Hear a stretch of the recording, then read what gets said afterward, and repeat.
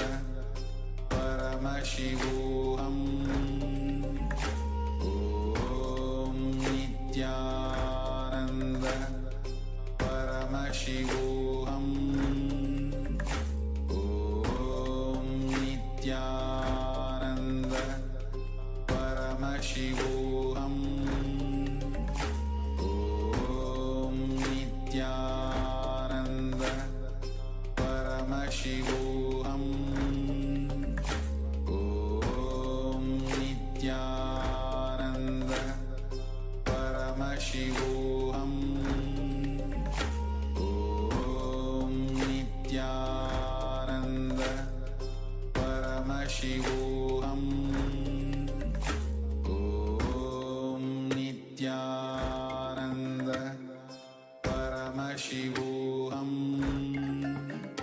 Om Nityananda Paramashivoham. Om Nityananda Paramashivoham. Om Nityananda Paramashivoham. Om Nityananda Paramashivoham. Om Nityananda Paramashivoham.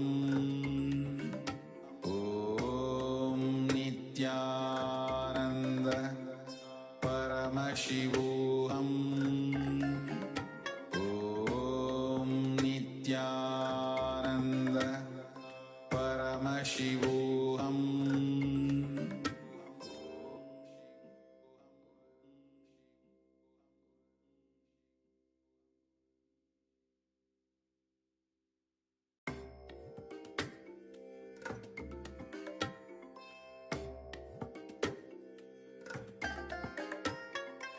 I bless you all. Let you all open all your three eyes and manifest the powers of Mahasadashiva. Om Nityananda Paramashivoham. Om Nityananda Paramashivoham. Om Nityananda Paramashivoham. Om Nityananda Paramashivoham. Om Nityananda Paramashivoham. Om Nityananda Paramashivoham. Om Nityananda Paramashivoham. Om Nityananda Paramashivoham. Om Nityananda Paramashivoham. Om Nityananda Paramashivoham. Om Nityananda Paramashivoham. Om Nityananda Paramashivoham. Om Nityananda Paramashivoham. Om Nityananda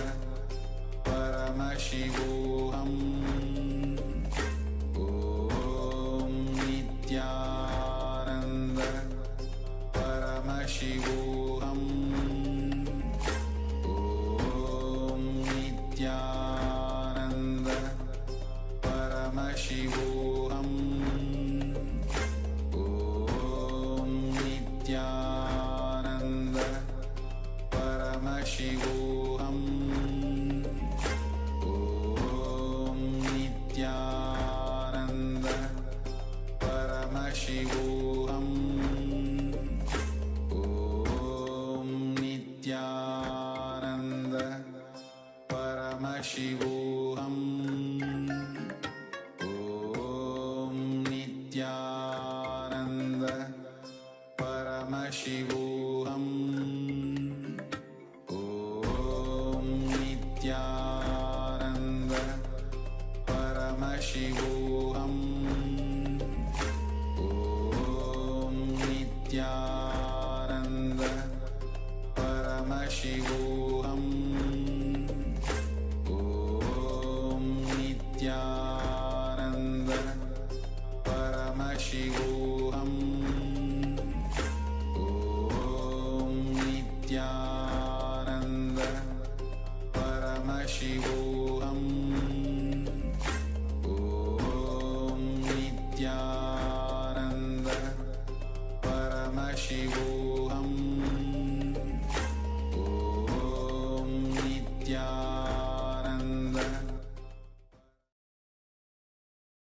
Now, slowly, very slowly, you can remove your eyebands and open your eyes.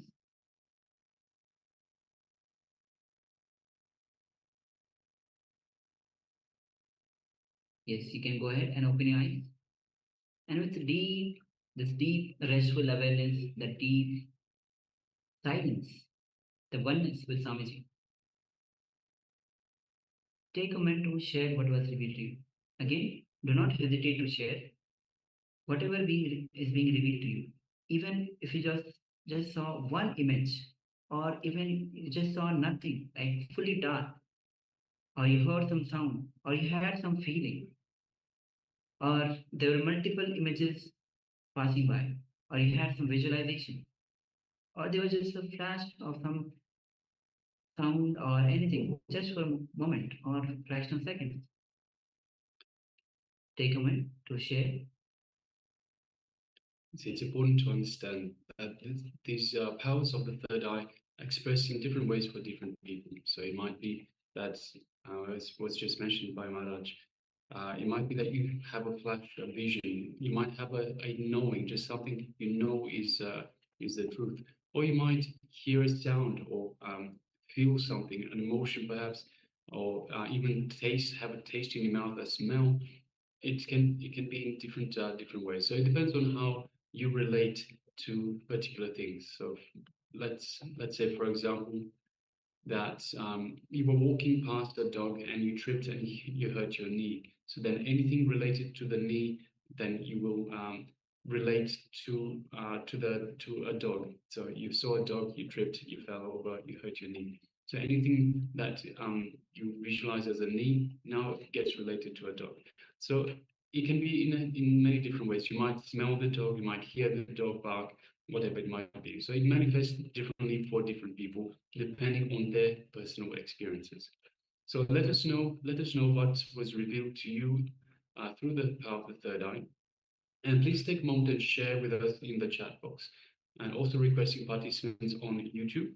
You can also let us know in the chat box. So we are monitoring the YouTube as well. Requesting participants, please join us, please take part, and we'll be right here for you.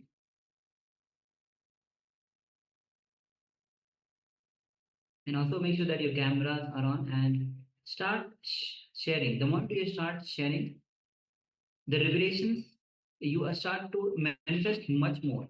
Someone says very beautifully, when you, okay, we have one sharing from Ma Yan Hong. She says, I saw a yellow light spot, a golden circle. Thank you, Ma, for sharing. And the moment you start sharing, someone says beautifully that if you want to get enlightened, make other person enlightened. If you want to enrich yourself, enrich others.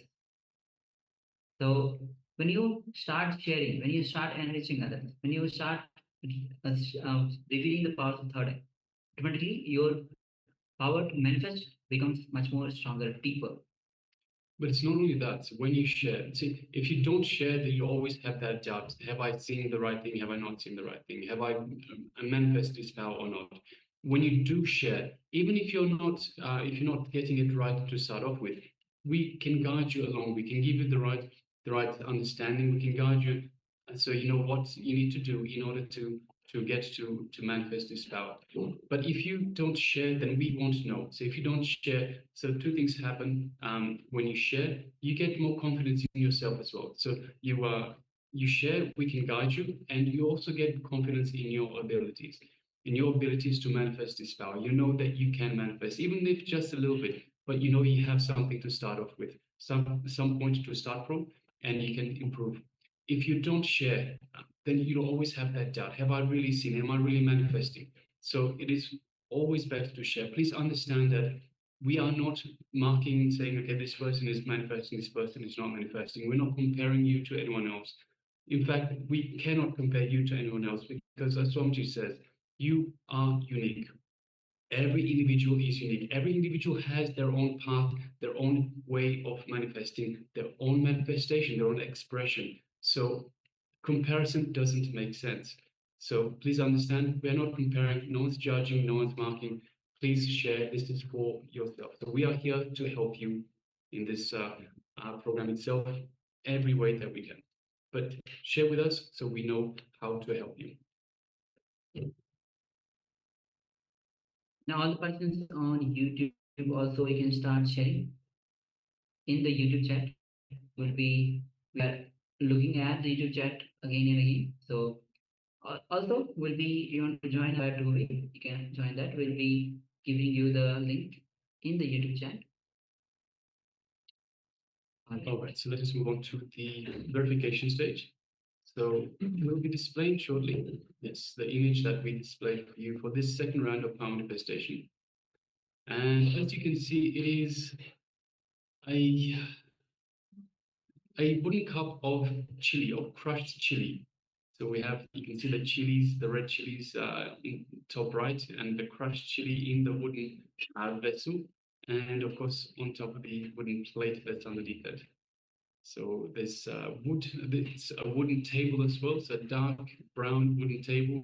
There's a light brown plate and cutting board. There's perhaps a bag on the top left-hand side with some green leaves, perhaps even pine leaves, and of course a lot of chili. And we have the laurel or the bay leaf as well that is in the chili bowl. So yes. That is the image that we displayed for you for this second round of power manifestation. So just checking just verifying the sharing. So Ma Yang Yan Hong, I apologize. Yang Yan Hong said, I saw a yellow light spot and a golden circle. So we do have this, there are two circle sets. We have the small ball and the big plate. So we do have the circles. It's a light brown, can be interpreted as golden, especially on the left-hand side. We can see the light shining from the light outside. So yes, thank you very much, Ma. And yellow light spot. We do have a yellow here and there. So yes, Ma, especially you can see the seeds of the chili are very much yellow. So yes, Ma, thank you very much for sharing and congratulations for manifesting this power. Well done. And also requesting Ma Ya Ling Liang, who has actually been taking part in the power manifestation. But so, Ma, are you facing any issues while sharing any issues while as you are manifesting, you are taking part in the power manifestation? So make sure that you are also sharing more. As I also mentioned, the more you start sharing, you'll also get the confidence on the power manifestation. All right. So yes, Mike, if there's any challenges that you are facing, do let us know. Anything that we can do from our side, we are happy to do to make sure that you can have the confidence and manifest these powers of Paramashiva. So please let us know if there's anything that we can help with. That's what we're here for. Okay, Ma? All right. So with this, we'll be entering into today's theme itself. And today, the theme is on conflict management, enlightened conflict management. And today, the deity is Kalyan Sundarmurti. So today will be sessions on the relationship, on love, and the day will be starting with from revelation by Swamiji. There will be a short revelation by Swamiji on the marriage, because that's one of the biggest part of our relationship. And then we'll be moving on to who actually radiates love. Swamiji says very beautifully that one who is enlightened, only that person can actually radiate love. So before that, let's enter into a short revelation by Swamiji on marriage. So this is and marriage and more. So please come to the space of listening and let's begin.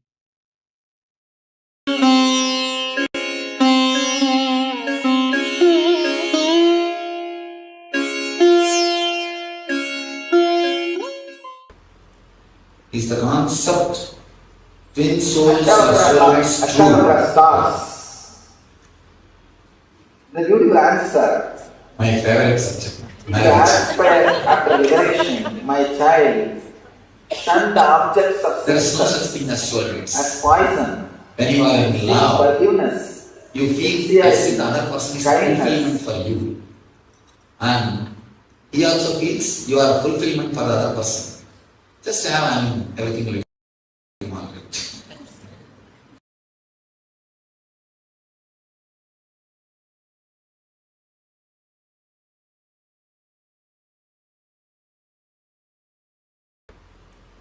Is the concept twin souls are soulmates true? Oh. My favorite subject, marriage. There is no such thing as soulmates. When you are in love, you feel as if the other person is a fulfillment for you. And he also feels you are a fulfillment for the other person. Just have everything will be Margaret. I always tell people, love is blind, marriage is eye opener. Love is blind, marriage is eye opener. So, all the ideas of soulmates and everything is seasonal. It is only seasonal. It is not eternal. Soul does not need any second person to be in bliss. By its own presence, it is all fulfilling and enjoying and exploding. What is a relationship without expectation? I tell you, without expectation only real relationship can flower. Somebody asked me, in America just like this I was telling, somebody asked me, Swamiji, I am afraid of marrying. Under what layer the fear of marriage comes? What is the layer under which the marriage comes? I told them, marriage comes under all the 4 layers. First thing is the fear of losing the status. Somebody asked me, Swamiji, people say that marriages are decided in heaven. Is it true? I tell them, I don't know whether it is decided in heaven or not. But after that, people live in hell. That much I know. After that, people live in hell. You are talking a lot about marriage and joking about wives. Would you ever get married and have a family? After all, you said at age 14, 21, 28, lamas are allowed to marry. What about swamis? Now, swamis can marry at any time, no problem. And actually, Paramahamsas can marry at any time. There is no problem. First of all, I am not technically a swami, I am technically Paramahamsa. Swami means somebody who is trained by a earlier master to sit in that same seat, like a successor, predecessor. They are only called the Pidadhipatis and they have lineage and they have so many rules and all those things. Paramahamsas are the people who left their house and took this life to achieve enlightenment. They have not left for the sake of some Peetam, to sit in some throne or to be a head of some institution. They left out of their quest for enlightenment. So Paramahamsas are no way bound by the rules and regulations of the Swamis. But one thing, let you be very clear, I am not going to marry. And that I am very clear. And because I have seen many people, and I have some more jokes now, I don't want to tell, enough. And I have now too many jokes coming up. They are all coming and crashing now. The traffic jam is happening in my throat. Everyone is trying, hey, I am coming, So, whose question it is? Okay. Let you be very clear, I am not going to marry. In Hinduism, the idea of divorce never exists. There is no idea of divorce. According to Hindu marriage laws, the divorce is not possible. And I want to tell you one important thing. Still we don't have a Sanskrit equivalent word for divorce. We don't have a Sanskrit word for divorce. Divorce as such, the very idea is not socially accepted. Because before the marriage, they are very clearly made to understand nobody can suit or match your fantasies. Either you live with your fantasies and get frustrated after seeing 5-6 persons, or drop your fantasies and live with one person happily forever. Only in the fairy tales you get the word. They lived forever happily. They lived forever happily married. Only in the fairy tales you can get the word, not in reality. In reality, only when you drop your fantasies, you can experience what I call brahmacharya.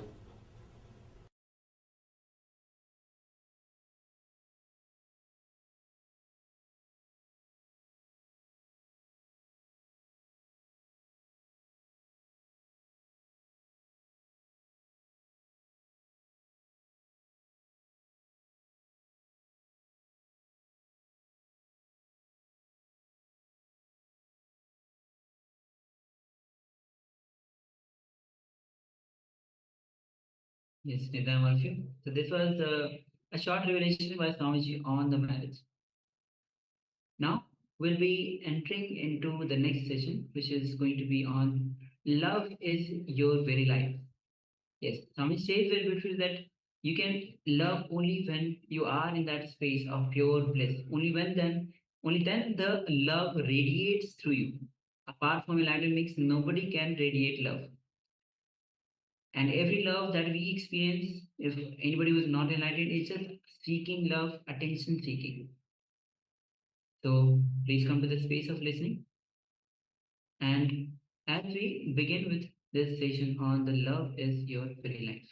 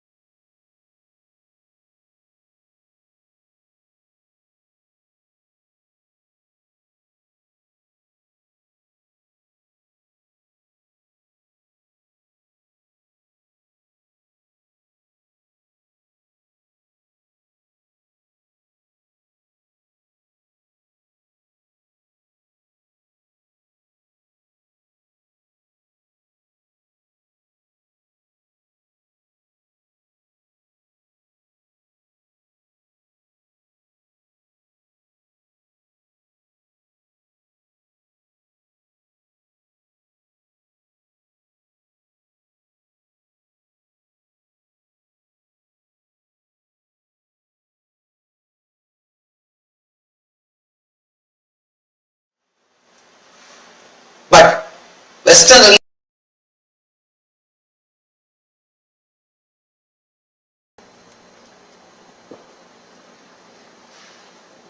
I welcome you all with my love and respects. Love is your very life.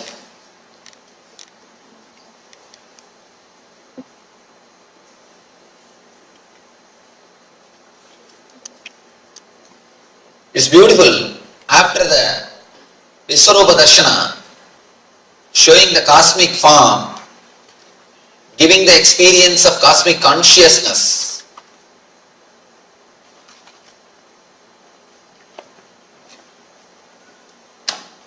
Krishna speaks about bhakti, love. You Usually people think after bhakti comes spiritual experience. But I tell you the truth. After spiritual experience comes bhakti. Never a real bhakti can happen to you before spiritual experience. East always believes first spiritual experience, then social service. But Western religions believe social service will lead to spiritual experience. No. Never. Only a person who had the experience of every being as part of cosmic consciousness can really radiate love. Only he can know what is love. Nobody else can know what is love. Others can think they love or act as if they love. Be very clear. There are so many people who act as if they love. Sometimes by acting, they start thinking that they are loving. Never you can love by acting. Love is supposed to flow from your very being. It happens only when you experience the cosmic consciousness, spiritual experience. It is so nice. Krishna puts the whole thing step by step.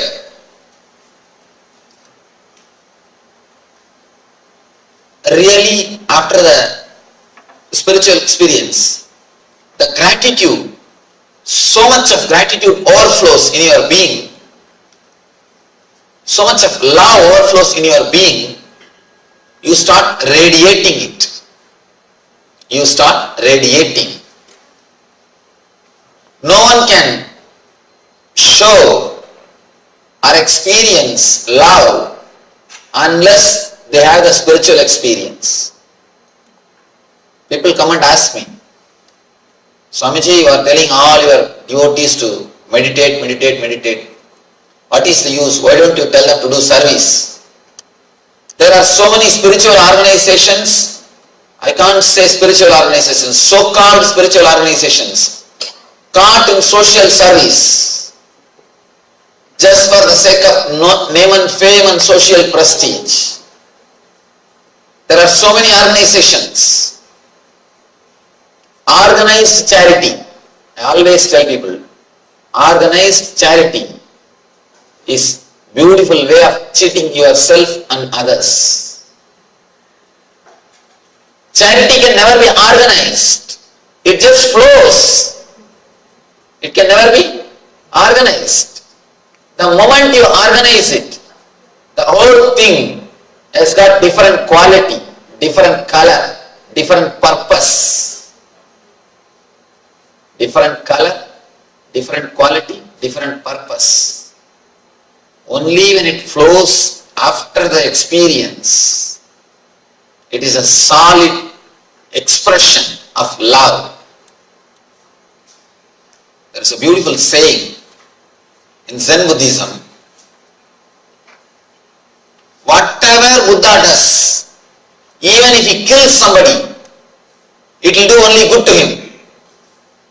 But an unenlightened man, whatever he does, even if it is a great service, it will do only bad for him and the society. Good or bad is not decided by doing, it is decided by being. When an enlightened man does, even small things lead to great good things or good results in the world.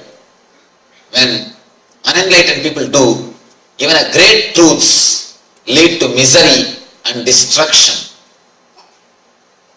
See, a simple word uttered by Buddha, watch your breath, or observe, witness your inhaling and exhaling. Simple truth, discovered by Buddha. Thousands of people have become enlightened through this Vipassana meditation. The simple one technique, Vipassana, thousands of people have become enlightened.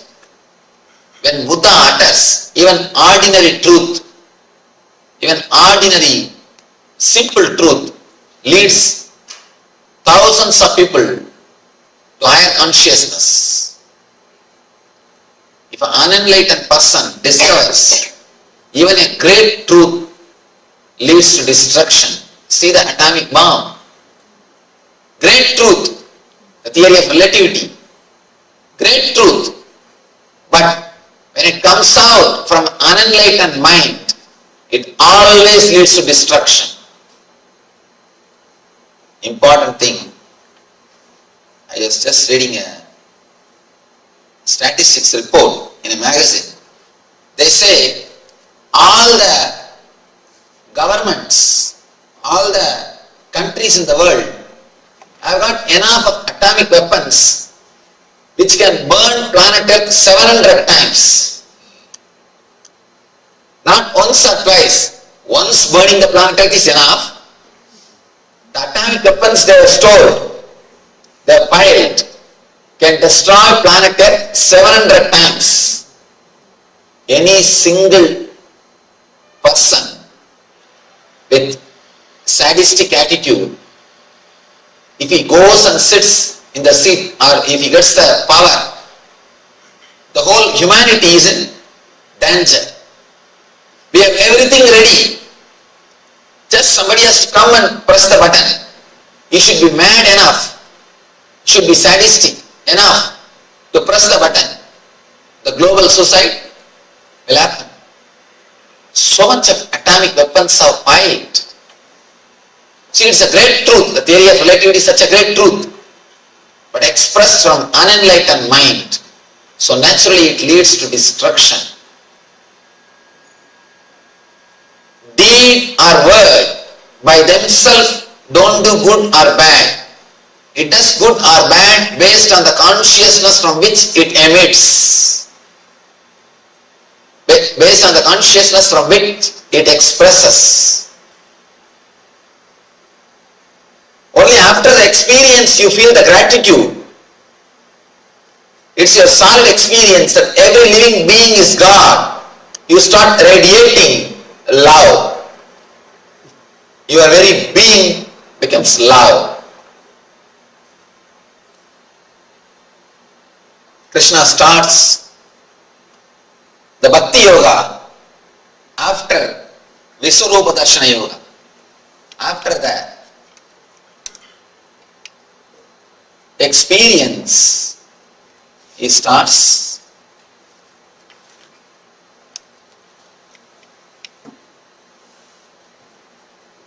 Bhakti Yoga. Arjuna Uvacha Evam Sadata Yukta Ye Bhaktas Pam Pariyubasade Esapyaksharam Avyaktam Tesham Ke Yoga Vittama. See, the whole trend in which Arjuna speaks is totally different now. The very trend, very way is different. He says, which are considered to be the more perfect? Those who are always properly engaged in your bhakti, or those who worship in those who merge in the Brahman, the unmanifested. Please be clear. Here, he is not asking for himself. It is from here the trend starts like a simple discussion. It's more like a trying to record the truth, trying to put the whole thing in record for future generation. The questions from here is neither doubt nor enquiries. Just he tries to put the whole thing in the form of writing so that it will be useful for the next generation. A simple understandings. Yes, who is established in you totally, whether a person who is devotee or person who is enlightened. Two things. The religious people or so-called religious people always confuse this sloka, giving the meaning of Arjuna is asking whether worshipping the form or formless, which is right one. But I tell you that is not the way Arjuna is asking. If you see the answer of Krishna, you can understand that is not the way Arjuna is asking. Arjuna is asking, is it good to be established in the same consciousness or to express the love and gratitude which is created by the conscious experience to the whole universe, to every being. See, when you get that spiritual experience, some people stay in that same experience inside, that's all. With closed eyes only they can see God. He is asking, that type of person is great, or a person who opens his eyes and sees God in every being, he is great. Please understand, he is not asking whether worshipping the form is great or worshipping the formless is great. No. But the so-called religious people have always given this meaning and created problem between Shankara and Ramanuja. It goes on and on and on. But if you see the answers, it is very clear. Arjuna is not asking this. He is asking, should I be established in that same experience, or should I express the gratitude which is happening to me? Expressing the gratitude which happens because of the experience is bhakti. Having that experience and rejoicing, staying in that experience is jnana, that's all. But Krishna's answer is, both are one and the same. Both are one and the same. And both are not two different things. How the first one leads to second one, and the second one leads again back to first one. You see, you must have heard about the vicious circle. First one leads to second one, and second one leads to the first one. And now I wanted to introduce a new word, virtuous circle. Vicious circle leads to low energy, to a lower level of consciousness. Virtuous circle leads you to higher energy, higher level of consciousness. Bliss and devotion. Bliss and gratitude. Gratitude and bliss.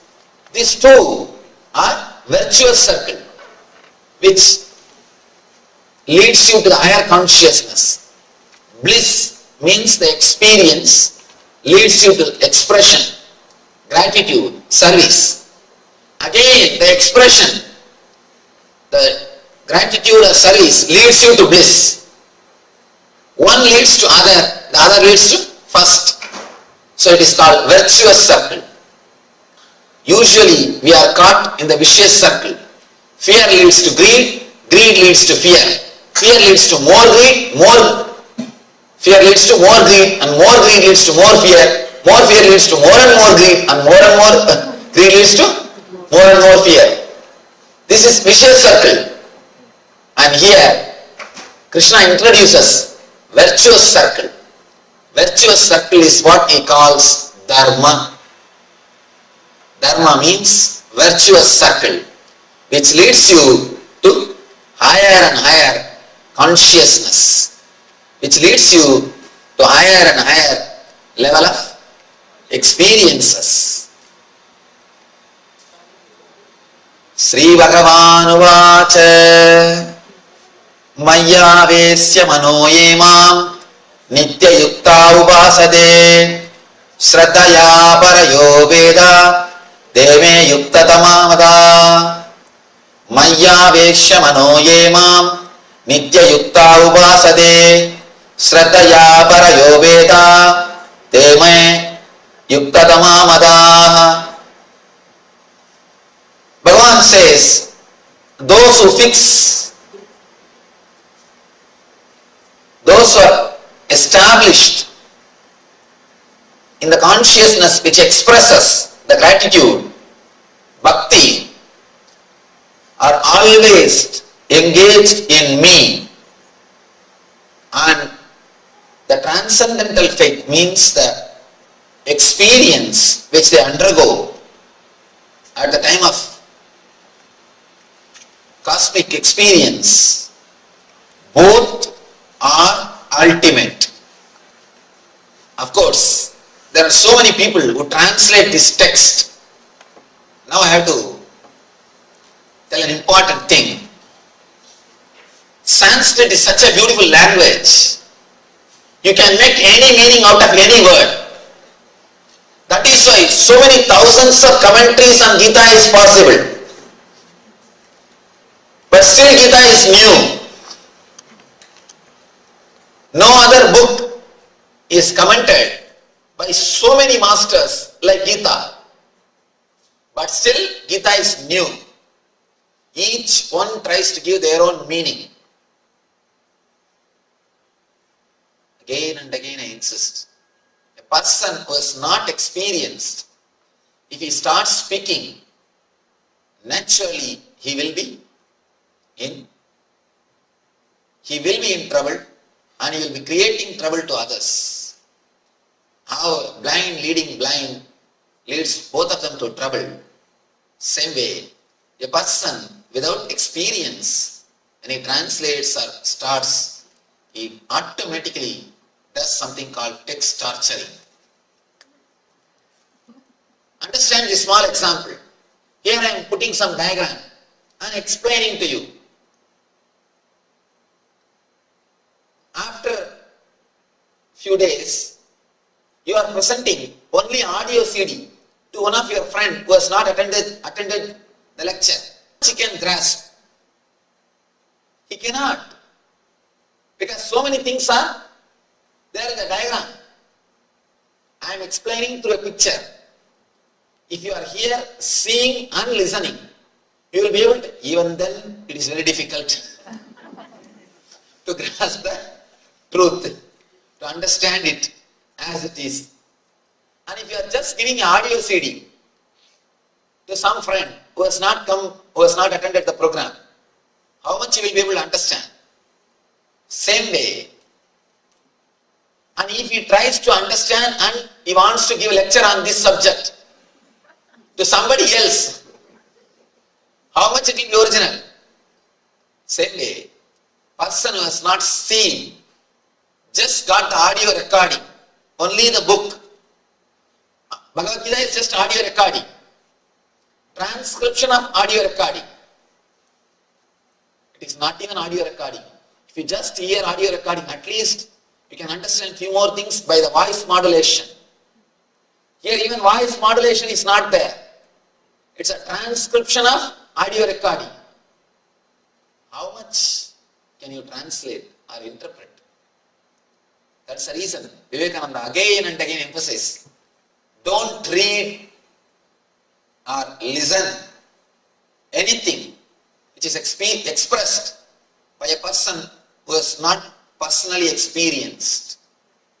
First thing he says, first thing, don't bother what he is speaking, bother first about who is speaking. He emphasizes on the personal experience. Here Bhagavan says, Maya Veshya Mano Emam Nitya Yukta Uvasade Shraddhaya Parayo Veda Deme Yukta Tamamata.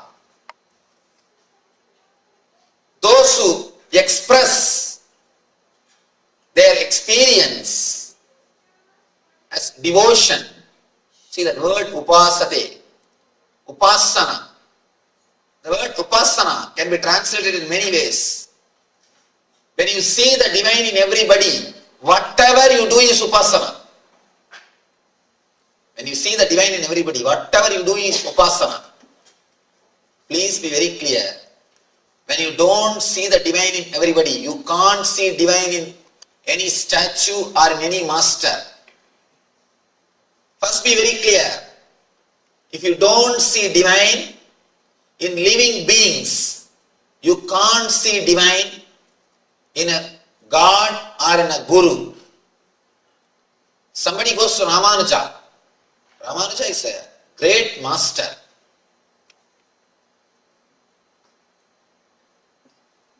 But for Ramanuja, South India would have lost the whole spirituality. Shankara went and settled in North. Even though he is born and brought up in South, he spent most of his time in North. This is because of Ramanuja, the devotion and the spirituality thrived in South India. Till the end, Ramanuja stayed in South India. Not only that, Shankara lived only 32 years. But Ramanuja lived for a long time. He lived in the planet Earth for a long time. And he inspired thousands of people. Ramanuja inspired thousands of people in the path of spirituality and meditation. One young man goes to Ramanuja and asks, Bhagavan, please tell me how to achieve bhakti, how to achieve God, how to achieve the devotion. Ramanuja says, have you loved anybody in your life? This man was shaken. He said, I am a pure brahmachari. How can you ask me this question? I came to you to learn about God, but you are asking this question. Ramanuja says, first go and love somebody. See how you feel when you love somebody. Then come back, I will teach you about God. I will teach you about bhakti. Understand? The man was, of course, naturally taken aback. He is not able to understand what Ramanuja says.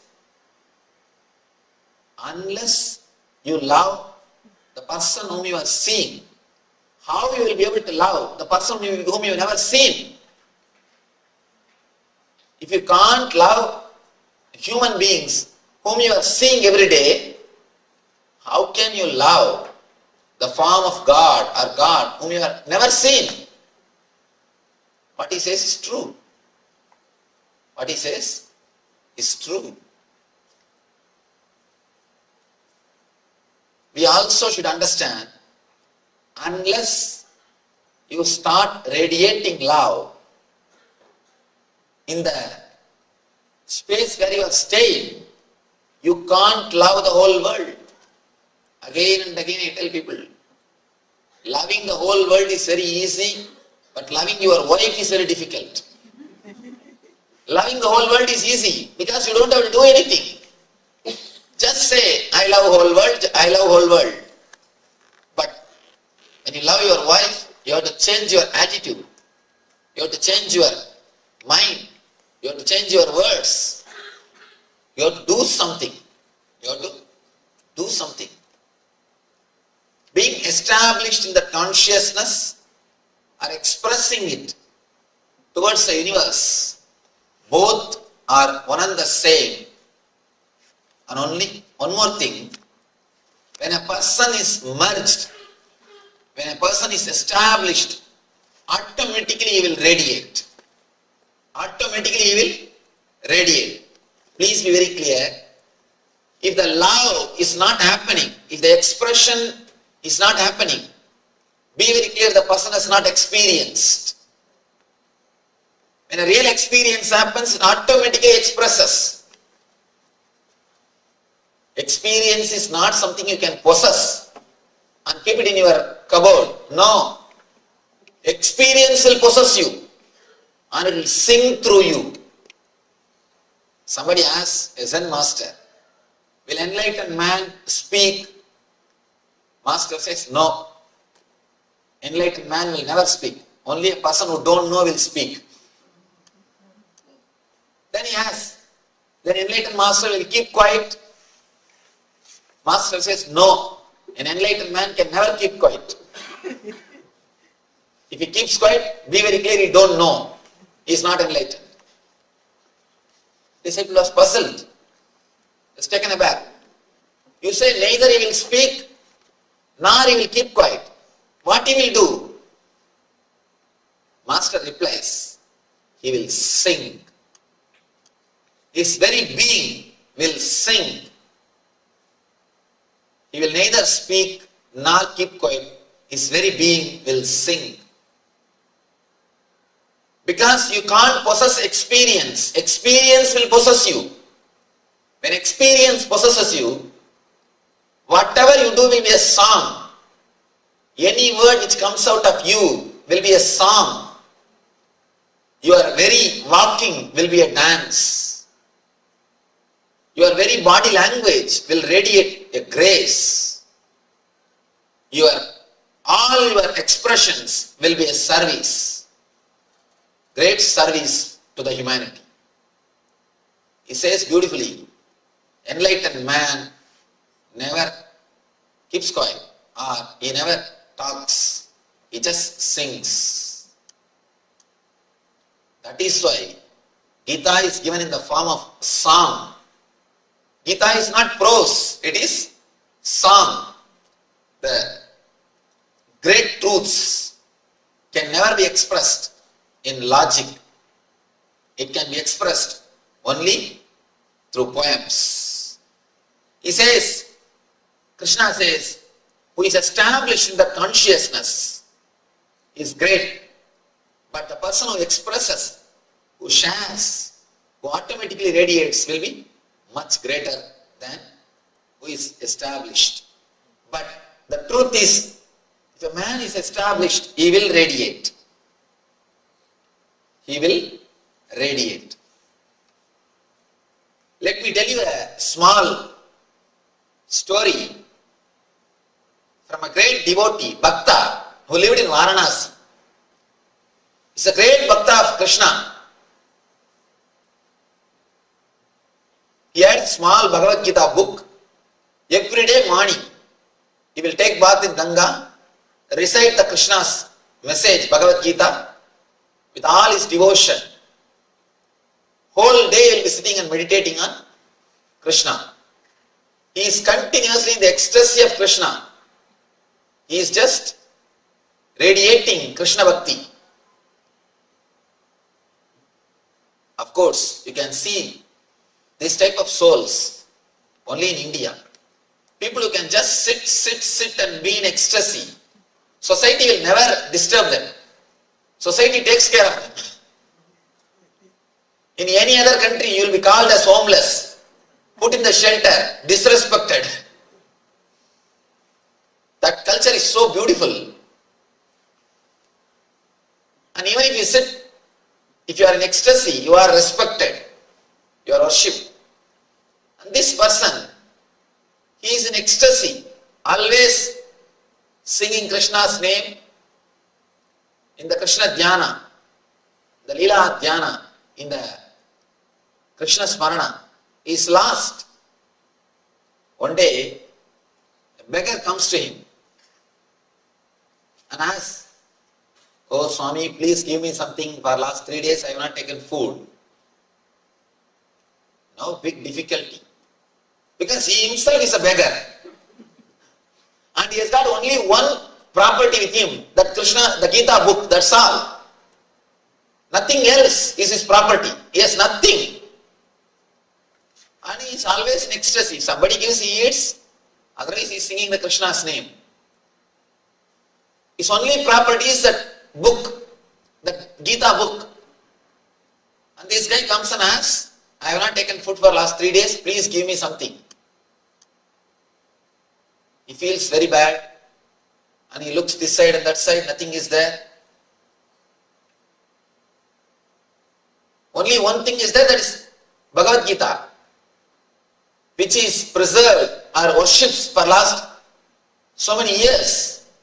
That's the only property that is almost like a god for him. That's everything for him. Nothing else is his property. Suddenly, he gathers courage and takes that book. Tells that beggar, "You see, I have nothing. To tell you honestly, I have only this book. But I can tell you one thing. If you go inside the city and tell this book is my property and auction it, surely people will buy. There are so many people who respect me. Some way they feel devoted to me. So Krishna's blessing is there. Just go to the market and auction this book. Say that this book is my book. Surely people will buy, giving money, and take that money and eat and fulfill yourself. Be happy. And gives that book. Beggar just takes the book and goes away. Next day morning, when he is supposed to chant the Gita, he says, "Oh Krishna, I have given away your words to keep your word."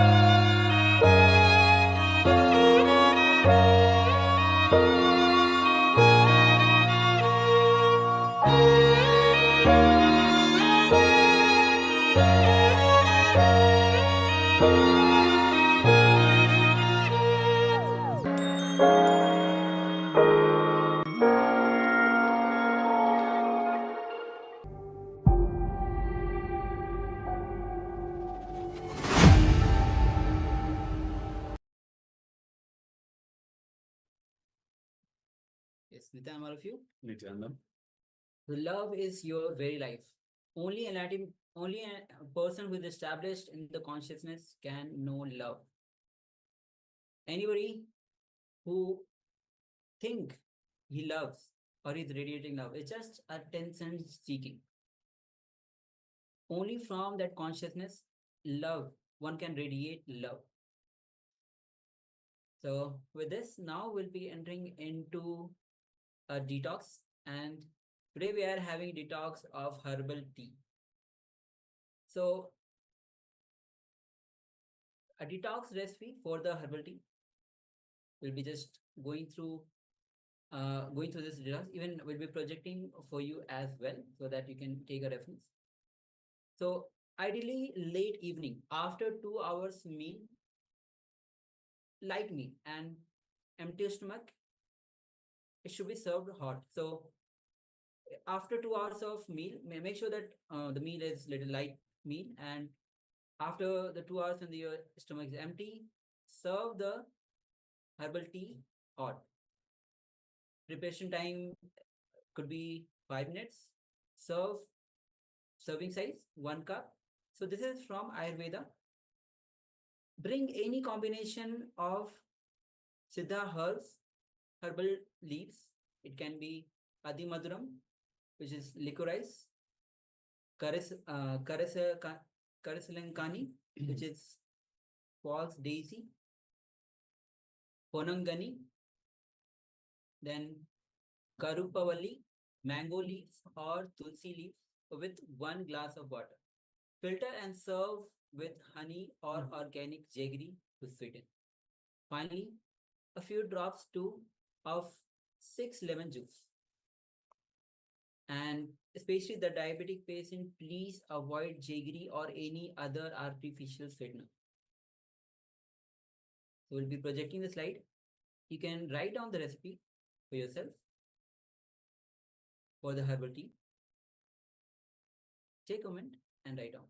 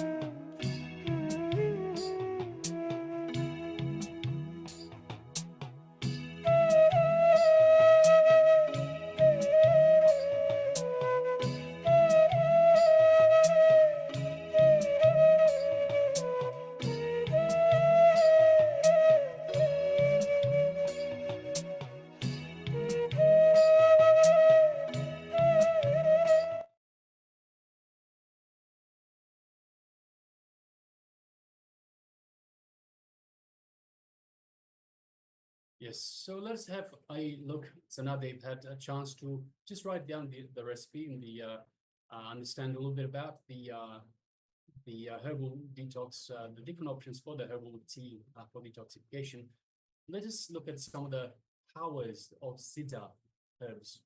So some of these, all of these herbs are Siddha herbs that we've mentioned. So what are the powers when you consume these, when you have these herbal teas? So first of all, you have the power to be a dhira, which is to be able to discriminate the authentic and inauthentic. So imagine you're speaking to someone and they're talking falsities to you. They're being inauthentic. You would be able to spot that like that. So it acutes your senses to understand, to pick up the fact that people are being inauthentic or whether they're being authentic. It also builds your immunity. So so when you consume these herbal teas, we consume it as an aushadha, which is a herbal tea for health. So for health purposes, it builds our immunity. Also, we can manifest powers much easier. So it helps us towards the path of manifesting powers, and of course, on the way towards receiving enlightenment itself. Now, it also does wonders for the stomach. It helps in problems of acidity, gas, constipation, and it helps the general hydration of the body. Some other benefits of these beautiful Siddha herbs is it cleans your vision. So the eyes will no longer flutter too much, and they'll be nice and bright and fresh. So you'll have a nice, clean, straight vision. It also helps you overcome tiredness. So if you're feeling sleepy, feeling tired, you can have one of these Siddha herbal teas, and it helps you overcome the tiredness and the feeling of sleepiness. And also, one very important thing to understand, Siddha herbs are never addictive. Never addictive. They never cause any addiction. So you can have as much as you want.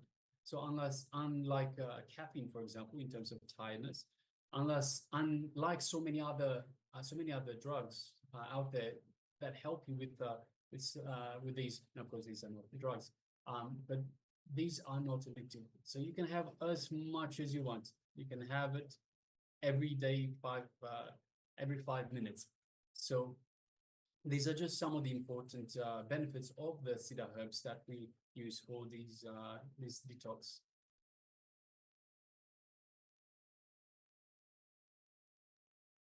So now we'll be moving on to meditation for love is your very life.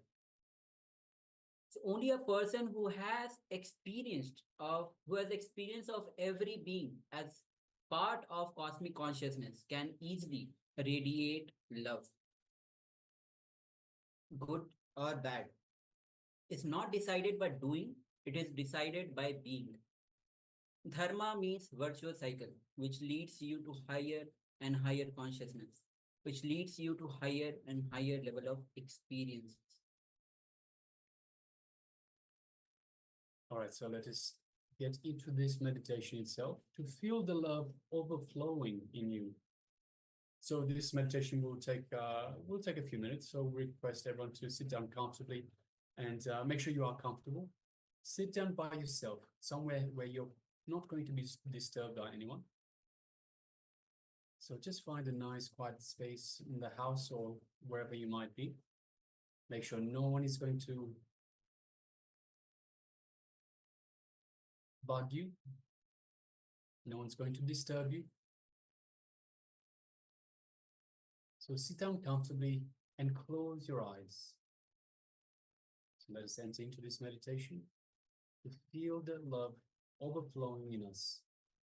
Sit down comfortably by yourself and close your eyes. Just gently. Now bring your awareness to the heart center, to the heart region. Exclude everything else. Focus only on the heart.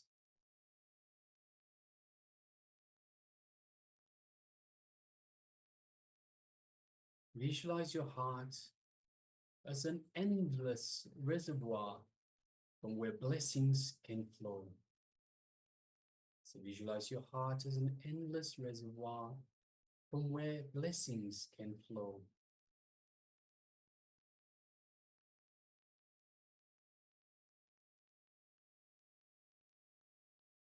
Feel every heartbeat deeply. Let every beat resound throughout you. Every sound of the heartbeat resounding throughout your entire body.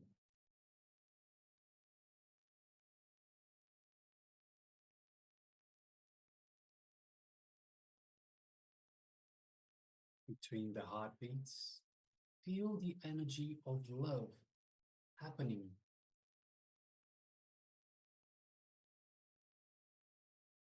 Feel every heartbeat resounding throughout your body, and between every heartbeat, let us feel the energy of love happening.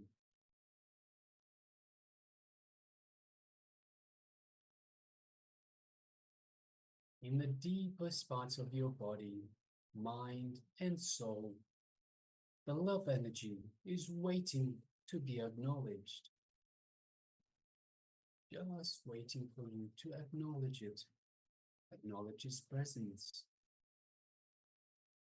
Love is happening in the deepest parts of your body, mind, and soul.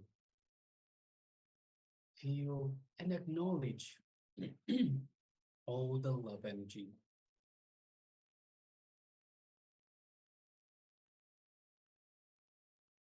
Invite the love energy of the heart to flow and feel these deepest parts of your body, mind, and soul.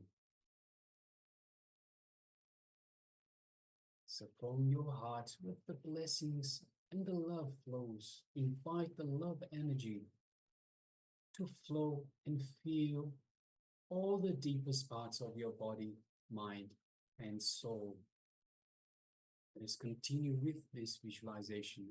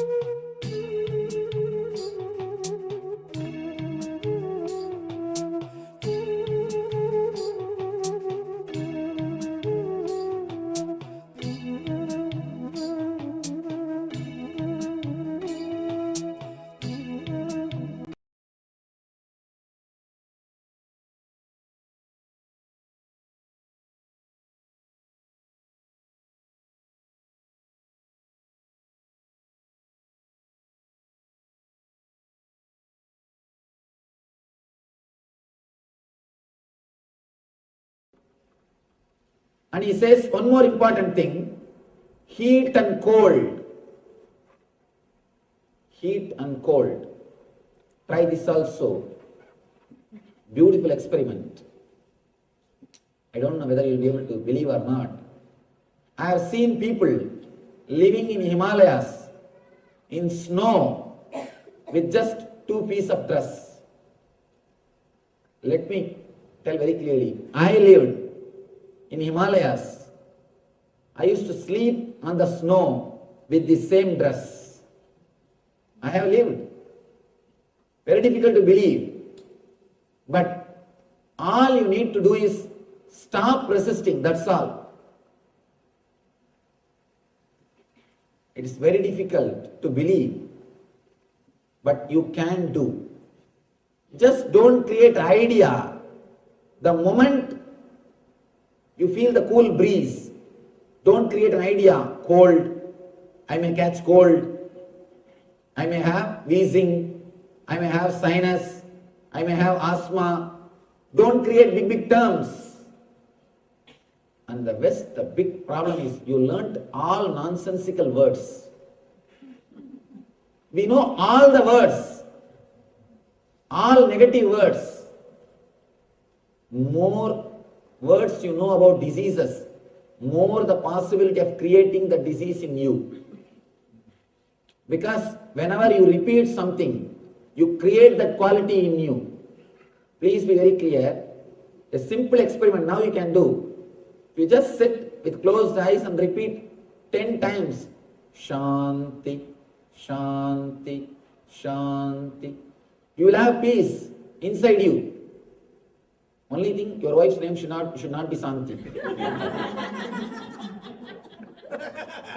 You just repeat that word, Shanti, for 10 minutes and 10 times.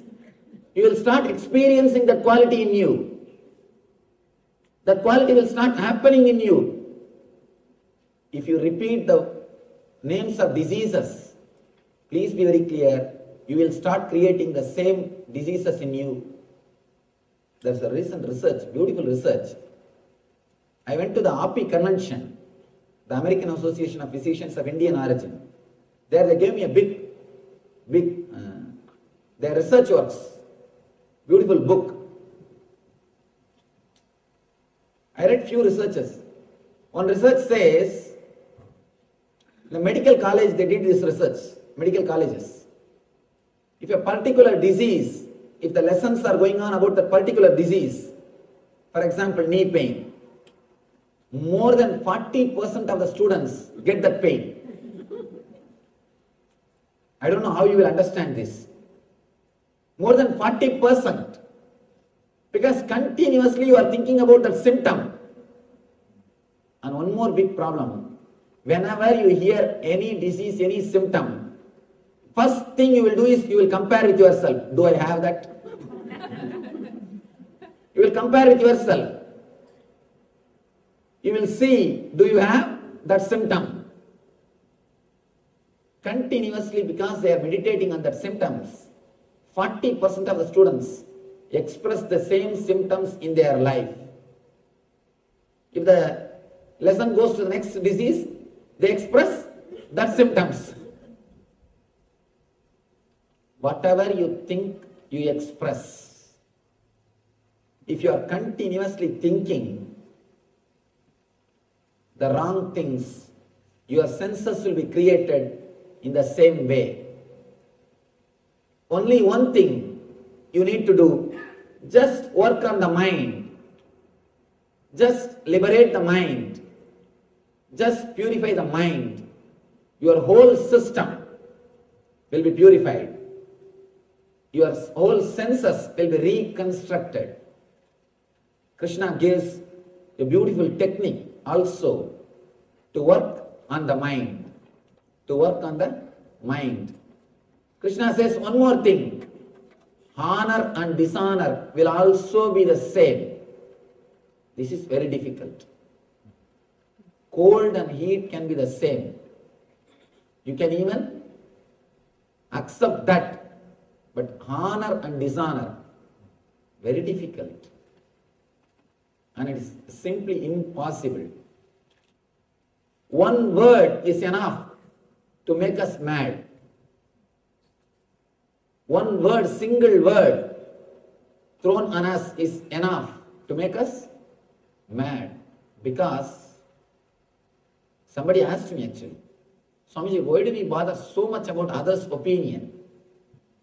You bother about others' opinion so much because you don't know about yourself. You know about yourself only through others' words, others' opinions. You understand about yourself only from others. If everybody says you are beautiful, you get that record, you get that certificate. If everybody says you are intelligent, you get that certificate. If everybody says you are great, you get that certificate.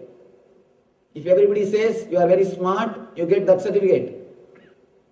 Collecting all these certificates, with those certificates you build your personality. In our Life Bliss program, the first session is about this. The first session, why we get depressed. Why again and again we fall into the low energy. Because the energy source for you is other certificates. You don't have self-respect. You respect yourself only based on others' opinions. If others' opinions about you is good, you think you are great. If others' opinions about you is not good, immediately you fall. Have you seen the kids playing? They will build castles with playing cards. Same way, you build castles with other certificates. Your personality is nothing but a castle built with others' certificates. If one card is removed in that castle, what will happen to that castle? It just tumbles down. Same way, if a single person takes away his certificate, what happens to your personality? Just collapse. Again and again you fall into the depression. Please be very clear. Whenever you fall into the depression, either somebody would have taken their certificate or you are afraid that somebody may take away their certificate. That's all. Scan it. You will realize either somebody would have taken away their certificate or you are afraid that they may take away their certificate. We have no self-respect. Christ says, Jesus says, love thy neighbor as you love thyself. That is why so much of war. Because you don't love yourself. That is why so much of hatred. Jesus says, love thy neighbor as you love thyself. You don't love yourself. We don't have self-respect.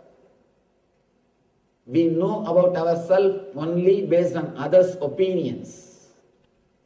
We build our personality only by others' opinions. That is why we care so much for others' opinions.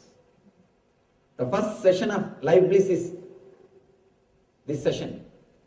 First thing I tell people is, if you want to live, learn how to live, how to stand on your own foot, how to be with yourself. As on now, our source of energy is others' opinions. If somebody comes and tells you, you are really great, you will try your best to say, no, I am not. But inside what happens? See very clearly. Inside, what happens? Inside the mind is telling, tell little more. But outside you feel very shy. But inside mind says, no, little more. Okay. Continuously, we are fueled by others' opinion and we work to get others' opinion. Meditate on this one statement. This is a sutra. This is a great sutra which can liberate you. Don't worry about others' opinions. Don't worry what others are thinking about you, because they are worrying about what you are thinking about them. They are worrying, thinking what you are thinking about them. Don't worry about others' opinions, because they are worrying about your opinions about them. Meditate on this one statement. It will completely liberate you from this problem of honor and dishonor. You will be liberated from the honor and dishonor. Look into your life. Whomsoever is standing in your consciousness, about whoever's opinion you are worrying, all of them are bothered about your opinions. Be very clear. If you are bothered about somebody's opinion, directly or indirectly, he is also bothered about your opinion. It is just give and take game. It is just give and take game. Don't bother about anybody's opinion, because they are bothering about your opinions.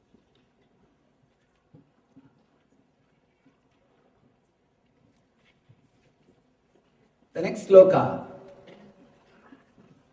Krishna says, a person whose mind is contented because of the spiritual knowledge, who has subdued his senses, and to whom stone and gold are same, and who is satisfied with what he is having, is said to be established in self-realization and is called enlightened being.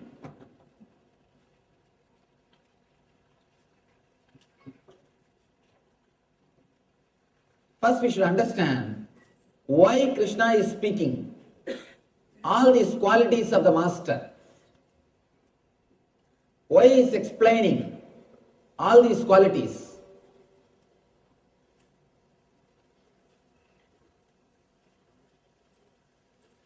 These qualities are techniques. If you practice them, you will reach the same state. The other day I was telling, enlightened man's words are mantras, and his life is tantra, technique, and his form is yantra, to be meditated upon. His actions, if it is replicated in your life, it will create the same quality of consciousness in your being.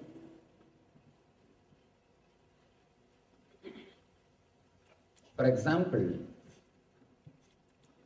if you listen to the music which comes from heart, the traditional music, Indian music, Carnatic Sangeeta, Carnatic music and all those things, you will have that same experience. If you listen to the music which comes from Mooladhara, which comes from sex, you will have that same mood. If you meditate on some expression, you will have that same experience. Experience leads to expression. Expression leads to experience. That's a beautiful story. This is again a research report.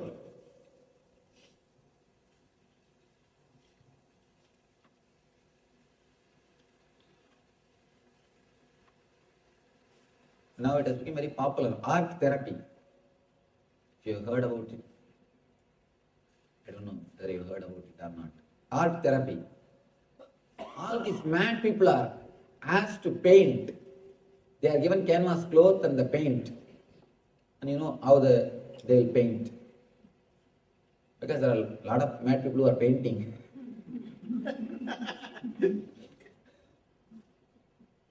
And they just roll on that cloth and do whatever they want.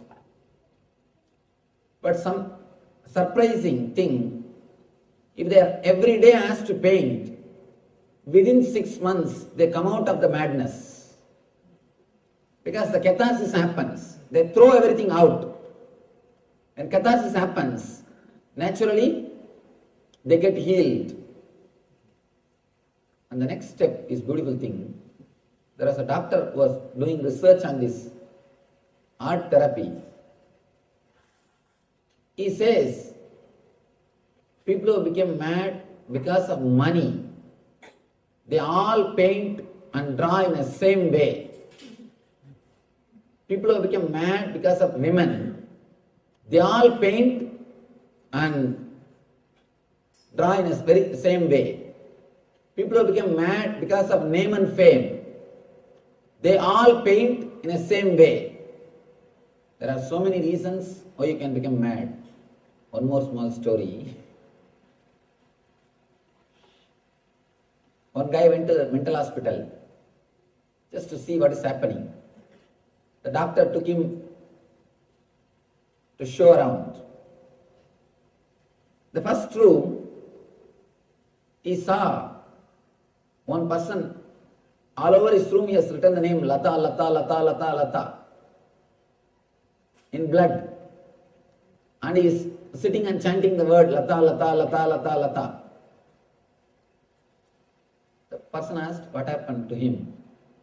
Doctor said he wanted to marry Lata. He was not able to marry. He has become mad. That is why he is continuously repeating her name, and he is here. He goes around, he shows different kind of people. One person is just swimming on the floor. Another one is hanging in the ceiling. Another one is walking just with his hands. He sees all kinds of people.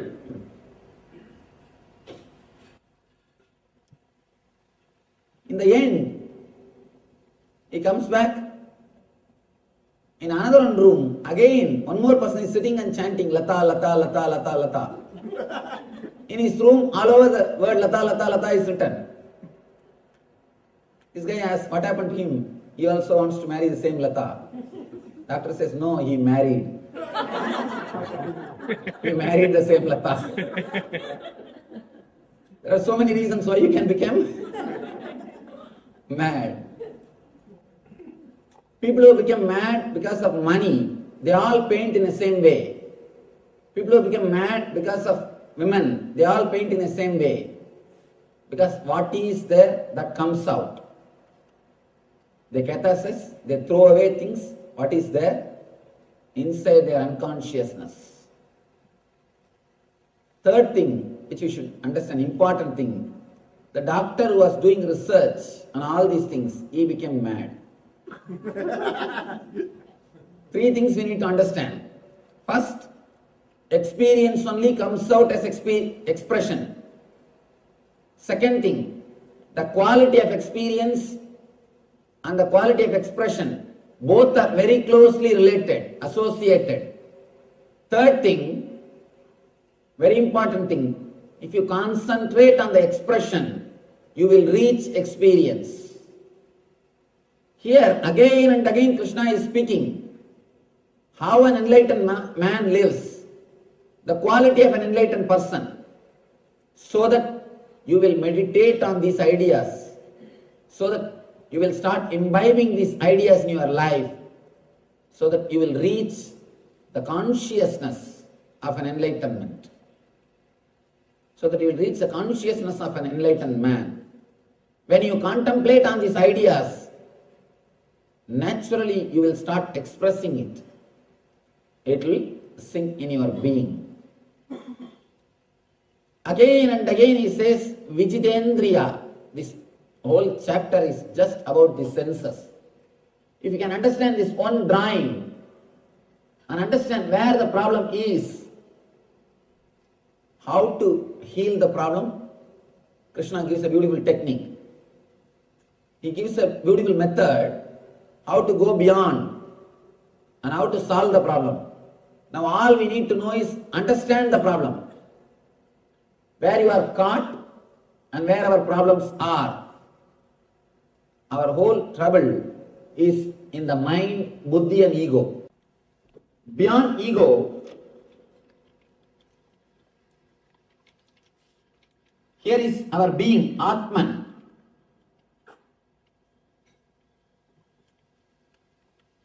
Just the presence of the Atman or the light of the Atman only radiates and makes your ego work.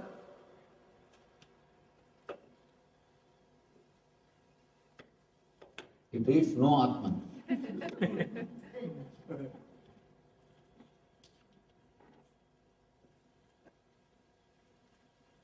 Just by the presence of the Atman, the ego works. The whole trouble is here, where you identify yourself, where you start thinking, what is there for me? How I am related? How I am going to gain from this? Or how I am going to lose? Here is where the whole trouble starts. If somehow this is erased, this is removed from this system, the Atman directly starts radiating its energy, its stages through your senses. That is why the enlightened people will have sharp senses. Their senses are not contaminated. Whether their vision or their hearing will be sharp and deep, because it is not corrupted by buddhi and ego. They have not lost their sensitivity. Please be very clear, only a man whose being is clear, he will have pure senses. His senses will be sharp and alive. A man who continuously uses his senses, who uses his senses too much, he abuses it. He will not have the energy or tejas in his senses. Man who has used and abused his senses, first thing which will happen to him is he will lose the smell. The smell will be lost. If you have lost smell, please be very clear. Immediately you need emergency treatment. You need to get admitted in ICU of spirituality. You immediately need meditation. Meditation is basic need for you. Again,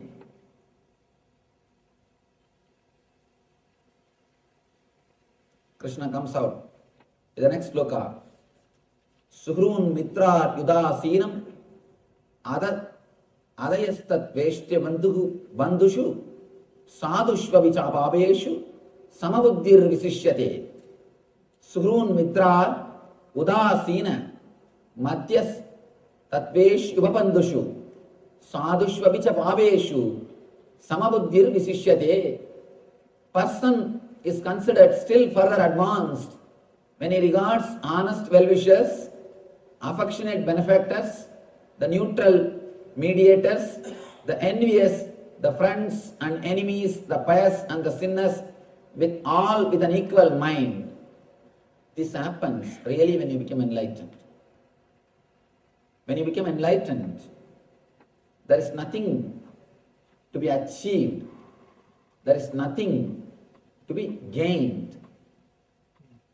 Automatically, your being starts respecting everybody.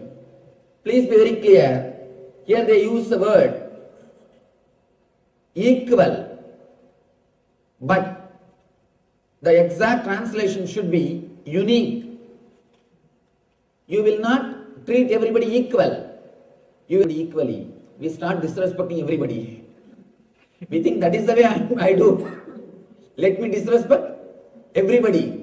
Instead of raising others, we come down.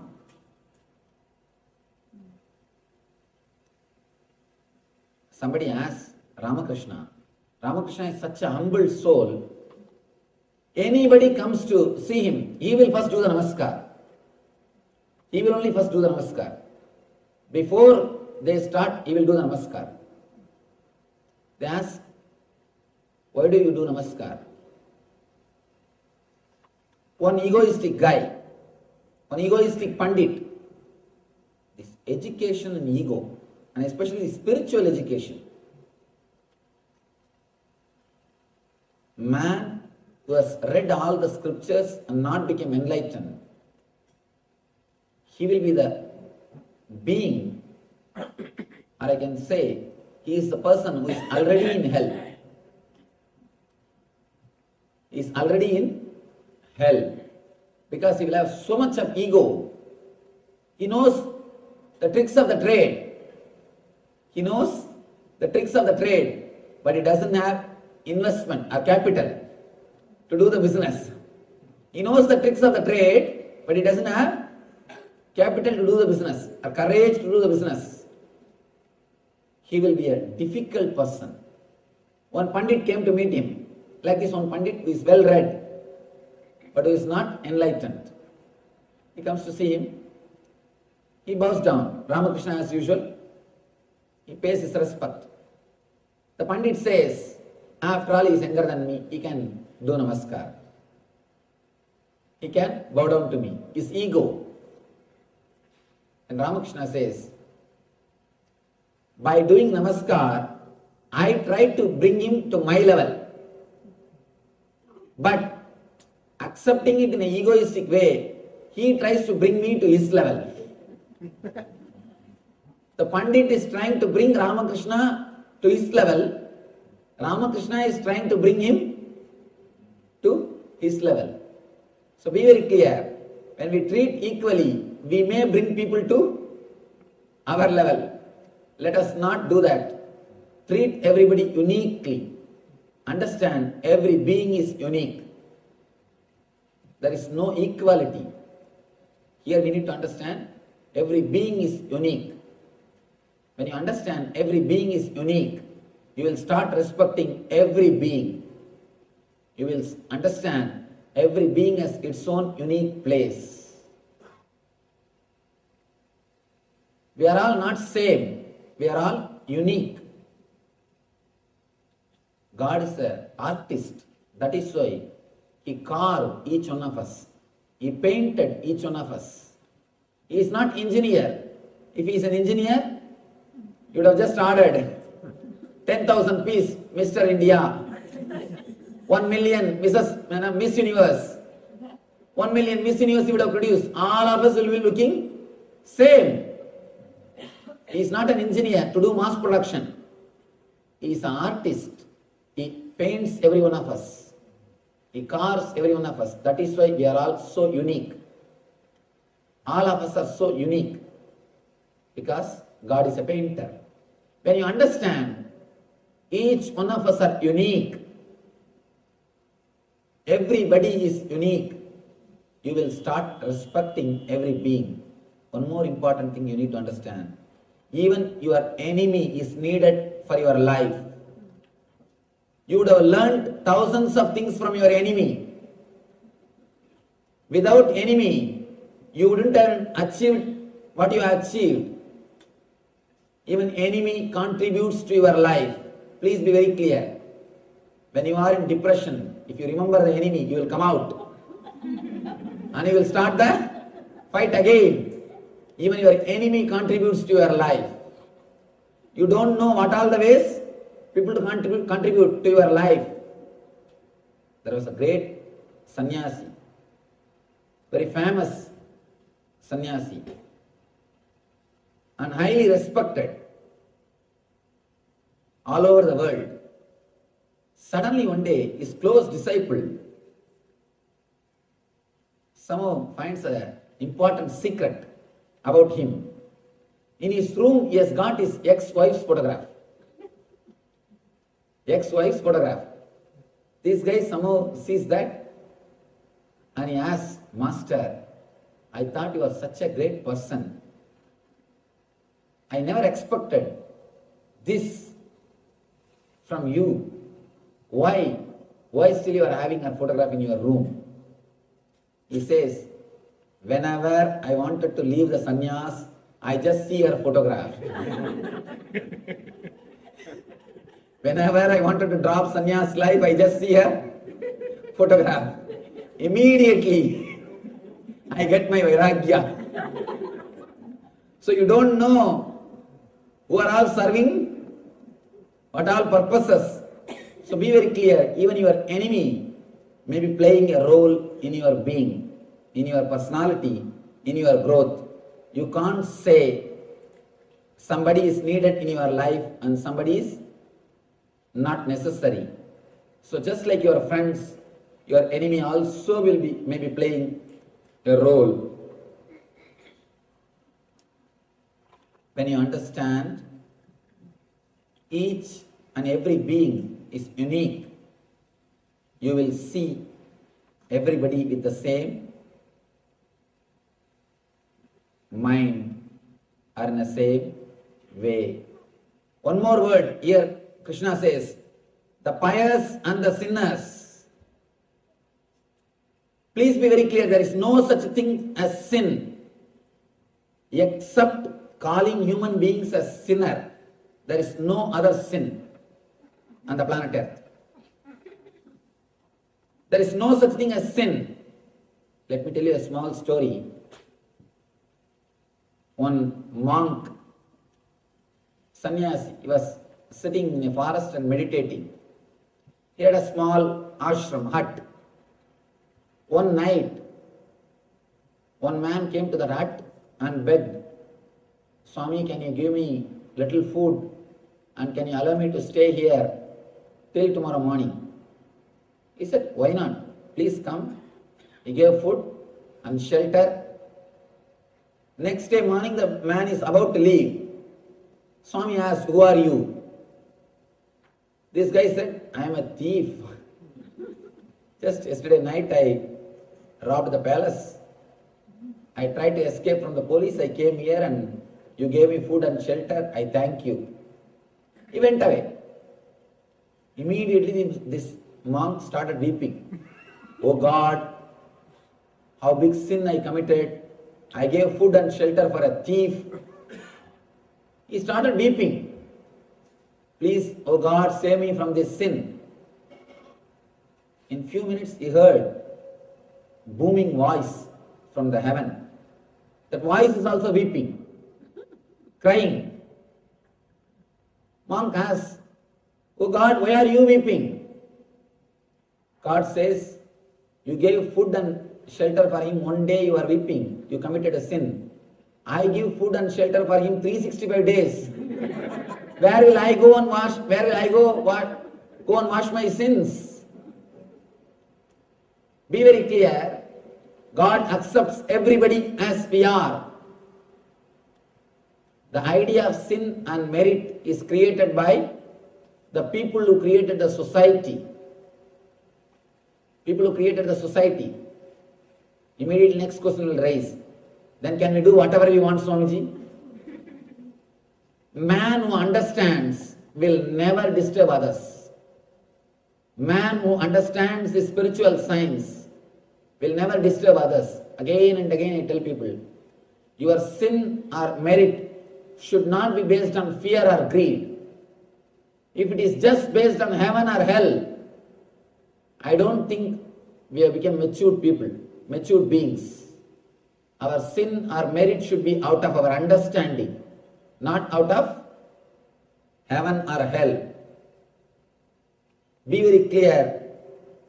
Don't live a disciplined life thinking of heaven or hell. Let the discipline happen to you as an understanding. As an understanding. If you are afraid of cop and following the speed rules, whenever you don't see any light, what do? A small temptation. Why not raise little bit?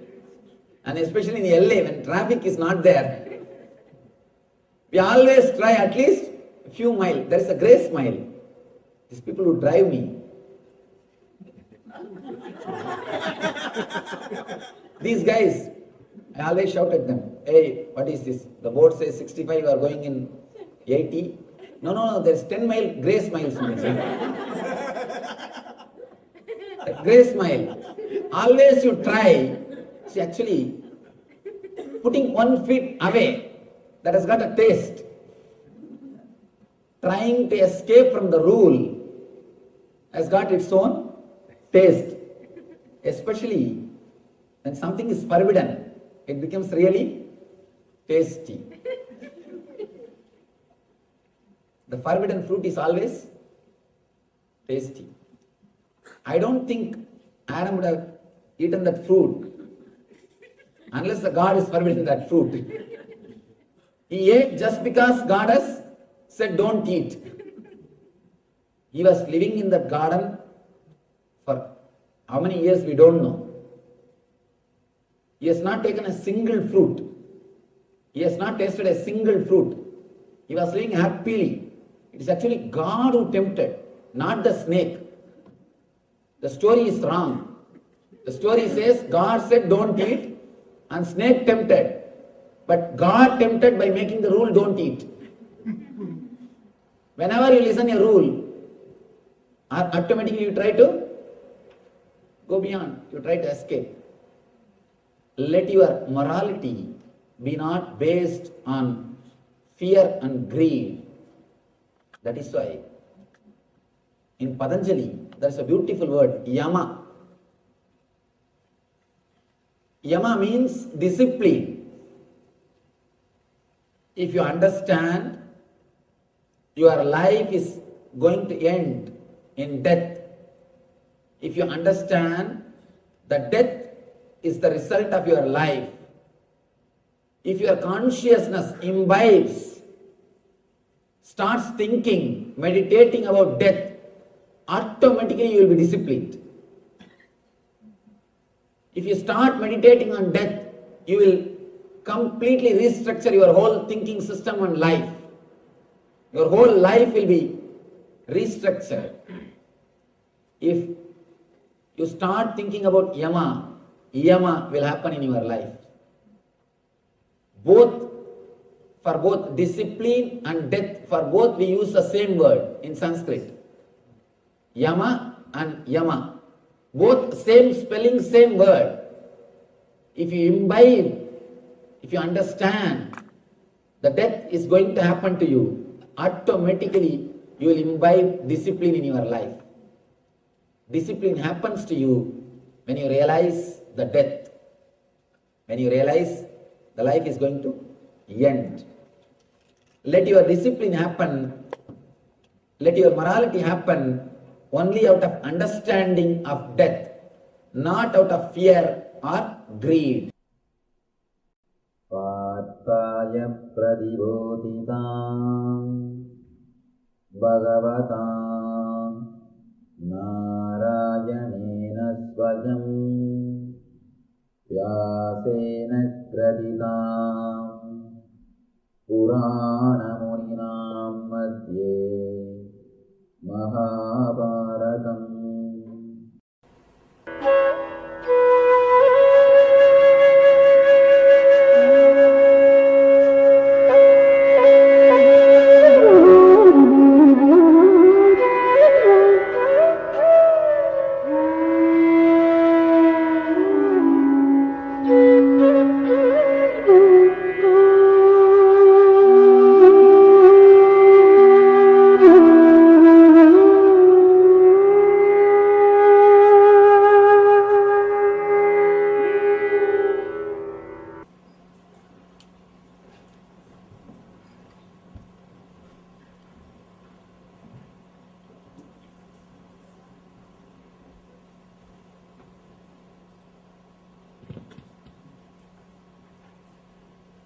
Brahmanandam Paramashuvoham Kevalam Jnanamurtim Vandvaditam Gaganasatrisam Tattvamasyaadilakshyam Ekam Nityam Vimalamachalam Sarvadi Sakshibhutam Bhavaditam Trigunarahitam Sadgurum Tam Namami.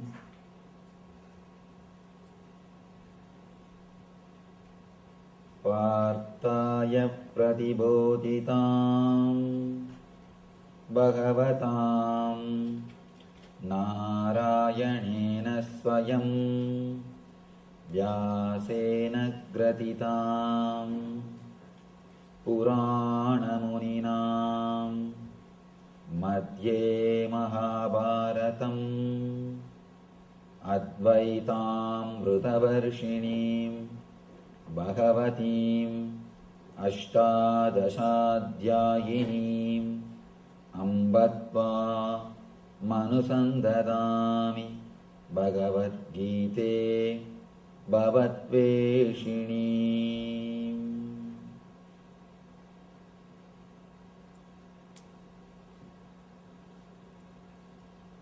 Vasudeva Sutam Devam Gamsachanuramardanam Devagi Paramanandam Krishnam Vande Jagadgurum.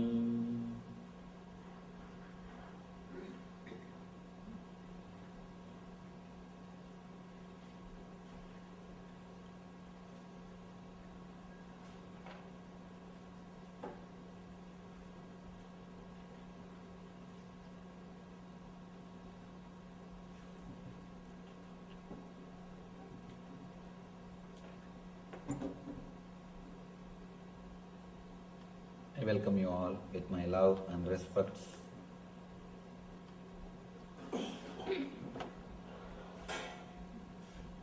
You and me.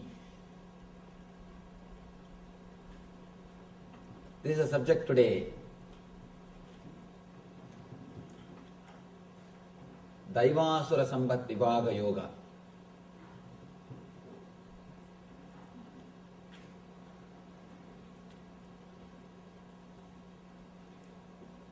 Krishna goes much further today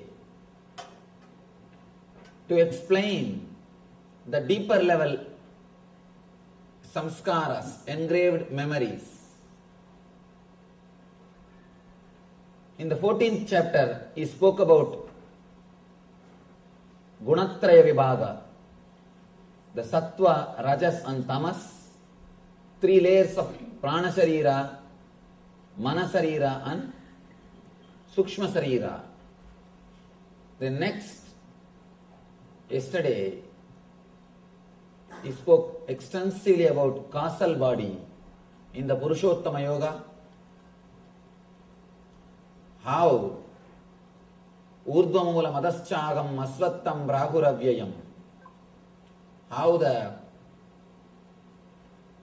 roots of the tree is centered, roots of the tree are in the physical world and the branches are in the causal world. That is why he says, Urdhvamula Madaschagam Asvattam Brahuravyayam Chandamsi Yasya Varnani Yastam Vedasa Vedavit. The roots are, usually the roots of the tree will be in the ground, under the ground, unknown space, and the leaves will be in the known area, known space. But this tree is opposite.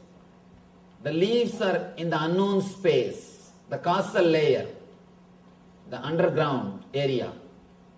The roots are in the known space, conscious space, in the physical world. And he explains the leaves are the Vedas, means the words which you are using continuously in your being. And he further explained how to remove the engraved memories in the causal layer and how to program the causal layer towards bliss, towards eternal consciousness. Now he goes one layer deeper, the cosmic layer. He speaks about the Daiva Asura Sampat, the qualities of divine and demon. Both, the beauty is both words have got same root. Of course, it is not accidental. Because both qualities are rooted in the same energy. Just a simple decision. When you choose the word you become divine. When you choose the word me, you become demon. That's all. Same energy. Ramakrishna says beautifully, no energy can be destroyed. Your love can never be destroyed. It has to be turned. It has to be turned. There's one more beautiful example of Ramakrishna. He says, as long as the calf says aham, aham, the calf, as long as it says hum, hum, it has to work, suffer, and it will be beaten, all torture. Once it is killed and out of that skin they will make a music instruments. When you beat that, it will start saying tumi, tumi, tum, tum. As long as it says aham, aham, it will have suffering. When it starts saying tum, tum, it will start singing the glory of divine. It will be used for divine purposes. Beautiful simile, beautiful example. Of course, I am not able to exactly translate in colloquial Bengali. He explains, as long as you have that idea, aham, aham, ami, ami, me, me, continuously you will be demon for yourself and for others.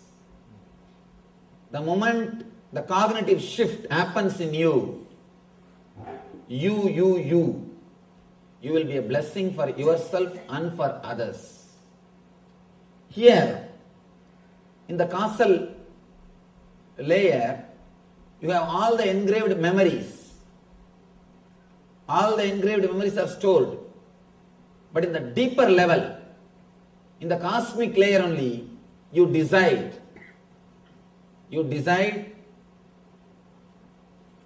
you are me. Let me explain it in a small diagram where we take that decision. How usually our mind receives the data and processes, and how the cognitive shift can happen in our being. By now I think all of you know the drawing. Just for the sake of newcomers, I'll give a simple explanation.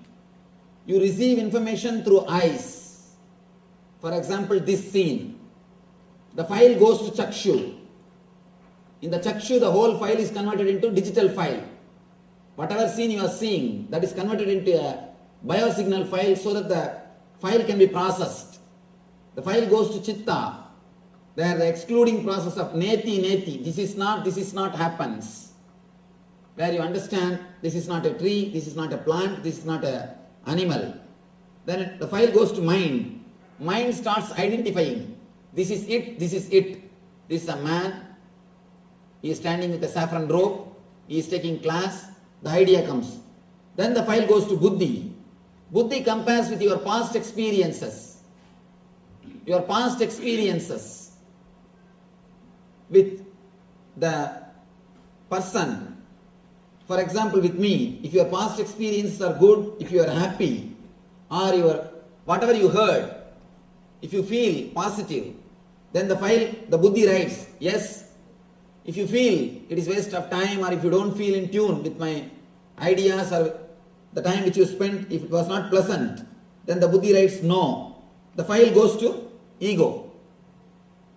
Then ego decides what is there for me, what way I am related, what gain I am going to get.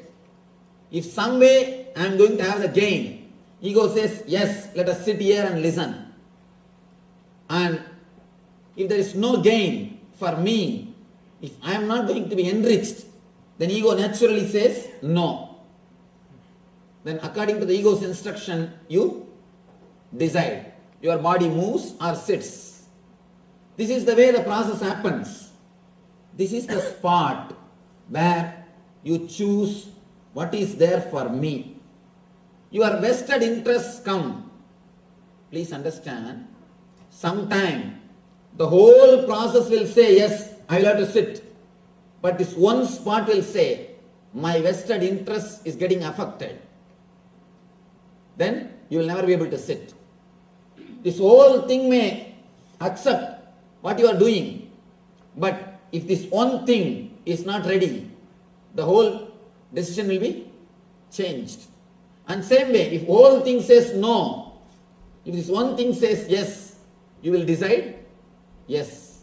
Sometime when we do something which is not moral according to the social standard or according to your understanding, according to whatever data you collected in your life, the data collected stays here, the samskaras or engrams.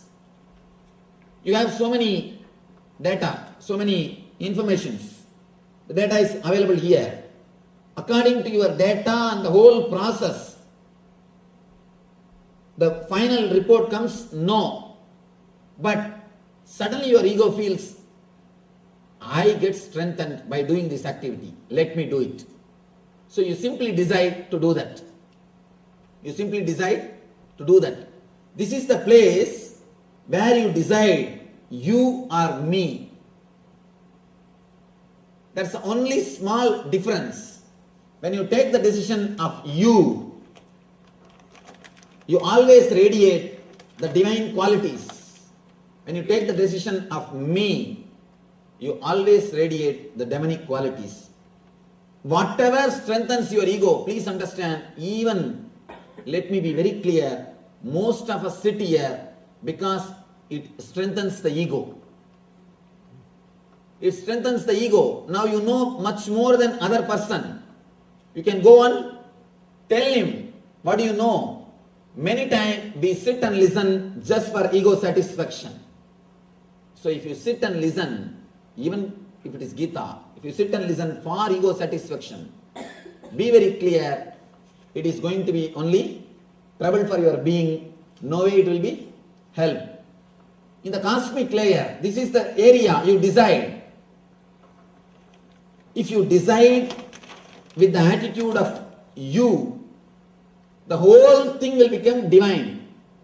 If you decide with the attitude of me, the whole thing will become demon. And what you collected, see the engrams here, as such they are neither negative nor positive. The mind which is working here, as such it is neither negative nor positive. The chitta which is doing the process here, as such it is neither negative nor positive. So none of them are neither negative nor positive. Please be very clear, including the gunas. Even the tamas, by their quality they are neither negative nor positive.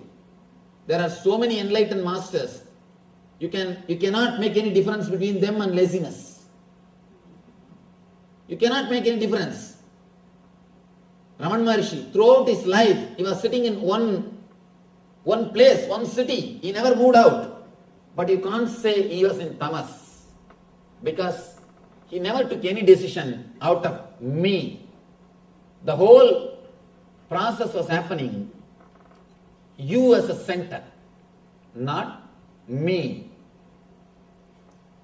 As such, whether the chitta or mind or samskara, you cannot tell they are bad or good. In the superficial layers, they are neither bad nor good.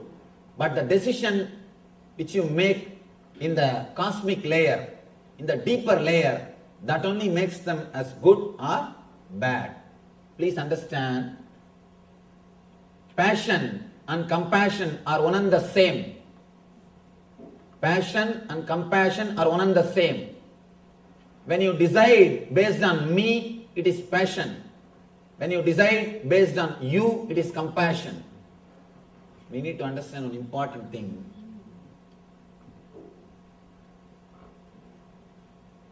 Whenever it is passion, it will be strong in our being.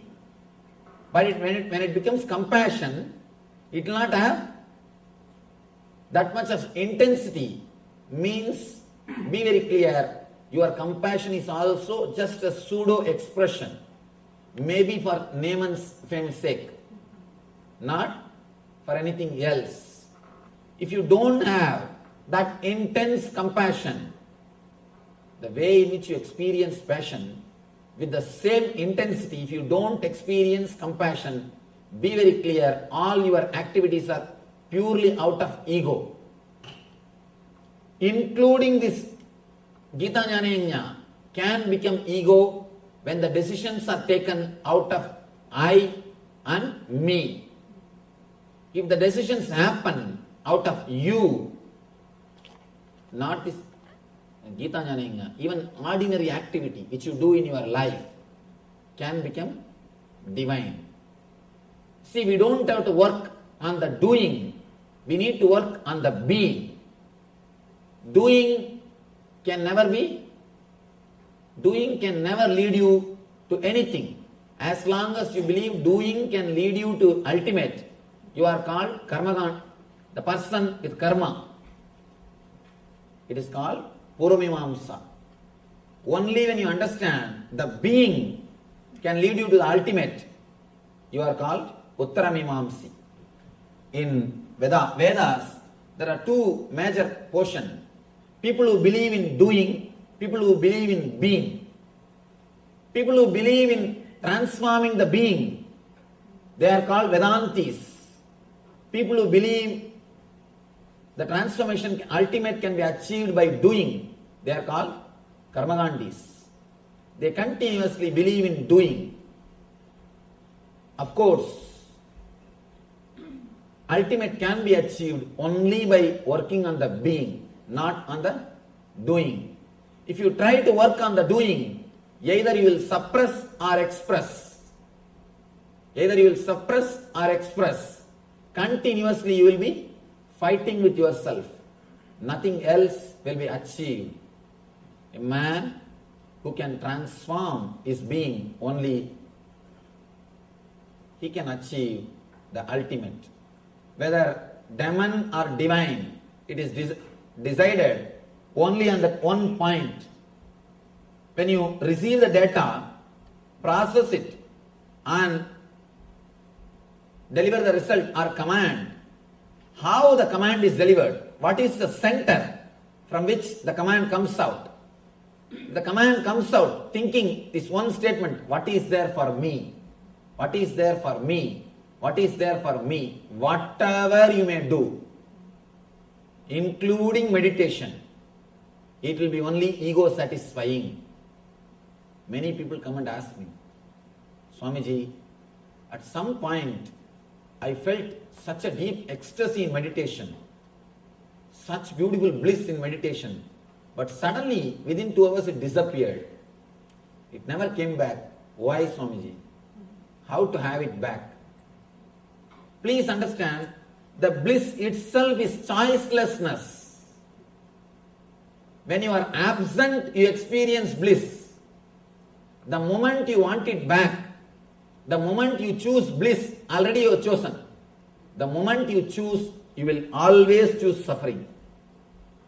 All choices are suffering. And bliss is choicelessness. The moment you want to grab it, the moment you want to have it, when you are blissful, you allowed the bliss to possess you. The moment you want to possess the bliss, you will make it as suffering. When you want to possess, you wanted that to strengthen your ego. The decision is from you. Decision is from me. The attitude me. The attitude me decides. The moment the attitude I and mine, me, that when that decides, you destroy the bliss. You can no more be divine. When you are in blissful, you just set a capital no to me, the me idea. Just you are relaxed in the you idea.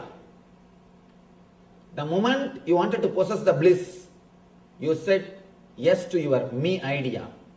Please understand, I have to use this me and you word properly. You need to understand that me and you word properly. When I use the word me, I mean ego. When I use the word you, I mean the whole existence. When you are not there, whatever is there is existence. When you are not there, whatever is there is divine. You make demon by bringing the idea me in you. The moment you bring the idea me, whatever is demon. The moment the me idea is removed, whatever is divine. With me idea, whatever you do, whether it is meditation or rituals or whatever, receiving the knowledge, learning, everything will only strengthen the ego. Anything done with idea of me to improve the me naturally will lead to more and more ignorance and dukkha. Anything done with the idea of you, anything will naturally become divine and will lead to bliss. Pravritti, nivritti. Nivritti is centered on the idea of you. Pravritti is centered on the idea of me. Whatever you do out of me, it will lead to pravritti.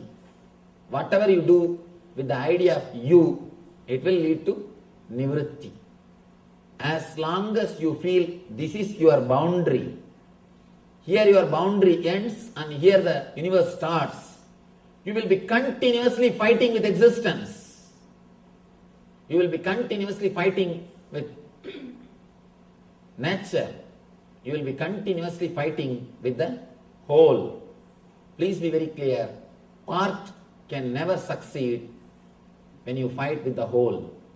When it fights with the whole. Continuously, whatever you think, speak and do based on the one idea, me, it will lead to more and more complications, more and more dukkha. Here, Krishna starts explaining beautifully the nature of demonic nature and divine nature. Sri Bhagavan Uvacha.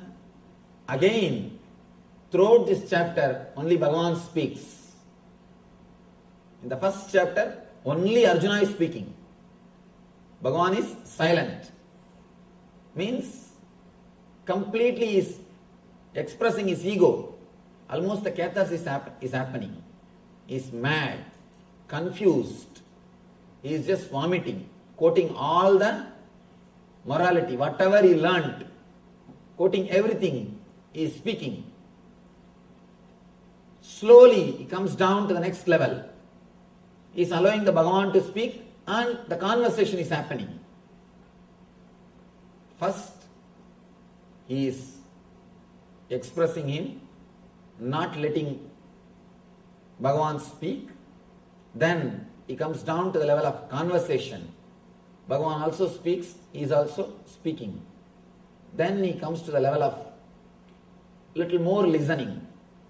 Now practically he is silent. In the 15th chapter and 16th, both the chapters, he is silent. He is not uttering a single word. That's what I told. No questions, only doubts. All the questions have disappeared. Now only small doubts. Means he is asking for more tips, more clarification, more understanding. Bhagavan Uvacha Abhayam Sattva Samsuddhir Jnana Yoga Vyavastitihi Dhanam Tamascha Yajnascha Swadhyayastava Arjavam Ahimsa Satyam Akrodas Tyagas Santirabhaisunam Taya Bhudeshvaloluptvam Mardavam Hrira Chapalam Tejatshama Drudissaucham Adroho Nadimanitaha Bhavanti Sambadam Daivim Abhijadasya Bharata.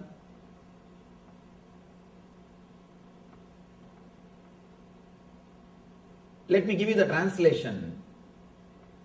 Bhagavan says, fearlessness purification of the being, cultivation of spiritual knowledge, charity, and centered on the being, performance of sacrifice and accumulating knowledge, austerity, simplicity, non-violence, truthfulness, freedom from anger, renunciation, tranquility, aversion to fault-finding, compassion for all living entities, freedom from covetousness, gentleness, modesty, steady determination, vigor, forgiveness, fortitude, cleanliness, and freedom from envy and from the passion for honor. These transcendental qualities, O son of Bharata, belong to divine men endowed with divine nature.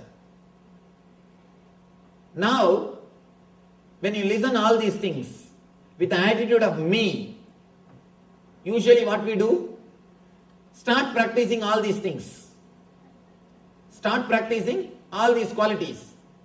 Be very clear, if you start practicing all these qualities, one thing is sure, you will become mad. You will become mad. Nothing can be done. Because you will be fighting with yourself. You will be controlling your senses to strengthen your ego. When you try to understand all these things, when you try to understand all these ideas with your attitude of me, I, you will start practicing them to strengthen the idea of me, to strengthen yourself as a better being. Again and again. Masters prove. Masters are not better beings. They are totally transformed beings. Better beings are different. Transformed beings are different. The other day I was telling you that lion and sheep lion story. The story told by Vivekananda. Beautiful story. In that story, the sheep lion, he doesn't want to realize he's lion. He just wanted to be a good, strong sheep. He's asking the lion to give some technique for becoming a strong sheep. Same thing. If you straight away start practicing all these things, you may have little strong ego. Understand, that is why all these so-called tapasvis, people who repress themselves, will have a strong ego. Will have very strong ego. People who do tapas, people who repress themselves, you can see very clearly they will be radiating ego. Because they are doing all these things to strengthen. When you do all these things, naturally you will strengthen your ego. You will strengthen your ego. When you are completely blissful, relaxed, then if austerity happens, if tapas happens in you, you will never expect others also to do tapas. I have seen so many sannyasis, especially in India, continuously they blame the householders. Continuously they blame them. You don't do this, you don't do that, you are not right, you are not pure, you are sinner. The problem is, when you suppress, when you force yourself to do tapas, you are continuously burning inside. So naturally, sometimes you yourself get the doubt whether you are in the right path or what you are doing. Is it right? You get the doubt. Then naturally what we think, we have to do something. The doubt is coming up. Let us make others guilty. When you make others guilty that they are not doing right thing, you feel now, yes, what you are doing is right. When you make others feel guilty that they are not right, you feel you are right. When you see,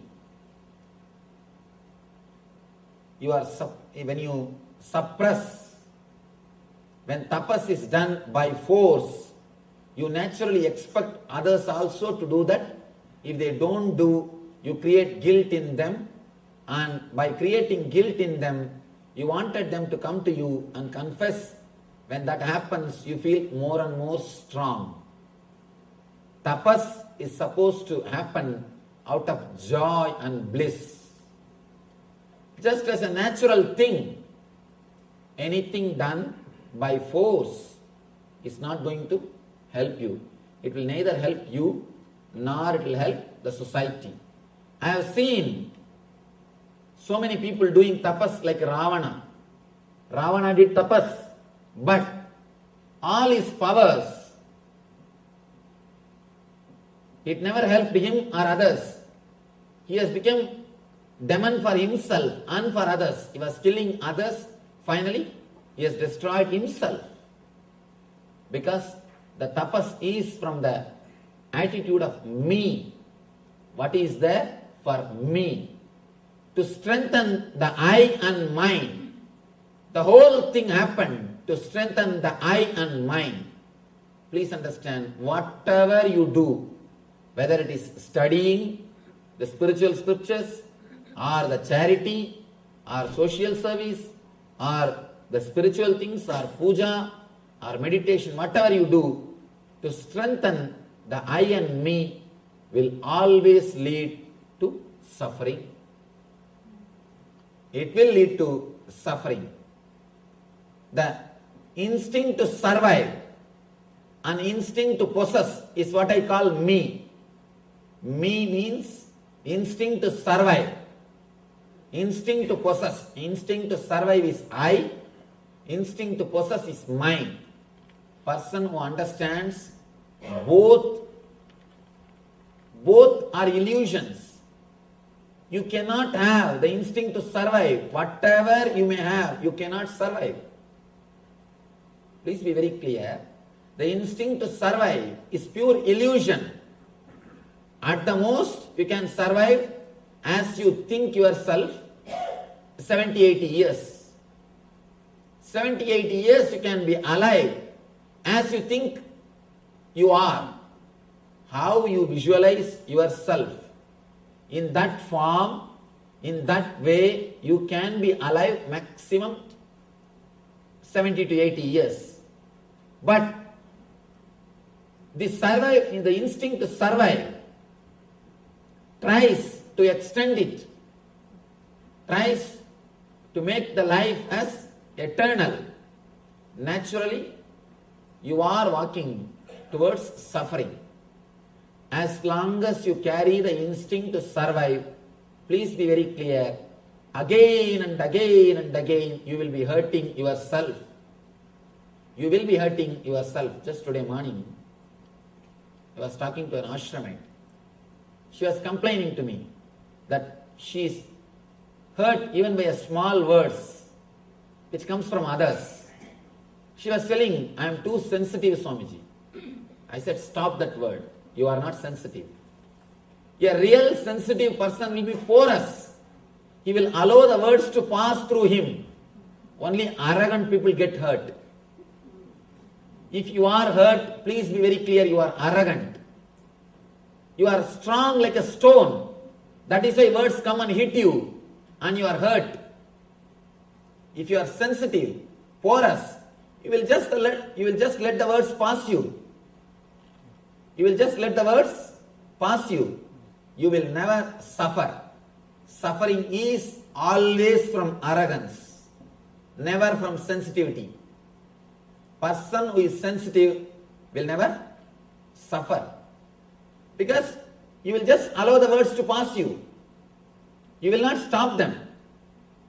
You suffer by a word when you stop them, when you resist them, when you make meaning out of them. When you don't make meaning out of words, you never suffer. Words can never create suffering when you don't make meanings out of it. It's like just playing with words. We always choose nice words to support our ego. We don't want to say, I am hurt because I am arrogant. We always use a polished word. I am hurt because I am sensitive. Please don't cheat yourself with words. Let you be straight. Let the straight words be used. Especially in America, I see lot of polished words. Lot of polished words. People easily cheat themselves with the words. People easily cheat themselves with words. Please don't cheat yourself with polished words. Let things be straight. Let everything be clear. Never ever use the polished words. You can use the polished words to cheat others, but don't use it on yourself. Don't use it on yourself. A small story. One contractor wanted to donate a car, gift a car, a sports car to an official. Official said, no, I am an honest person. I cannot think of accepting this gift. I am not that type. Contractor says, in that case, if I can sell this car to you for $10, how it will be? He says, in that case, I will have 2 cars. Be very clear. Just playing with words. Playing with words. Don't cheat yourself with words. Let us be clear. What is, let us use the same word. Ramakrishna says, Man mukh ek karo. Let your words and mind be straightened. Let your words and mind be straightened. Whatever is, let it be straightened with words. At least you will know you have problem. When you start using very colorful, polished words, by and by you forget you have some problem. You forget you have some problem. When you just play with the words, you yourself forget you have problem. Understand? When you know, you don't know, at least you know you don't know. When you don't know that you don't know, you don't even know you don't know. Be very clear. At least let you know you have a problem. Let you know that there is something wrong. Let us use the straight words. Shortest distance between 2 points is always a straight line. To achieve anything, shortest way is straightforwardness. Shortest distance between 2 points is always a straight line. Same way, if you want to achieve anything, the shortest way is straightforwardness. Nothing else can work. Here, Krishna gives all the qualities, one by one. Of course, we can't even explain all the qualities. He goes on, fearlessness, the first thing. As long as you carry the instinct to survive, you will have fear. You will have fear. Fear can never be taken away from your being as long as you wanted to survive. Surrendering to the existence, surrendering to the death is the one and only way to achieve fearlessness. There is a beautiful Upanishad, Kathopanishad. If you find time, you all should read that Kathopanishad instead of watching the Jerry Springer show. That's what the most popular show in America. When it comes to some Shastras, we all tell no time, this is not there, that is not there. But somehow we find time for everything. Instead of watching all those shows, you can better read this Kathopanishad. Understand, this is a beautiful Upanishad.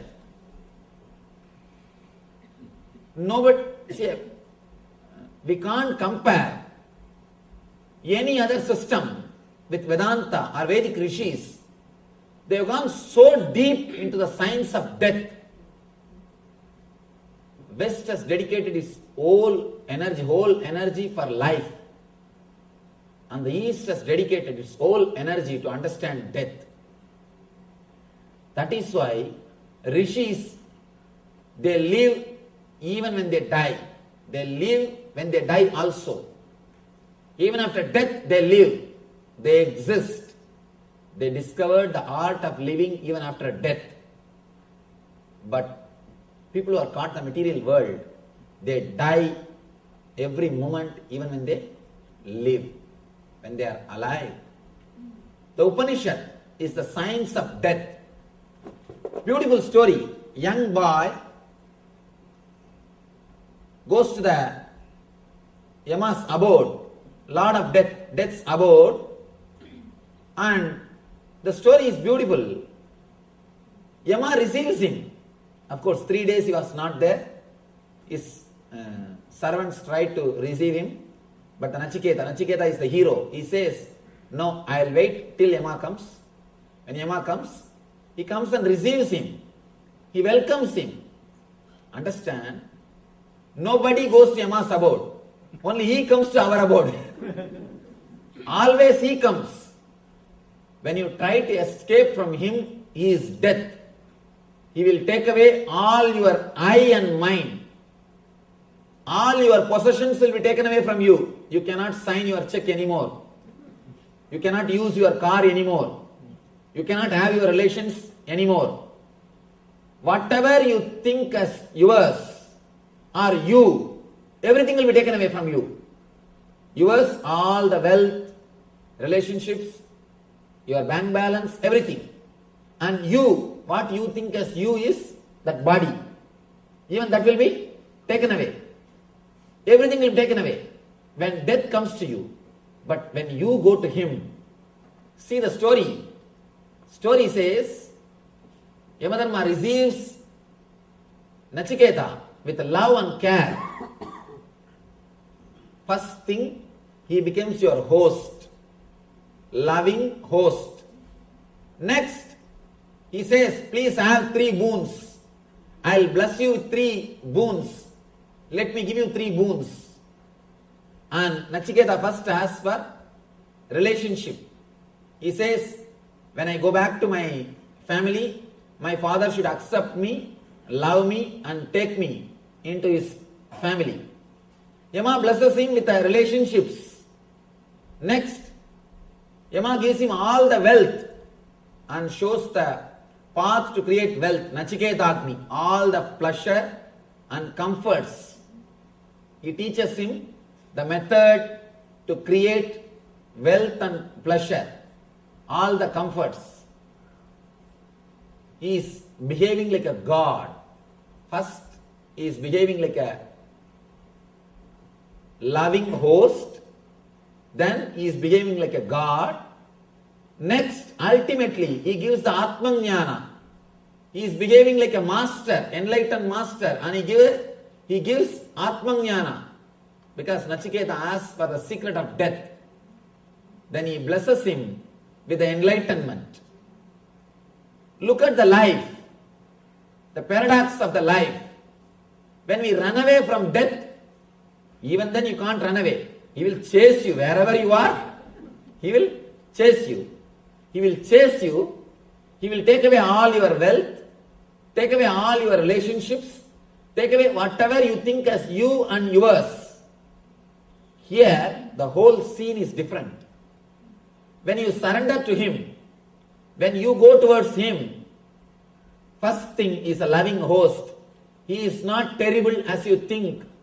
Always we portray Yama with a big mustache, sitting on the buffalo, black, with a big rope in his hand, that pasa rope, and with an arrogant smile or a arrogant face, egoistic.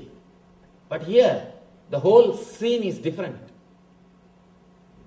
He is saying, Swahatam, please come. He is welcoming. You are the form of Agni. See the Vedic culture, Aditi Devo Bhava. In Vedic culture, we respect Aditi, guest is God. Aditi means man who comes without informing in which Tidhi he will come. Tidhi. He will come without informing in which Tidhi he will come. That is why he is called Aditi. Not the person who sends you email, then phone call, then fax, then he will appear. You go and receive him in the airport. No.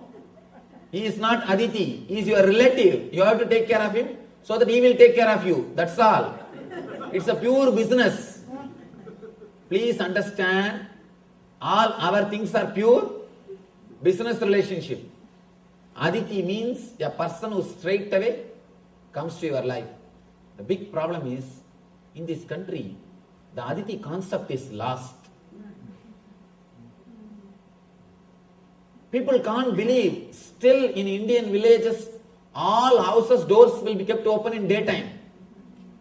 At least in the village I am born and brought up. Whole day the doors will be kept, the doors of the house will be open. And I have seen, I will go to any house in that street and eat. And any kid will come to the house and eat directly. And the very idea Aditi is disappeared. People always tell me, Swamiji, India is poor country. I tell them, no. You don't know the value of that culture. For example, if you have to be received, taken care, and you have to stay for 3-4 days for your business purposes, how much you will spend? But in India, you have some friend, just one phone call. The whole thing is done, of course. Now there also, because of the cultural invasion, it is coming down. At least in villages, still it is alive. Where the Vedic culture is alive, still it is alive. Aditi Devo Bhava, we respect the guest as God. Guest is God. He says, you are Aditi. You have come to my house in the form of the Vaishvana Agni, means the Agni which we worship. The Brahmana is considered to be the embodiment of the Agni, the divine Agni. You have come to my house as the embodiment of divine. You are here. Let me respect you. Please forgive me. Apologize. Please forgive me. 3 days I was not here to receive you.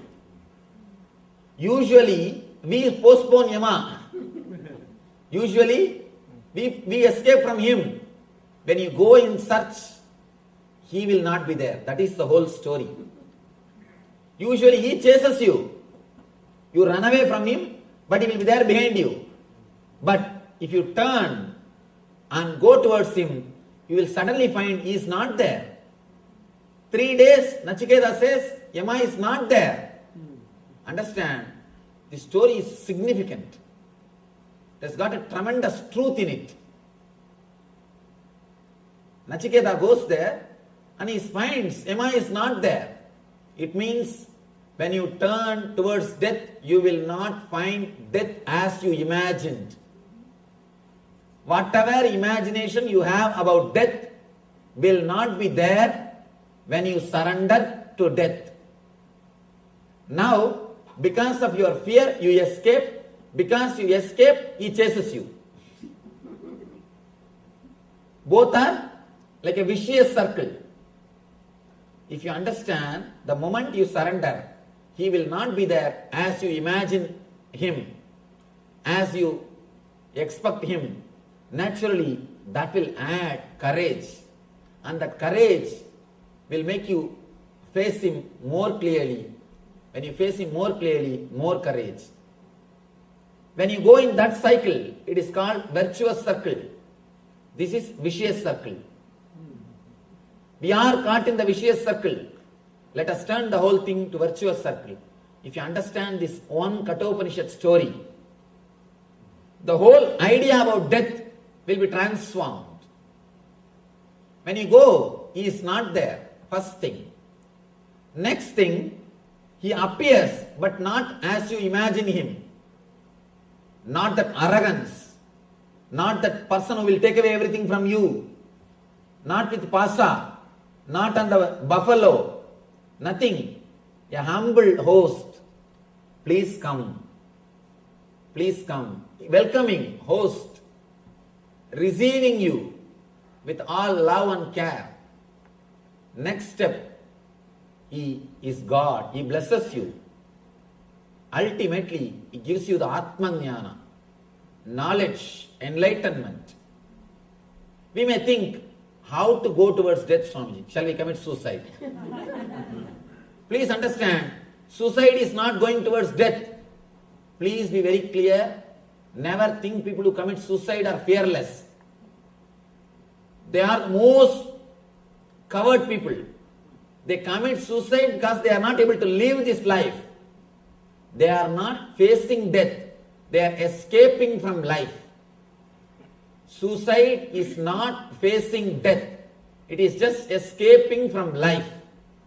Escaping from life is different. Facing death is different. They just escape from life.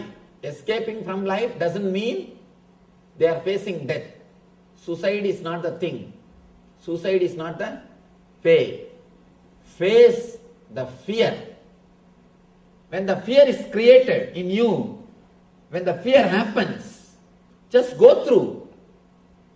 Don't allow the fear to frighten you. People come and tell me, Swamiji, I am afraid of my fears. Fear is enough trouble. Why are you afraid of fears? Don't allow the fear to frighten you. Sit in the room. Be yourself. Just sit with yourself. Let the fears come up. How long you will postpone the fears? How long you will control them? How long you will escape from them? Allow them to come up. Your whole being may shake. Tears may roll. You may have the deep depression. Let everything happen. Whether you allow this fear to happen or not, the incidents are going to happen. I can say our fears can be classified as a major 5 category. 1, fear of losing your wealth, comfort. Next, fear of losing some part of your body in accident or disease. Third, fear of losing your near and dear ones. Fourth, fear of losing your mental well-being.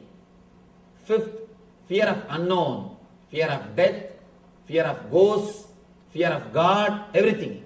Fear of unknown, fear of hell or heaven, everything.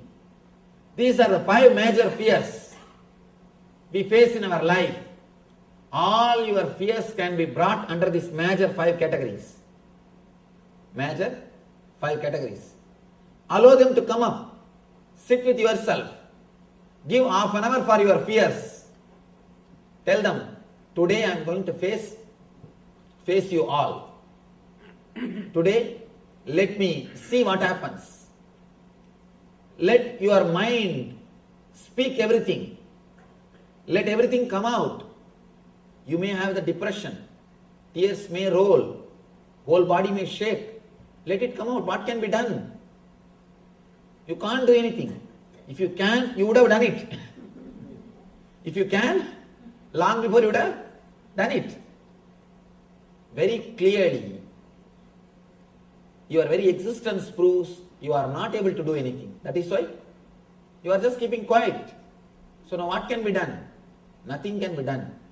Allow the fear to happen. Let everything happen.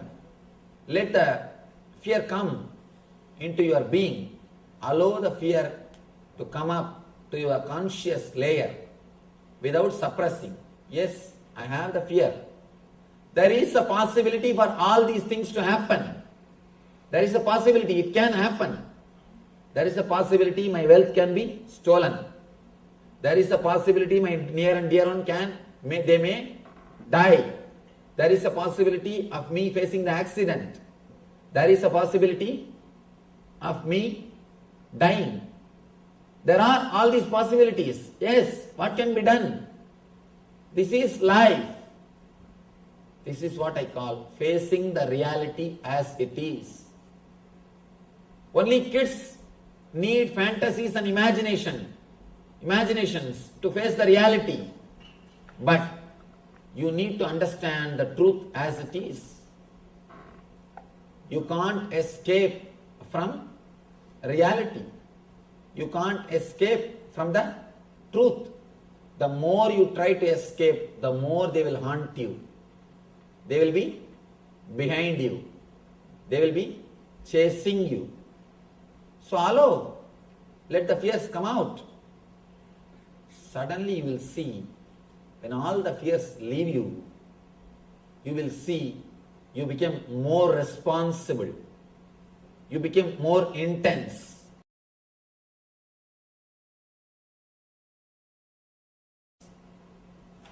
In our meditation programs, in the second level program, we have a meditation called death experience. It is based on Ramana Maharishi's experience. People always feel frightened to enter into the meditation. But the moment they come out, they always tell me, Swamiji, now I feel really my responsibility. I was postponing so many things without doing. Now I decided the first thing after going from here, I will do all those things. Naturally, they become intense. They understand the values of relationships. Again and again, people report to me, after that meditation, I really start respecting my spouse, Swamiji. I don't take her for granted anymore. When you think the possibility of death, immediately you will never take life for granted. You will not take spouse for granted. You start living. Same day, when there is a possibility of wealth being taken away from you, you will not take your wealth for granted. You will start living it. You will start living them intensely. You will not take things for granted. When the possibility of death, when the possibility of being taken away from you, when it enters your being, you start realizing your responsibility. Granted, a small story, how we take things for granted. There was a king. After 45 years, he felt completely bored. Because whatever he wants, he is having. Whether it's comforts, luxury, or women, whatever enjoyments, he's got everything. Now what to do? All the excitement is lost.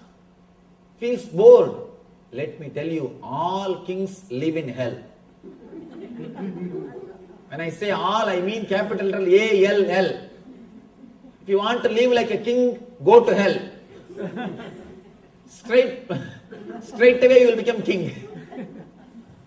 All kings, because you will have everything. Tremendous boredom will happen. If you don't have something, you will have the excitement, you will work for that. There is a need for continuity.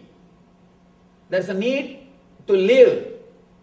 You will have some goal. There is need for continuity. When you have everything, what for you should live? Nothing. Never imagine when you have everything you will be happy. Be very clear. Never imagine you will be happy when you have everything. You will be in hell straight away when you have everything. This king, he entered into the hell because he got everything. And he is totally depressed, bored. He doesn't even want to come out of the room. Whole day is lying. These ministers, they tried all their best. Whatever they can do, they tried to bring him out, to make him again alive, to give him a little excitement. They brought best comforts and luxuries from all over the country. They brought the best things from all over the country. And they brought all possible pleasures. But nothing worked. He said no. Finally, they decided to do one thing. King, there is an enlightened master in the forest. He may be able to help you. Why don't you come and see him at least once? He will bring you out of depression. Because many people have been helped by him. King said, I am not interested in coming anywhere. Enough. He says, no, please try once. King said, all right. Anyhow, you are all telling so much about him. Let me try. He comes, but with all the doubts, with all the questions, and he is not ready to trust that person. First of all, he is suspecting whether he is enlightened or not, who knows. And he goes to the master and he just asks straight away, see, I just wanted to know, can you help me to come out of depression? That is the way these guys will question. Because they have come just to check out. They have not come to learn. They have just come to verify. I have seen so many people coming and asking me, can you show some path to achieve God? I tell them, please, I will try. Why don't you be seated? Why don't you have your seat? I will try. And they will come as if they have come to check me. And it's really fun. One young guy, well read in all these, the modern day books, Ramakrishna's life, Vivekananda, all these modern day saints' lives. This guy came and asked me, Swamiji, have you seen God? I just smiled at him. And I asked him, did you read Vivekananda's biography? He said, yes, I read Vivekananda's biography. I know how Vivekananda asked Ramakrishna, same way I am asking you. First thing, I cut out of his shirt so that he should not run away. I cut out of his shirt. You see, when Ramakrishna told, I have seen, Vivekananda simply followed Ramakrishna.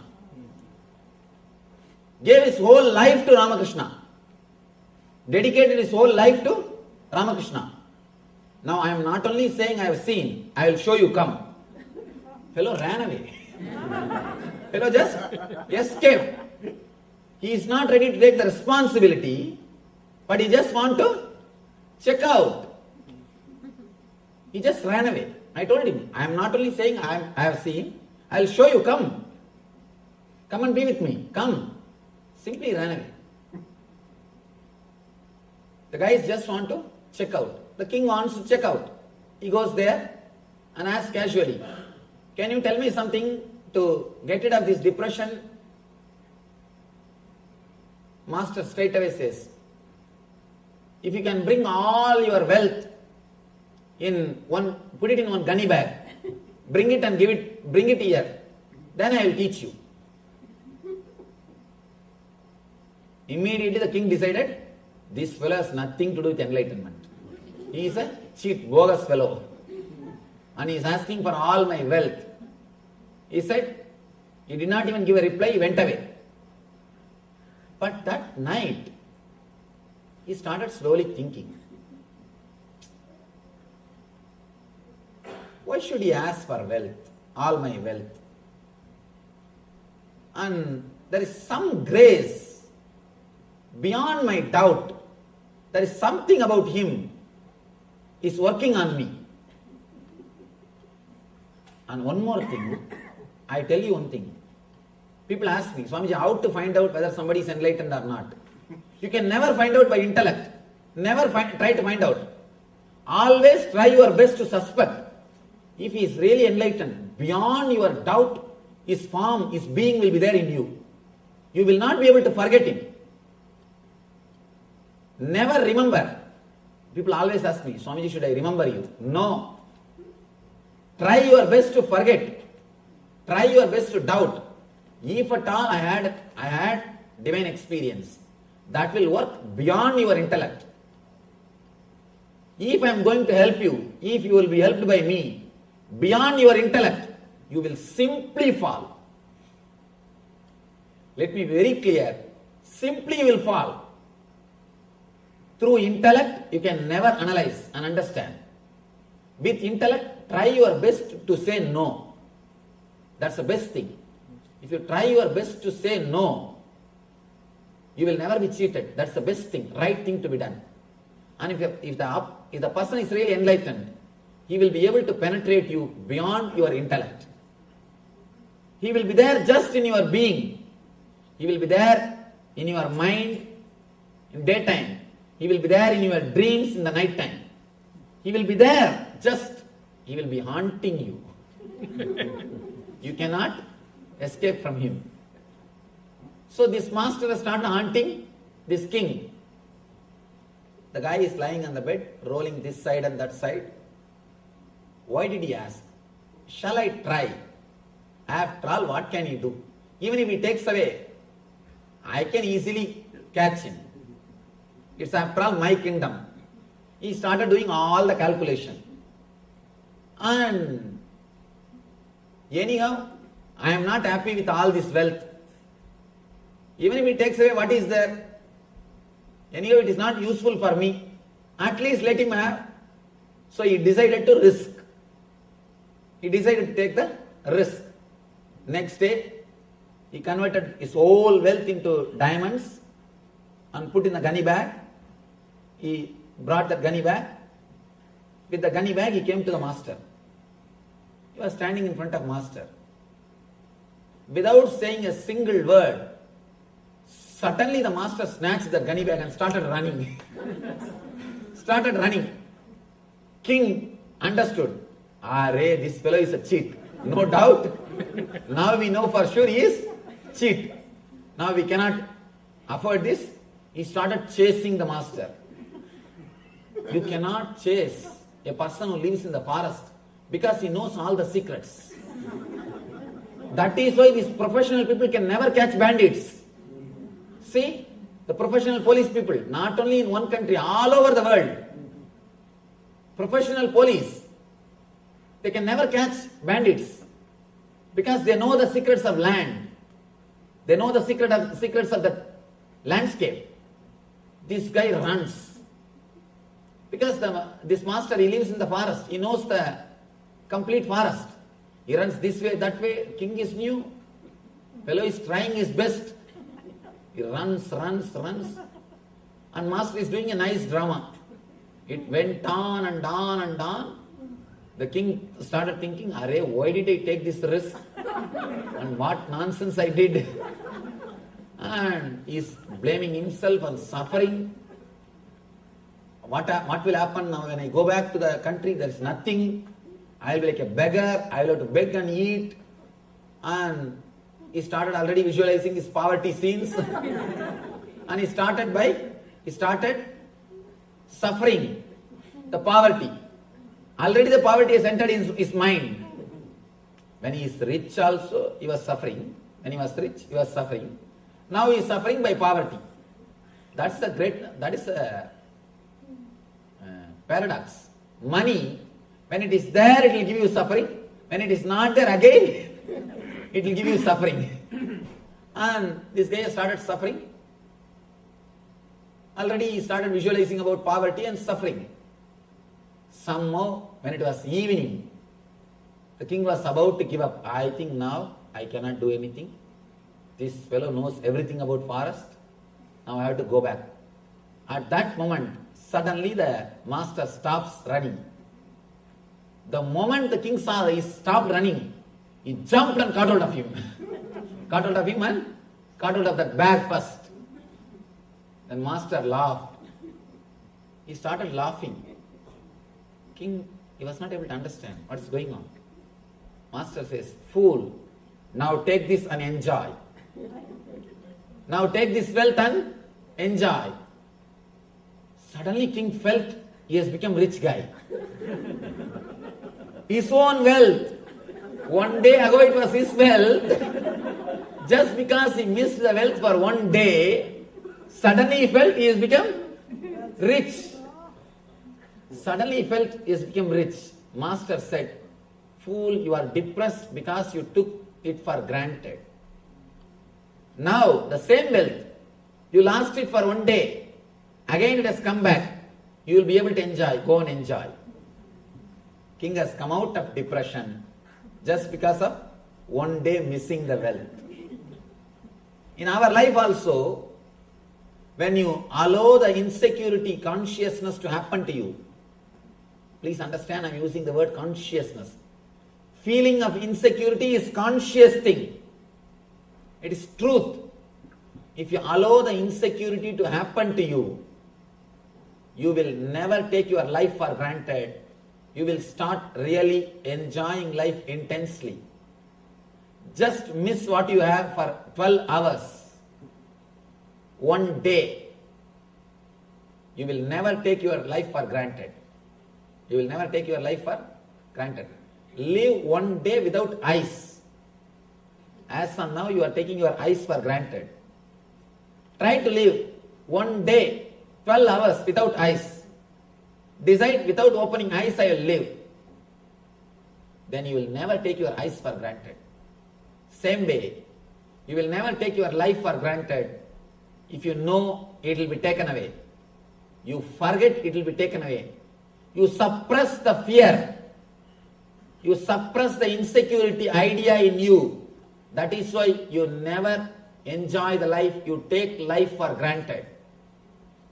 The moment you experience insecurity, the moment you understand it is insecurity, life will be taken away from you any moment. You will start living intensely. You will never take life for granted. Please be very clear. If you are depressed, bored, just lose everything for 12 hours. Just lose everything for 12 hours. You will suddenly understand the truth and you will never take life for granted. The king, he felt bored because he took life for granted. When you face the death, when you face insecurity, immediately you understand how you took life for granted and you will start living intensely. That is what this story means. Yamadharma gave relationships to Nachiketa, wealth to Nachiketa, finally enlightenment to Nachiketa. Means the very understanding. I have seen many people, when they come out of the death meditation, they tell me, Swamiji, now I understand the value of relationship. Means they are blessed with relationship by Yamadharma. They say, now I understand and I know the value of my wealth. It means Yamadharma has blessed them with wealth. Now they will start living. They say, now I know that the life is the big blessing, ultimate blessing. And naturally, the blessing is showered on them by Yamadharma. And they understand, when they do intensely, they understand, body may die, there is something which is beyond body and mind, which exists in them. That's what I call Atmajnana.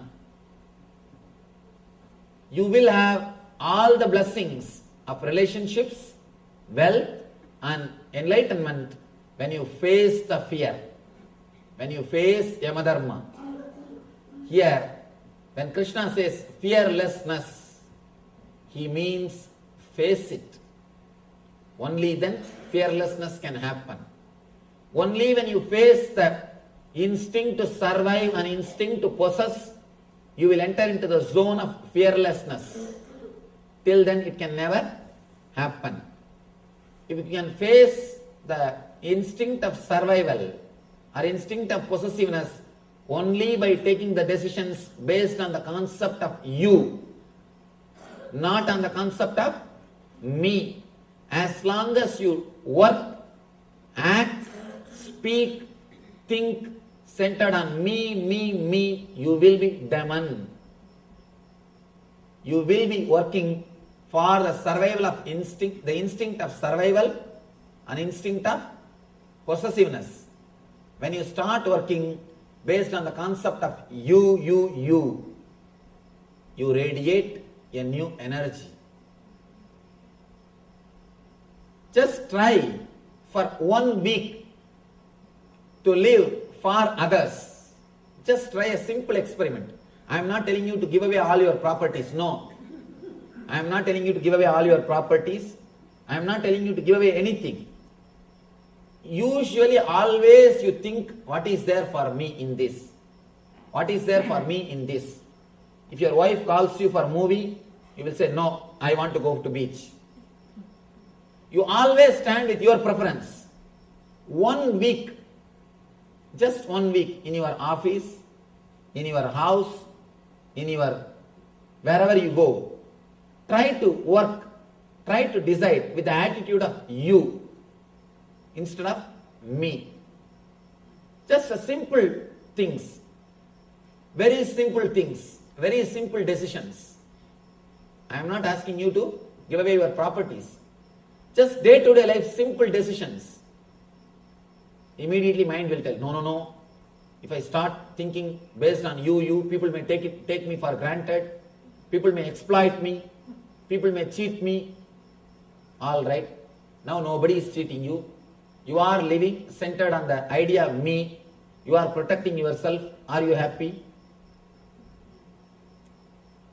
Come out. Are you happy? No. Then why not try the other side? Just a simple experiment. Just a simple experiment. We lived throughout our life with this Asuri Sambat, what Krishna calls as demonic nature. Me. Now, just for 1 week, why not try? Always when we come back, first we catch our seat. We put kerchief also. First we catch our seat.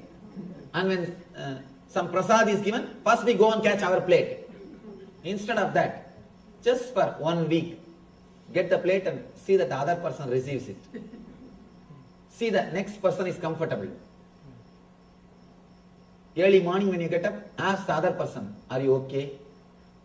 Why don't you use the bathroom, then I will go. Always wait, first I have to go. I have this work, I have that work.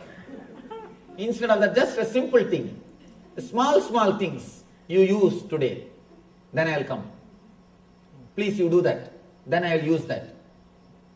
And continuously you are working. Let me do this small one. Just for 1 week, try to put that you in your being. I tell you, from where bliss will come you don't know. Suddenly you will feel your whole being is relaxed. When you don't give attention to me, you will never be at tension.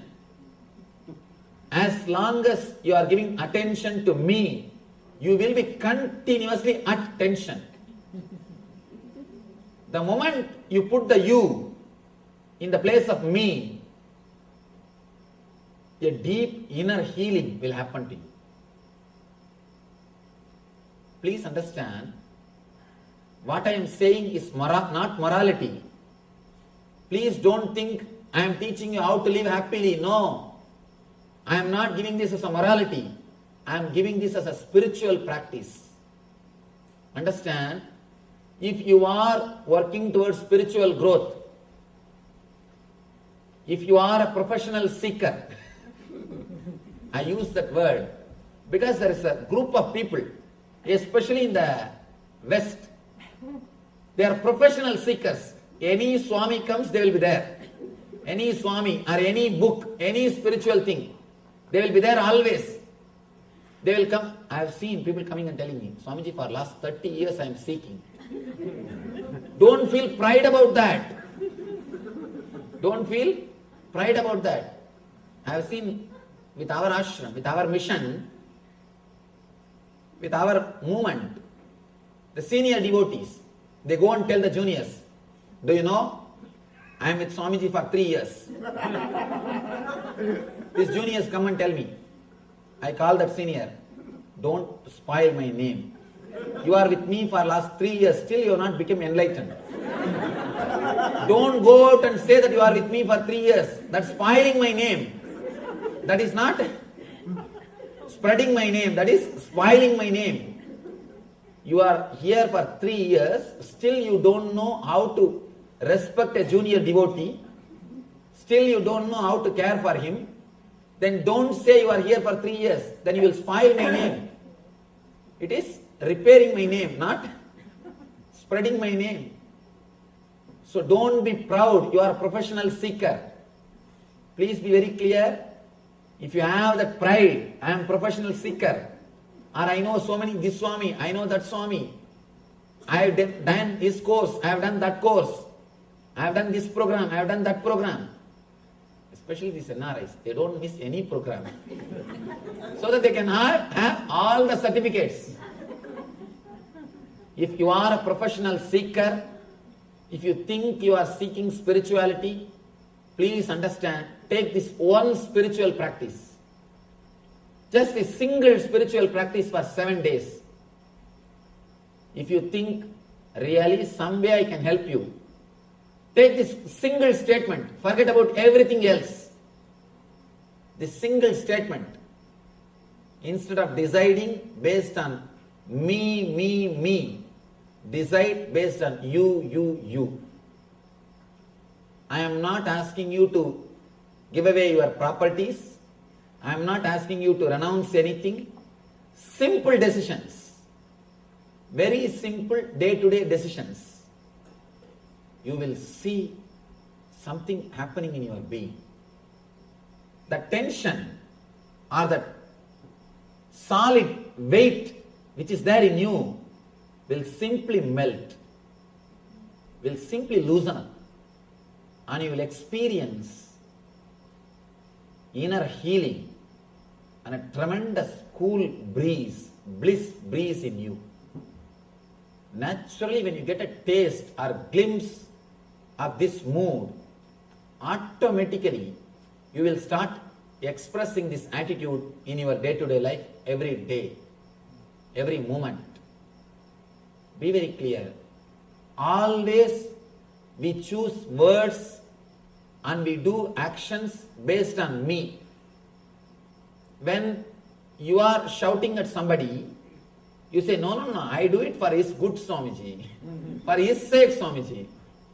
When somebody else is angry, you say, see, like a demon, how he is mad at others and he is shouting.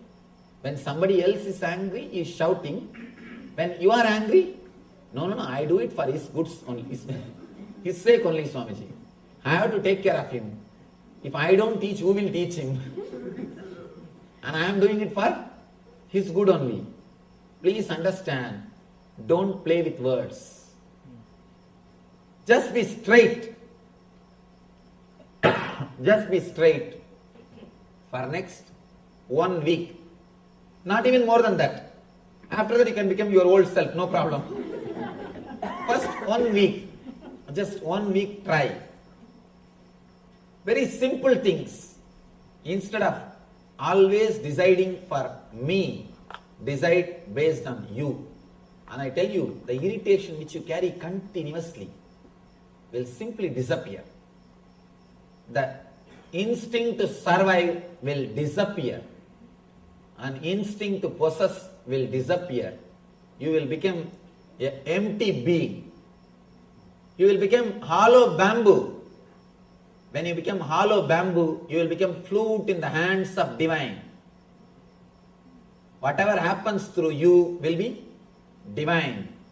You will imbibe the divine nature. Krishna goes on. He explains further, step by step, how to imbibe the divine nature into you. How to do the cognitive shift in the very deep level, subtle level. Please understand, working in the level of sattva, rajas, tamas is very difficult. That is like changing all the servants to change the master. You will never be able to do. Just change the master. All the servants will be changed. Here, Krishna is giving you the technique to change the master. Ego, which takes decision. He is giving you the straight technique for the cognitive shift. Now the cognition is happening, keeping the I as center.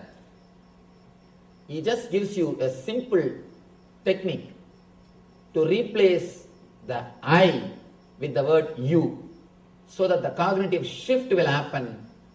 The same system will be used for divine nature. The same will be used for divine nature. Rama and Ravana, both are energetic. Both have got Brahmastra. Only one thing, one is centered on I, another one is centered on you. That's the only thing which makes one person as divine, the other person as demon. Now, Krishna goes further, deep, and gives you the subtle techniques to experience the consciousness of you, the ultimate consciousness, the consciousness of whole. He gives the techniques to experience the Daivi Samvat, divine nature of your being through this cognitive shift. Krishna continues to explain step by step all these great qualities. As I was telling you, please don't try to practice these qualities separately, individually. The more you try to practice these qualities, more you will become schizophrenia, fighting with yourself. And do not try to practice these qualities. Just do something which will make you express these qualities in your life. Automatically you should become blissful. Automatically you should become free from anger. Automatically you should become person who is full of the dharmic qualities. By force, when you do, you always expect, including charity. When you do it out of force or social conditioning, because you are taught doing dharma, if you do because of some reason, be very clear, you will always be having trouble. Never do dana if you feel something is taken away from you. I always tell people, the word dana is wrong. Sharing, that's the right word. Sharing is the right word. Because you have enough, you just share with others. That's all. With word dana, you have always ego. I am higher, you are receiver. I am giving. But with sharing, the idea dana doesn't exist. I have it. I got it. Let us share. Somehow I got it. Let us share. Sharing is the attitude. Sharing is the right attitude. If you do it out of the concept I, even after doing charity, you will verify whether your name appeared in the plaque or not. Is there any spelling mistake or not? Is it right size or not? Is this less small font or big font? We will go around and verify. And be very clear, especially I have seen in India, in one tube light, they would have presented one tube light to a temple. In the tube light it will be written, Ramanathan son Somanathan, in the memory of his father, his mother who passed away, Saundarya Lakshmi, presented to this temple on such and such a date, in black paint they would have written. When you switch the light, you will see only black line on the wall. No light, only the black line. Raman Maharshi says beautifully, when you don't ask, you will be given. I always tell people, when you don't tell, I will tell. There are many people who tell, they do many things for the ashram. When they don't tell, I tell them. I tell the whole world. You see, he did all these things. He did all these things. When they tell, I keep quiet. Who's telling will work? When they tell, I think, all right, they themselves are telling, why should I tell? When they don't say, I tell the world. Please understand, when you don't do out of the idea of I, naturally you will not feel something is taken away from you. Next thing, above all, you will feel the tremendous fulfillment. Anything should be done with the concept of you. When it is done with the idea of you, whatever you do will become like these beautiful qualities. Daivi Sampat. What Krishna says as Daivi Sampat.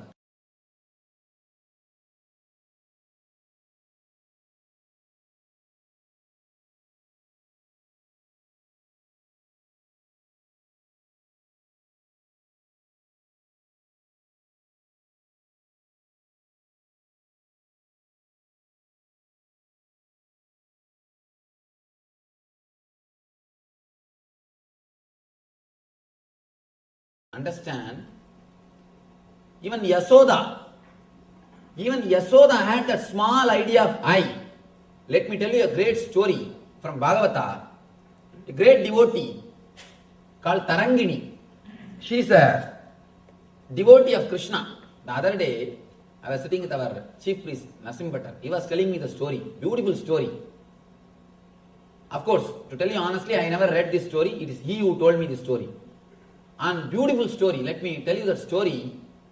It's such a wonderful expression of love. And exactly this I and you concept is expressed there. See, this Yasoda, from day one, within 24 hours of Krishna's birth, he was handed over to Yasoda. Within 24 hours, not even 24 hours, 12 hours.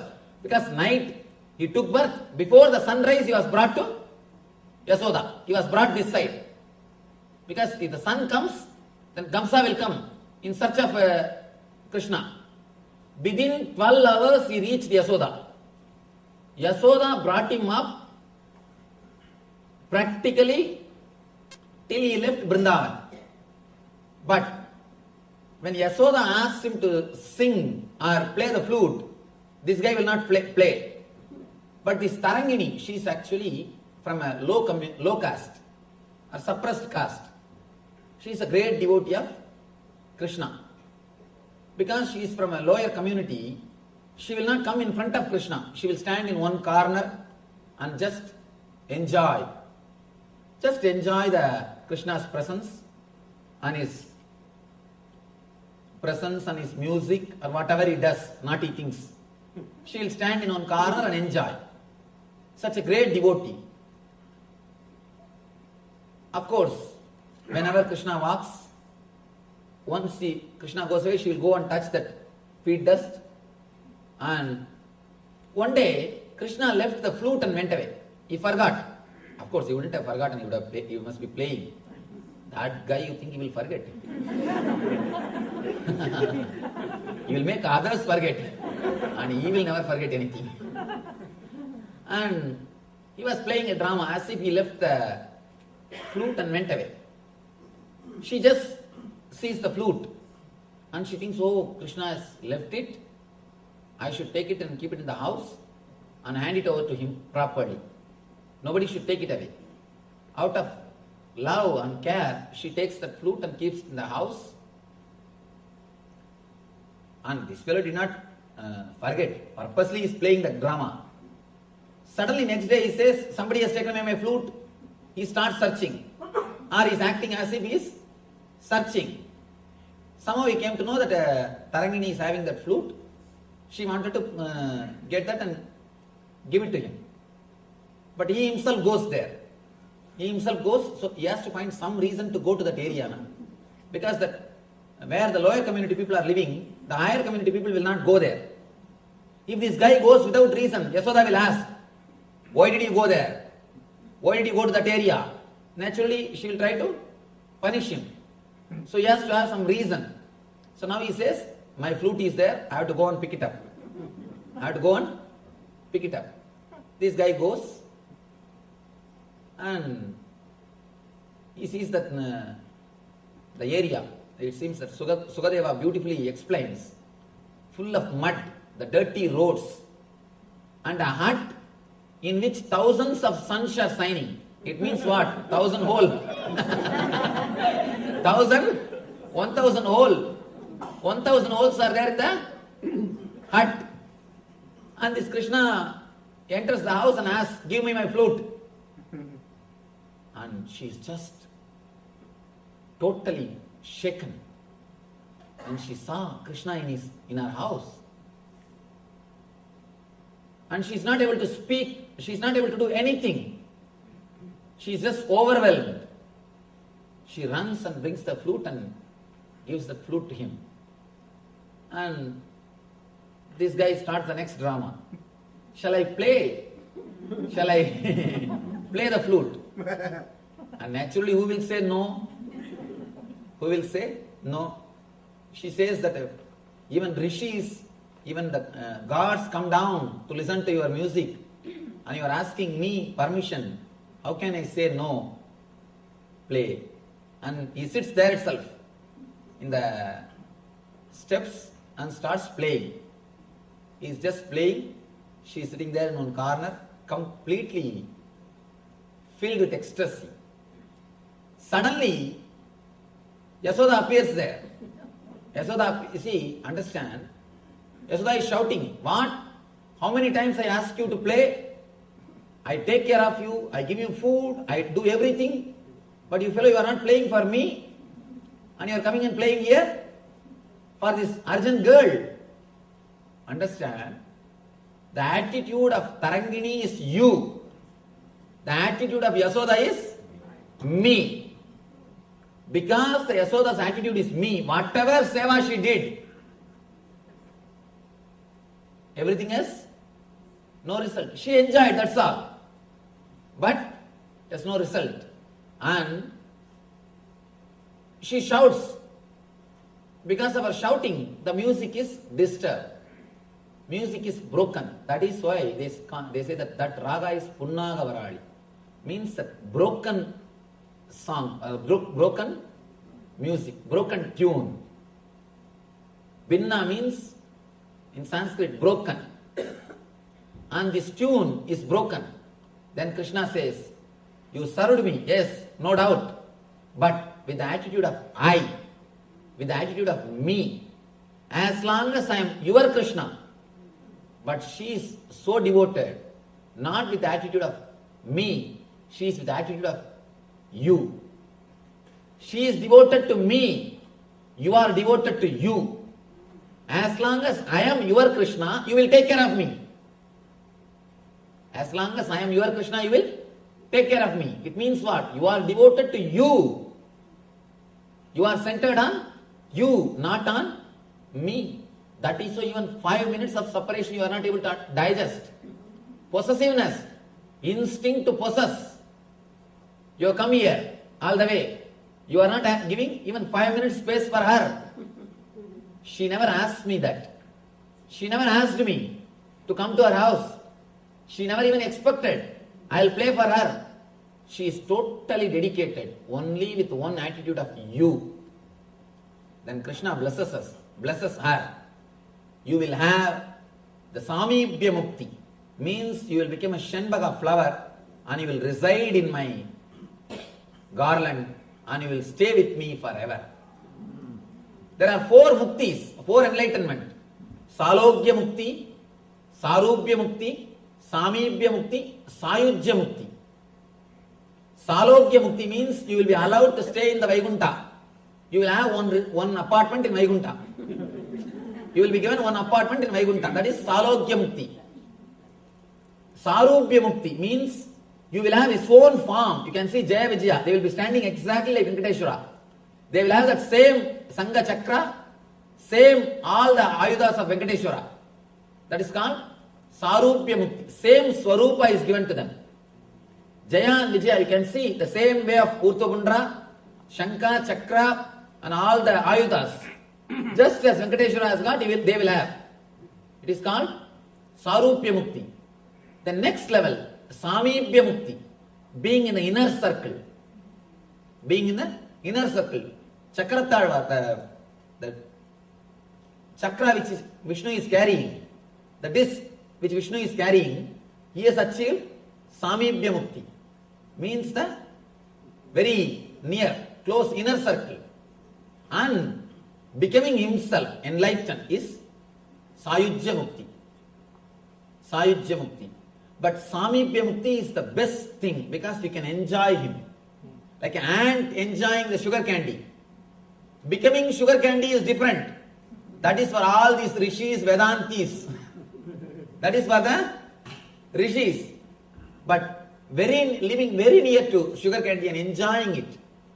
For the devotees, the ultimate state is Samibhya Mukti. So here, Krishna gives the Samibhya Mukti to her and blesses her. Let you have Samibhya Mukti. Let you become a flower in my garland and be in my body. Let you be on me. He blesses her. Then he turns towards Yasoda and says, because you serve just with the center of me, let you not have any temple on the planet Earth. She served so much. Have you seen a single Yashoda temple? No. Everywhere you will see Radha temple. In Vrindavan, if you go, Radha is much higher worship. Radha is worshipped more than Krishna. Throughout Vrindavan, even a milkman will say Radhe Radhe, Radhe Radhe. They will say Radhe Radhe. Not Krishna Krishna. Only Radhe Radhe. Throughout Vrindavan, only you will hear the word Radha. Have you seen a single Yashoda's temple? No. Because whatever service she has done, yeah, okay, great. But she did with the attitude of I. Because of the I attitude, because she was centered on the I attitude, she is not able to achieve. This Tarangini, even though she is born in low community, in the suppressed community, she was never around Krishna. She was never near Krishna. She always will stand away in one corner. So humble. She has not done anything to Krishna. I don't think, of course, she will not be even allowed to serve Krishna because of her community.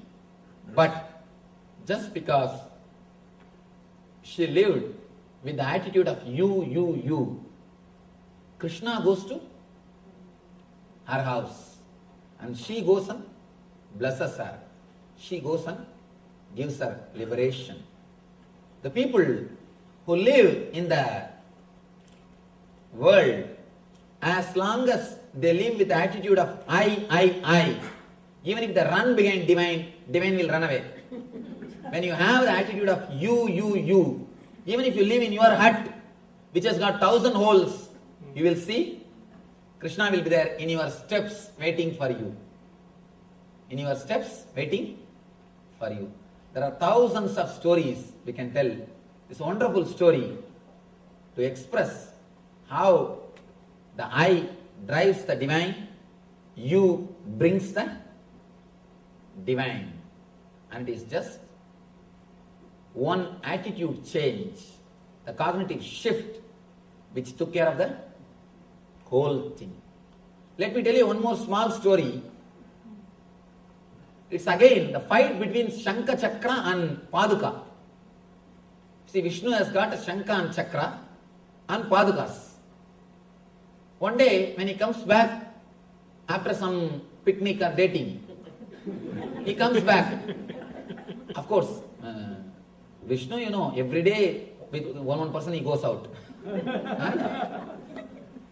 And he is a blissful energy. Not like Shiva sitting always in that old smashana, nothing to do. What to do? One or two old bulls are there. And nothing to see, nothing to enjoy. But Vaikuntha is totally different place. Vaikuntha is a fun place. And continuously dance goes on, and all variety foods are served, and everything is great. Vaikuntha is different. Vaikuntha atmosphere itself is different.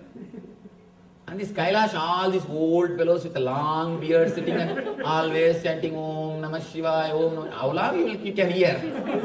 After 20 hours you will feel so bored. And you will ask for some entertainment. But here Vaikuntha is an entertaining place. And he comes back. He goes to his bedroom. He leaves the Padukas outside the room and goes to the bedroom to rest on his beautiful bed, the serpent bed, Adisesha. The Shankha and Chakra, they look at the Paduka and laugh at them. Laugh at the Paduka. See, you may carry Bhagavan whole day. When it comes to the room, you have to stay out, we will go near. You are not really at Samipya. We are the people who stay 24 hours with him. Night 12 hours you are out. So you have only half Samipya Mukti, not full Samipya Mukti. Only 12 hours when he comes out, you will be at his feet. When he goes to bed, only we will be there around him. We are having 100% Samipya Mukti. You are having only 50% Samipya Mukti. Then Paduka says, all right, what can be done? Whatever Bhagavan says, whatever Bhagavan thinks, let it happen. Next day when Bhagavan comes, Paduka asks Bhagavan, Bhagavan, these two guys are making fun of me. The Shankha and Chakra are making fun of me. Is this really true that you are angry with me? And I have only 50% Samipya Mukti. Is it really true? Please tell me, what mistake did I do? Then Bhagavan laughs and tells, don't bother. Attitude at time doesn't mean that you are some important or you are not important or they are important. Attitude at time does not show favoritism. I have no favoritism. Let you understand, each one has got different place, different work, different things to do. Then Bhagavan says, by worshipping Sankha or Chakra you cannot get mukti. Only by worshipping you people can get mukti. They can have liberation, enlightenment only by worshipping the Paduka, not by worshipping Shankha or Chakra. See that? Chakra kills. Shankha declares the victory, that's all. By worshipping Shankha and Chakra you cannot get liberation. But by worshipping Padukas you can get liberation. Then Bhagavan says, they have their duty is different. Your duty is different. Your responsibility is different. Your place is different. Understand, the Shankha and Chakra cannot give enlightenment. Only you can give moksha. Only by holding you people can achieve moksha. Then he says, whatever is said and done, these guys have made fun of you. Let both of them take birth in the planet Earth and worship you for 14 years. Sankha and Chakra take birth as a Bharata and Shatrugna, worship the Paduka for 14 years in Ramayana. They come down as Shankha and Chakra, worship the Padukas for 14 years. Just because they made fun, 14 years, let them worship you. And understand, only you can liberate them. The Bharata and Shatrugna do Paduka Puja. 14 years, Paduka is only kept in the throne. And Shatrugna and Bharata, they do service to the Paduka. Paduka is a king. If you know the Ramayanam story, you know. In Ramayanam, both of them, Shankha and Chakra, the Bharata and Shatrugna, they both serve the Paduka and get the liberation. So understand, some may have some responsibility. Some may have different responsibility around the master. But if these guys think some are important, some are not important, the difficulty will be, there will be difficulty. The person who thinks he is important, he will be made to stand in front of a person who is considered as unimportant. Shankha and Chakra, they started thinking me. So, naturally they have to suffer. The Paduka says you. Naturally, it receives the worship. And then Bhagavan blesses. Let this Shankha and Chakra worship you and then have the liberation. Then they will never talk about you. So the centered, how we are centered, that is the thing really which makes your life demonic or divine. Divine or demon is only one concept, you and me. Now, the next sloka, Krishna says, Daivi sambatti mokshaya nibandaya surimata masucha sambatam daivim abhijatosi pandavaha.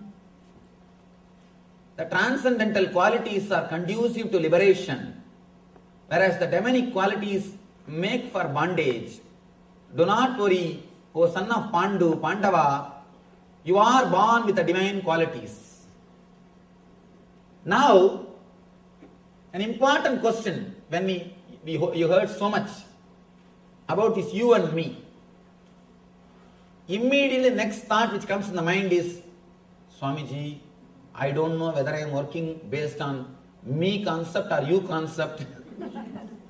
I am afraid whether I am demon or divine. Please guide me.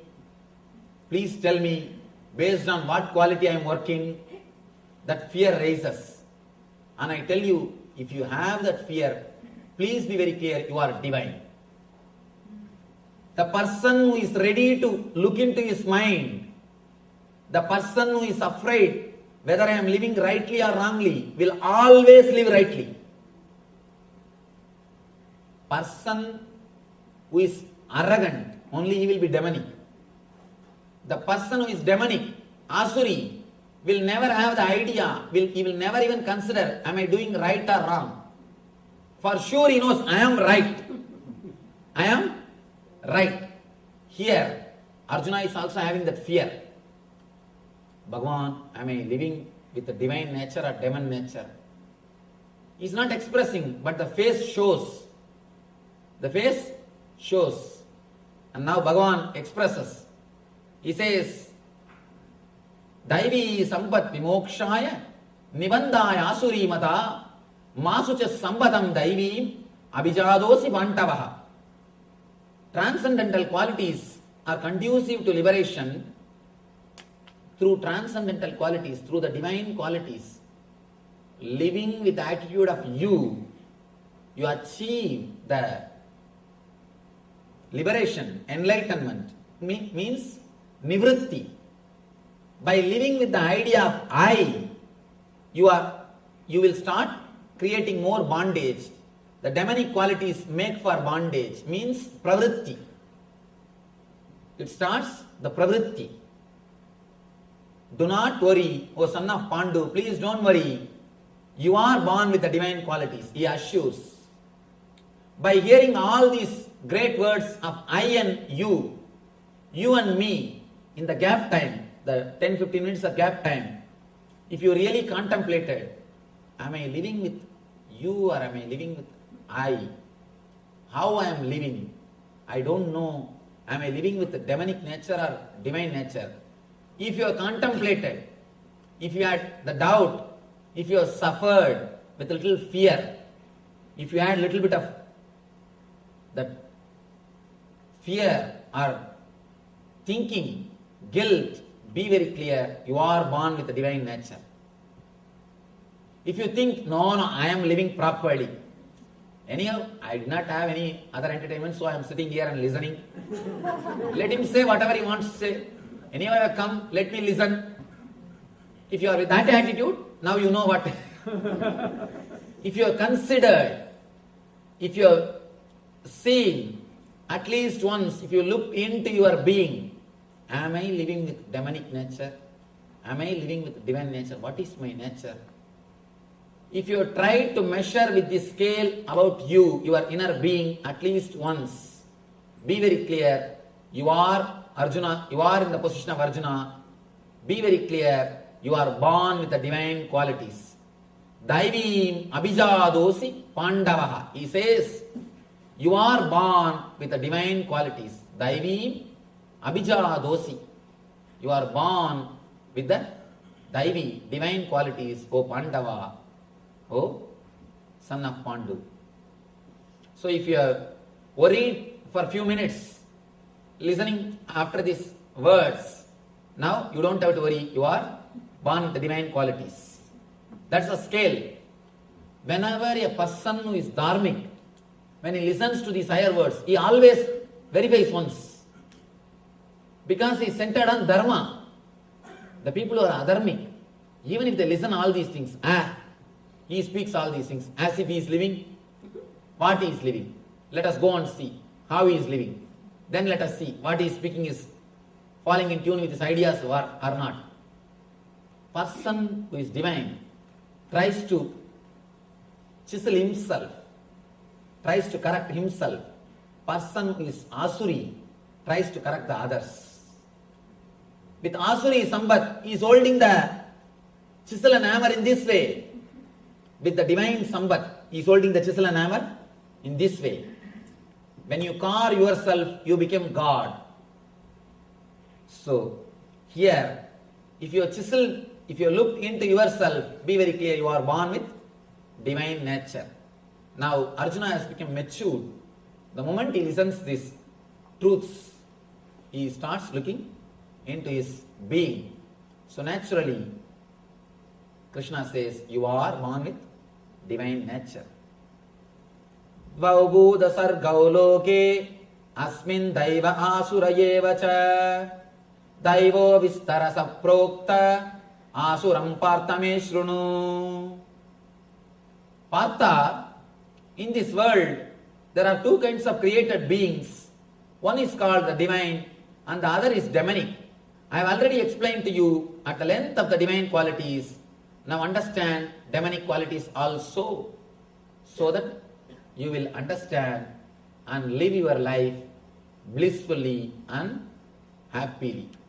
He goes on explaining all the qualities of person who lives based on I.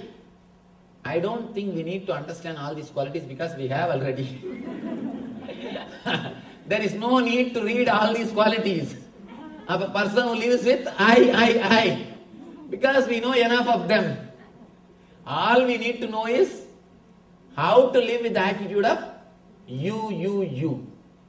Understand?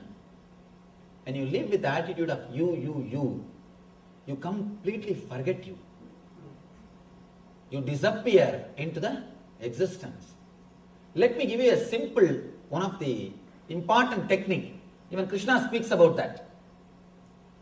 Just for 3 days, try. Think you are somebody else. You are somebody else. It may look funny what you are telling Swamiji. If you are a doctor, just for 3 days, when you have vacation, not on regular, when you are a profession, because I don't have praja, means issues. Because I don't have issues, I myself do it for me. My Shraddha also, I am supposed to do it. So after the Shraddha, you have to lose your identity. You cannot carry your identity. If you are a doctor or a lawyer or an engineer or accountant, whatever you may be earlier, before sannyas, you have to lose your identity. For that, they will smash the whole body with the ash. They will put the bhasma all over the body. And like a bhuta, they will put all the big rudraksha malas. And all the identity should be lost, and they should go for a begging. They should go for Madhugari Bhiksha. And they will not associate themselves with their identity. Completely they will break their identity. For 3 days they have to meditate, they are somebody else. 3 days they will break themselves from their old identity. Only if they pass in this meditation, if they are able to break completely from their identity, they will be given sannyas. It is called Bhuta Sarira Vasa. Means you live in the Bhuta Sarira, breaking away from all your past identity. Just simple 3 days. I am not asking you to become Bhutas. I am not asking you to take sannyas. Just try this meditation. 3 days, think yourself as somebody else. Whatever you think as your property, forget them. Whatever you think as your problems, throw them out. Whatever you think as your profession, throw them out. Just for 3 days. You can come back and pick it up. That is different. For 3 days, throw them away. You will see a new consciousness rising in you. New consciousness rising in you. If you just throw away the me, that itself liberates you. And if you start working based on you will experience tremendous bliss. When you drop me, you will experience peace. When you start working based on you will start experiencing bliss. Peace and bliss. When you drop the idea of me, you will have the peace. When you work for the idea of you, for others, you will have bliss. This is the straight path for peace and bliss. Here Krishna goes on explaining, Asatyam apradishtam de jagadahuranishwaram aparaspura sambhutam kimanyat kama haitukam. He speaks about the qualities of the demonic nature. They think there is no ultimate energy, intelligence which is running this planet Earth, which is running this universe, and this whole thing is just produced out of lust and desire, that's all. They believe in material. Of course, modern day, even the scientists have started understanding and they are giving new concepts. Even they started speaking. There is a cosmic intelligence which is running the whole thing. It is not dead. It is not just matter and matter. They say world is not pure chemistry. People who think world is pure chemistry, they become demons. If you think the whole thing is just dead, naturally you try to acquire more and more by killing everybody. Hook or crook, right or wrong, do what you want. Only when you understand the whole thing is intelligence, it responds to your thoughts, your activities, you will start living properly, or you will start really living. Small story. Group of scientists, little arrogant, who think that they can do anything and everything. They challenged God. They said, "Oh God, now you are not necessary. Whatever you do, we can also do." What do you say? You are creating human beings. We will also clone and create. What do you say? You create all the whatever is available in the planet Earth, the trees or all those things. Now we can also do all those things. Our department has developed everything. We can do anything. And here I am surprised. See the size of banana and see the size of fruits. All scientist creation. And the scientists have called God for an argument or competition. Come, face us. We will do whatever you do. Now better you go and rest. We don't need you anymore. God said, all right, let us face them. Both of them came and God created a plant. Immediately they also created the same tree in a much better way. And one by one, continuously they are doing. Suddenly God took little dust and created a man out of it. This guy said, that is not a big deal. Let us do. Now cloning has come. They took the dust and they are about to create a man. God said, stop. Bring your own dust and do. Bring your own dust and do. Don't do with my dust. So be very clear. Whatever you may achieve, wherever science may go, divine is alive. God exists. And there is a cosmic intelligence which runs the whole universe. You may create man out of dust, but from where will you get the dust? You cannot create dust. So be very clear. There is a pure intelligence and energy which exists. But people who are demonic, who are centered on I, and me, they think everything is me. They think the whole world is known to them. They think the whole logic and calculation of the world is known to them. They think, I know all the logic and calculation. This is the way things happen. This is the way it has to be done. They think they know everything. Person who thinks he knows everything, one simple thing should be done. He should be simply get married. You should get him married. Just put him in, just get him married. Then everything will become all right. And I have seen these young guys, when they come, these parents will force them to fall at my feet. I never like forcing somebody to fall at the feet. And these guys, if they don't want to fall, they can go. But they will not go. They will stand there and will ask me questions. Why should they fall at your feet? And I tell them, I am not telling. But their arrogance is so much. They will be asking all questions. I tell them, I am not asking you. Why should you stand here and argue? But their arrogance will not come down. Just for argument's sake, they will argue. In the mind, I used to think, let him get married. After 1 year when he comes, after the marriage, simply Sashtanga Namaskari. Because in 1 year complete training happens. What we can't do in 10 years, 1 year training. Done. Whole thing is done. The fellow will simply fall flat, and now he knows how to listen. Now he knows how to listen. Completely will be polite. He will be polite and yes Swamiji, yes Swamiji, yes Swamiji. And now he knows the power of yes mantra. Power of yes mantra. Simply getting married. And that is what we should do. This day, the Asuri people, nothing else needs to be done. Simply get them married. And all the Asuri qualities will disappear. Maybe, I think that is why God created this marriage idea. That is why He created the marriage idea. Anyhow, they say the world is unreal.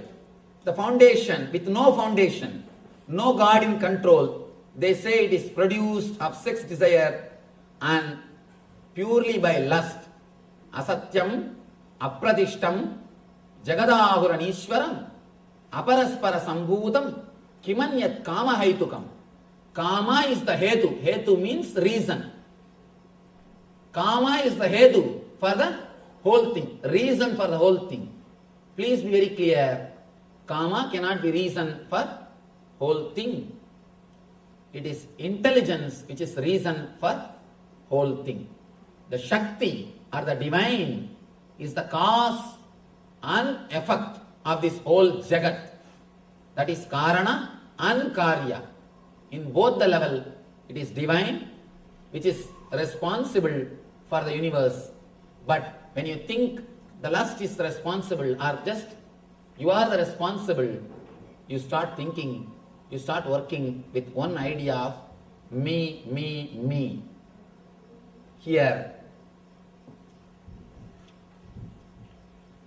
Krishna explains the same concept in a deeper way, and he gives a beautiful punchline.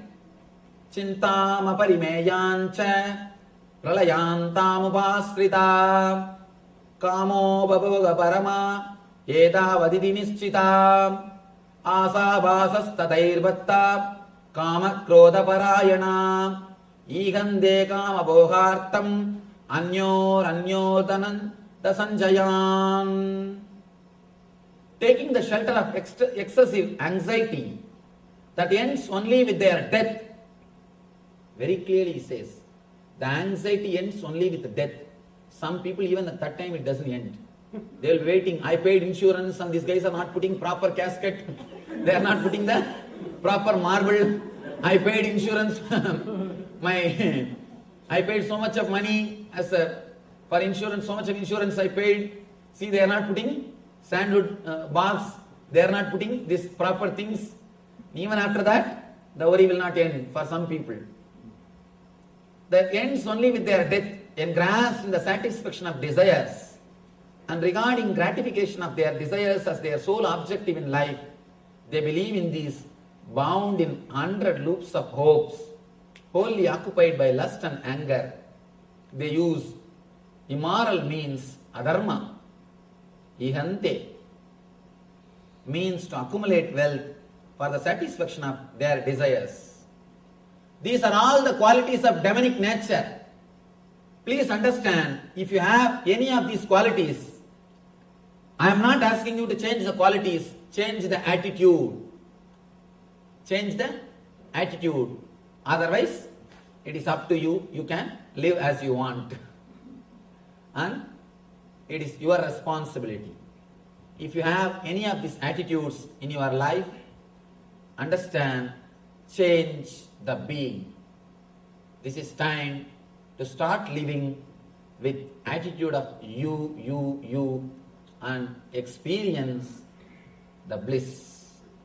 Let us pray to the ultimate energy, Parabrahma Krishna, the divine consciousness, to bless us all, experience the Daivi Sampat, divine qualities, and establish us in eternal bliss. Nityananda. Thank you. Vasudeva Sudam Devam Gamsachanoramardanam Devagi Paramanandam Krishnam Vande Jagadgurum.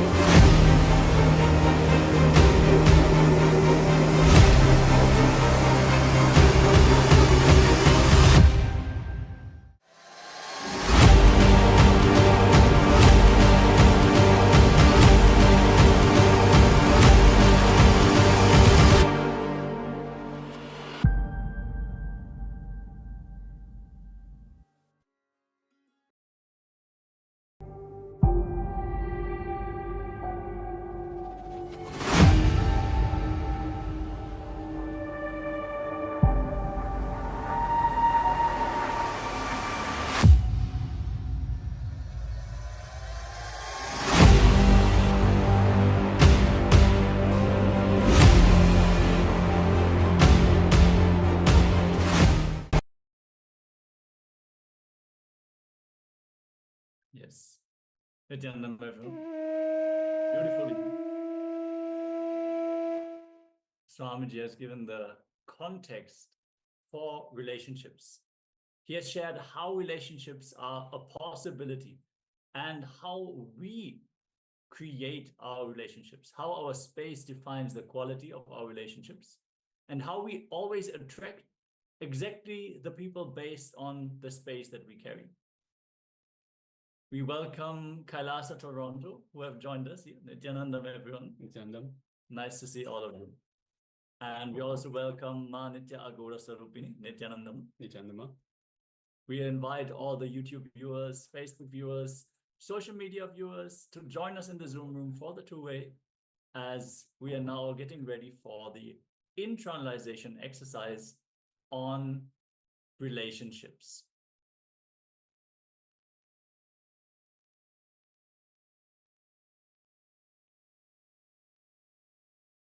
So understand, relationships are a possibility.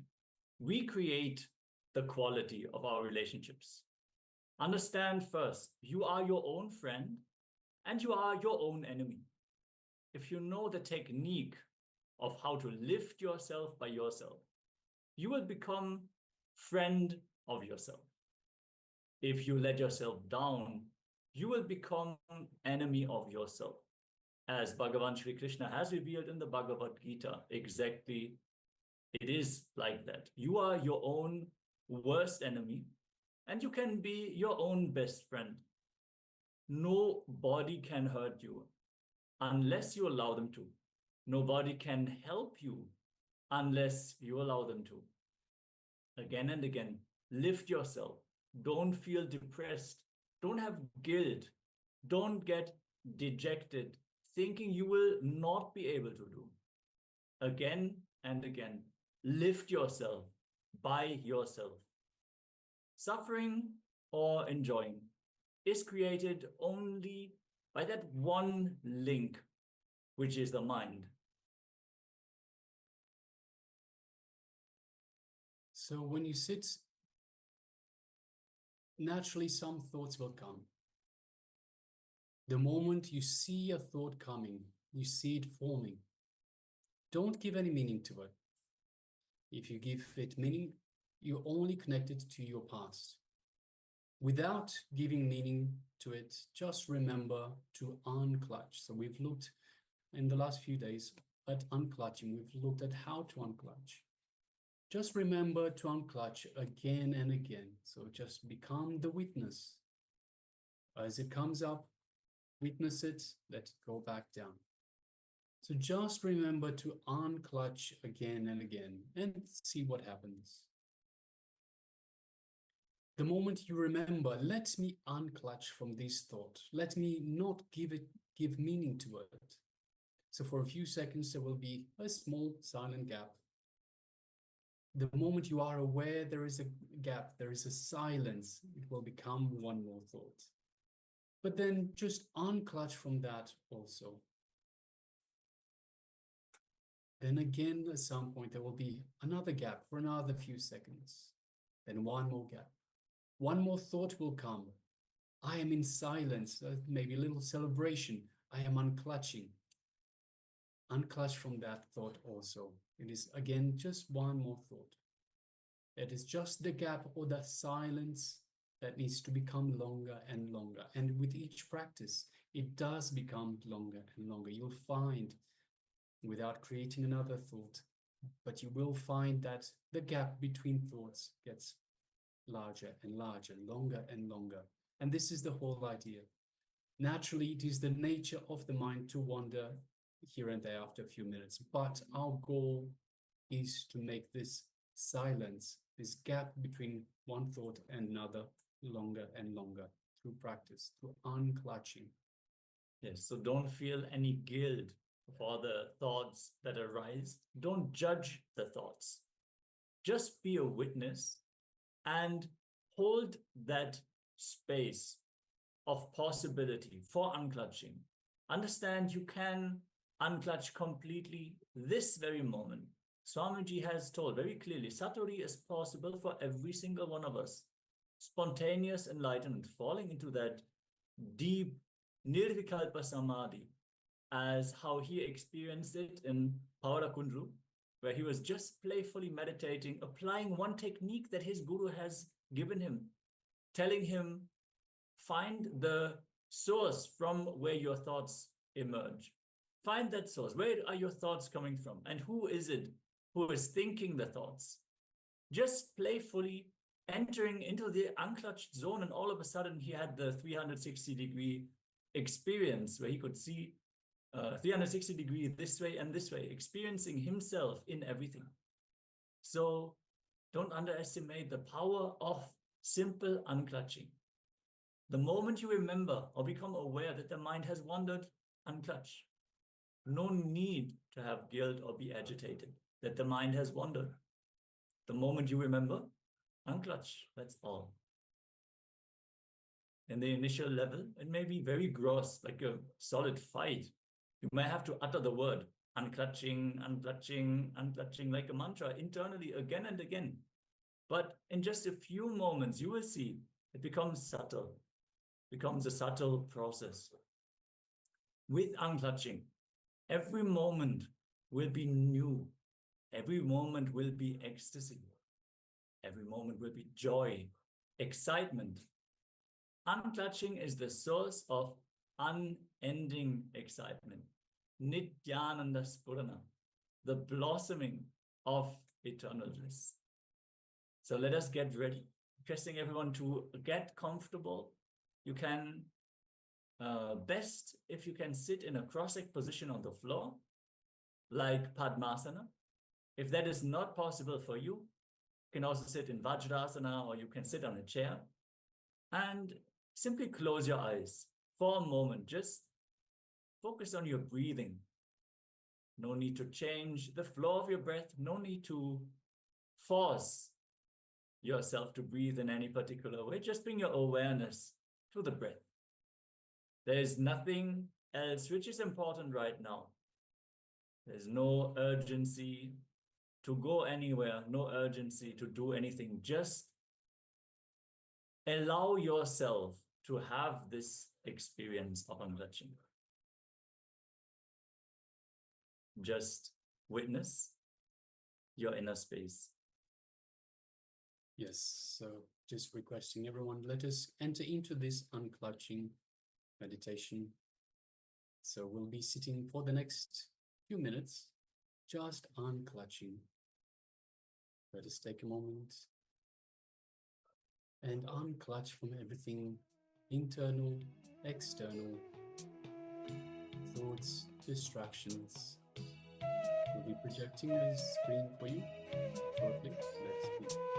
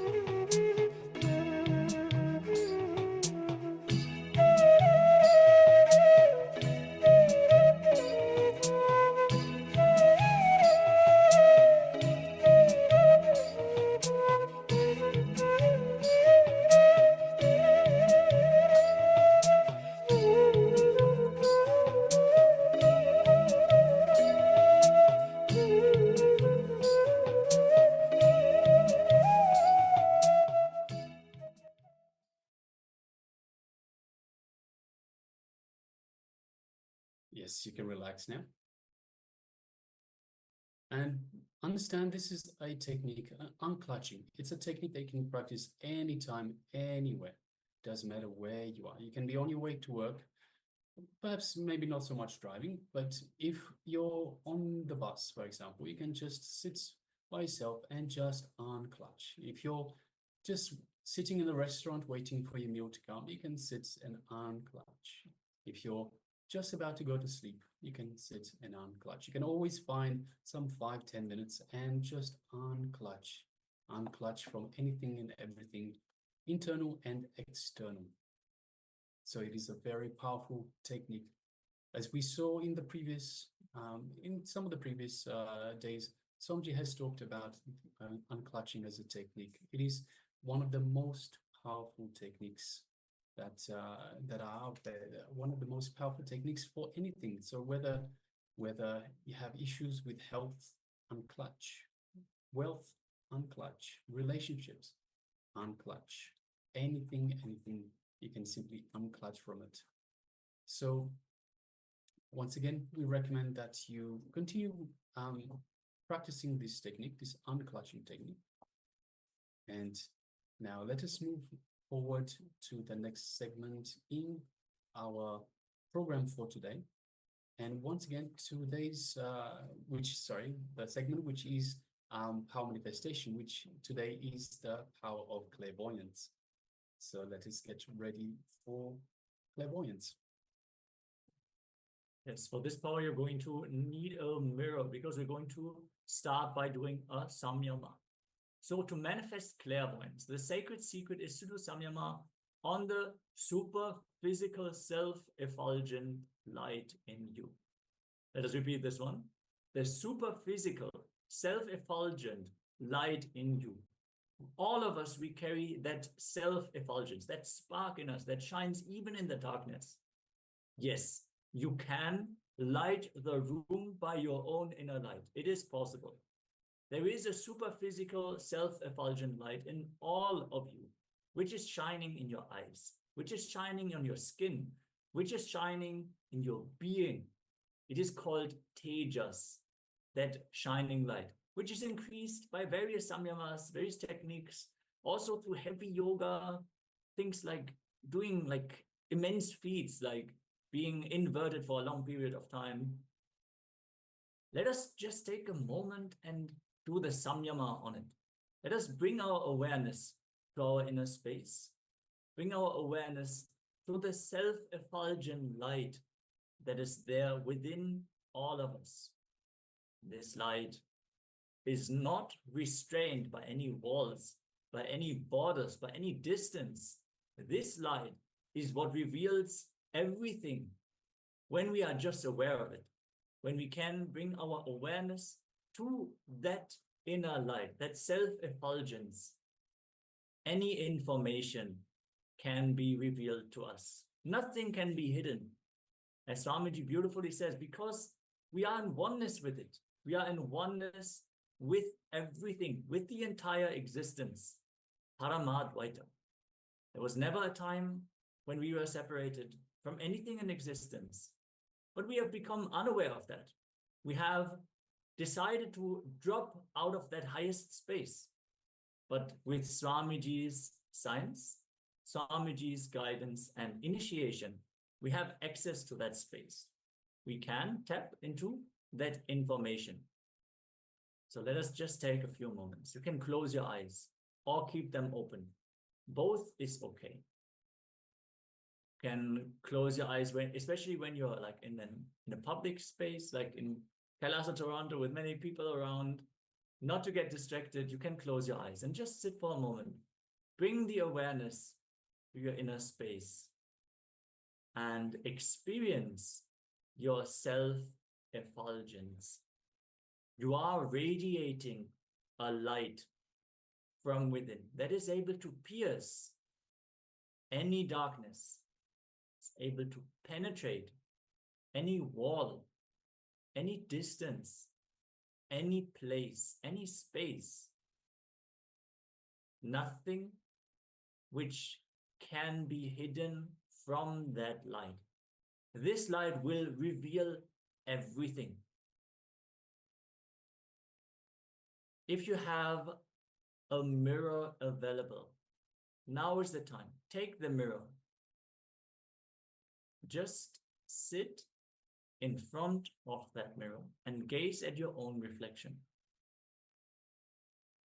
You just gaze at your reflection without even focusing on any particular detail. Naturally, in the beginning, your eyes will jump from your eyes to your nose, your eyebrows, some wrinkle here, some skin mark here. But if you just gaze at your reflection,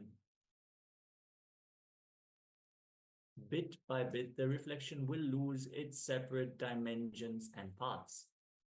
It will almost become like just a lump of light without having a clear hands, legs, head, without having a clear picture, will almost become like a lump of light. Please understand, when you gaze at the light intensely, the independent, definite shape of your form will melt down. You will only feel like you are a light ball, like an egg ball. It will usually be an egg ball, like a light in the shape of an egg. That is what is called Swayama Prakasha, effulgent superphysical light. That is what we call in Sanskrit linga. Understand, when you gaze at your own image, all the attributes you attributed on your form will melt down. Make sure to get your mirror if you have one available. If you need to step aside for a moment, that is okay. Get a mirror or stand in front of a mirror and just gaze at your form. Slowly, the separation, the different dimensions and parts will melt down. Bit by bit, you will be able to see yourself as a light ball, Lingodbhava, the self-effulgent light ball. Let's take just a few moments and gaze at yourself in the mirror. Meditate on that self-effulgent light.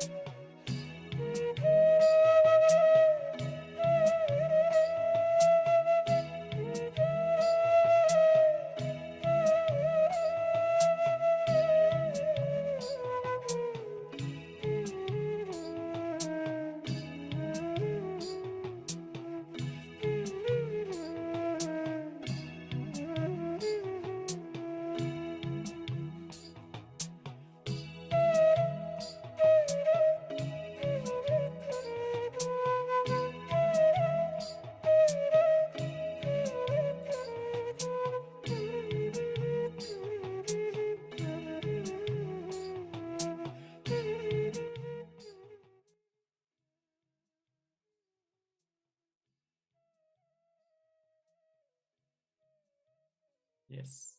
Now we're going to move to the next step for the samyam. Yes, now let us do the samyama on that light in your inner space. Now turn that light in your inner space. Do samyama on it. When you do samyama on that light, on your inner space, the first thing, even your subtlest thoughts, your subtlest moods, and the happenings in your system, you will just start to understand. Not only thoughts, not only moods, even the physical changes in your pressure. So if your pressure increases, for example, you will know. You'll just be able to self-diagnose yourself. It is, in fact, a self-diagnostic method. If your diabetes, your sugar levels increase, you will simply know. If your body is aging, you will know. If you are becoming healthy, you will also know. All the subtlest happenings, whether it is at the atomic level, molecular level, you'll just know. It will just be there for you. You would know what is happening. Not only that, but by doing samyama on that very light, projecting it on wherever you want, you will be able to find out all the hidden treasures, all the hidden thoughts in others' minds, the hidden intentions, the hidden thoughts, hidden treasures in others' mind. And you will be able to find out the distant land things, or the things in the minds of people who are in far away places. So let us continue with this samyama on the inner light.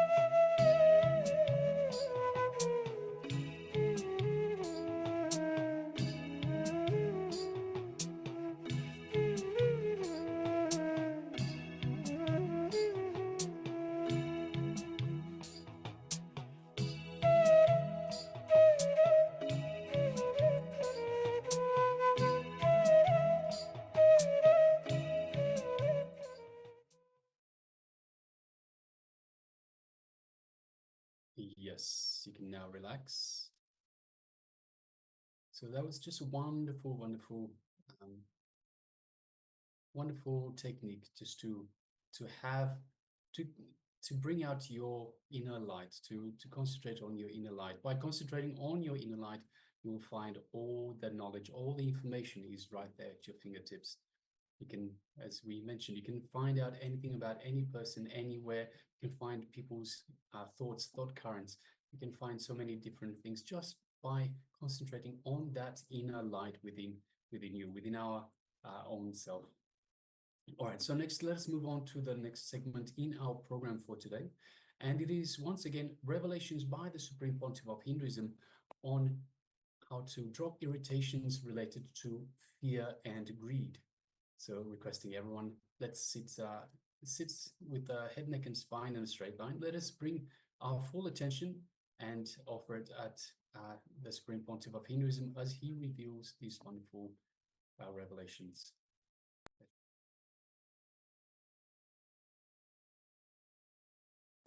Now, take few minutes, sit and analyze.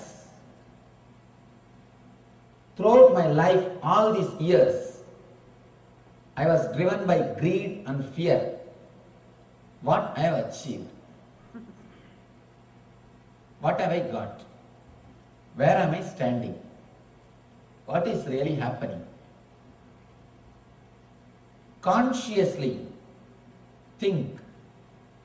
Consciously allow this idea to work on you.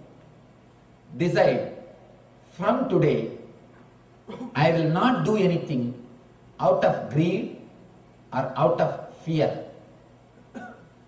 Immediately the fear will rise in you. What will happen to my bills? Who will pay? What will happen to my house? Who will pay the mortgage? What will happen to my car? Who will maintain? What will happen to my kids? Who will feed them? What will happen to my social prestige and name and fame? Who will maintain it? Please be very clear. You have enough energy, you have enough strength to maintain yourself without fear and greed. The important thing you need to trust is you don't need energy from fear or greed to run your life. That's the first thing we need to understand. You have enough potential energy to live your life and to achieve what you want. Mahavira, one more great enlightened master who is not used by India. He says, when you come down to this planet Earth, when you take the body, you bring enough of energy to live all your desires or to achieve whatever you want to achieve. You already brought enough fuel. You don't need fuel from fear or greed. You always think, if I stop fueling myself from fear or greed, I may stop working. No, there is reserve in all your vehicles. Enough fuel is available. But psychologists can never believe the unmotivated action is possible, because they have never seen a Buddha. Again and again, these people who are working on the field of psychology, they come to a conclusion, only with motivation man can work. I tell you, no. No. What motivation birds have got to sing? But these Freudians are so perverted. Even for that they have started giving meaning. They say that the bird is calling for the spouse. Even the birds singing, they have started interpreting. The most perverted fellows. They can't see anything as it is. That is why here Krishna says, Ya pashyati sa pashyati. The man who is out of fear and greed only can see things as it is. If you are caught in fear or greed, you will see the things only as you want, never as it is. For example, if there is a beautiful tall building, man is caught in the greed. The moment he sees, he will have one thought, if I have like this one building, how nice it will be. The man who is caught in the fear, he will think, I should not think of all these things, otherwise I'll be stressed, I should escape from all these places, I should go and stay in forest. The man who is caught in the fear, he thinks in one way. The man who is caught in the greed, he thinks in the other way. But only a man who is liberated from these two emotions will see it as it is. Yap pashyati, sap pashyati. What is, he will see that. Now, decide strongly. Throughout my life, I lived either pushed by fear or pulled by greed. Mahavir says beautifully, you don't need energy from greed or fear. And I tell you, for a person who is trained by the society, who is conditioned by society, for the person it will be very difficult to believe this truth, that you don't need energy from fear or greed to live. I know you are all sitting here out of politeness. He is speaking, let us listen what can be done. Just because you are sitting, it is not that you are able to believe it or you are able to trust my words. I know thousands of questions arising in your mind, but I tell you,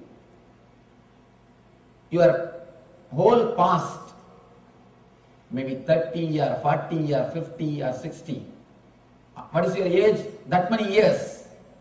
You lived only fueled by fear and greed. Just give next 10 days for Mahavira.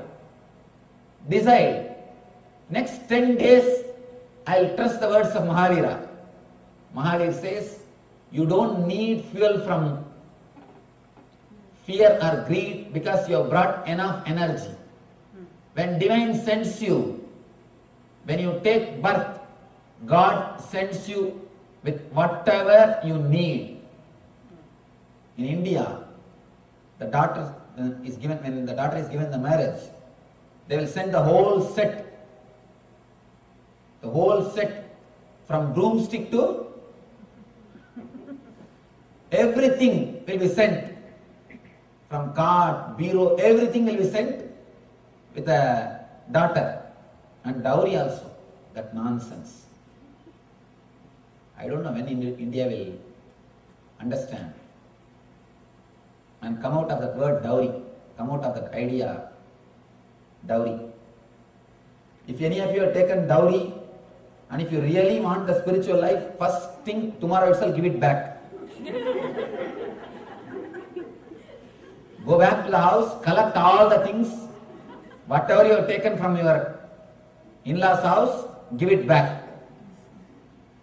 If your in-laws are not alive, give it to your wife and tell her, do what you want. Don't keep, that is the, I think, curse given to you. I tell you honestly, if you keep dowry in your house, Lakshmi will never stay in your house. The house in which dowry is kept, Lakshmi will not stay, because it is cursed money. It is not the Sri with a blessing. It's a Sri with curse. Never keep dowry money in your house. If you really want Lakshmi in your life, see two things.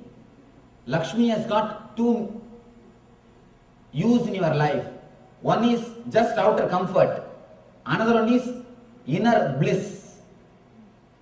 Lakshmi has two meaning in your life. One is outer comfort, another one is inner bliss.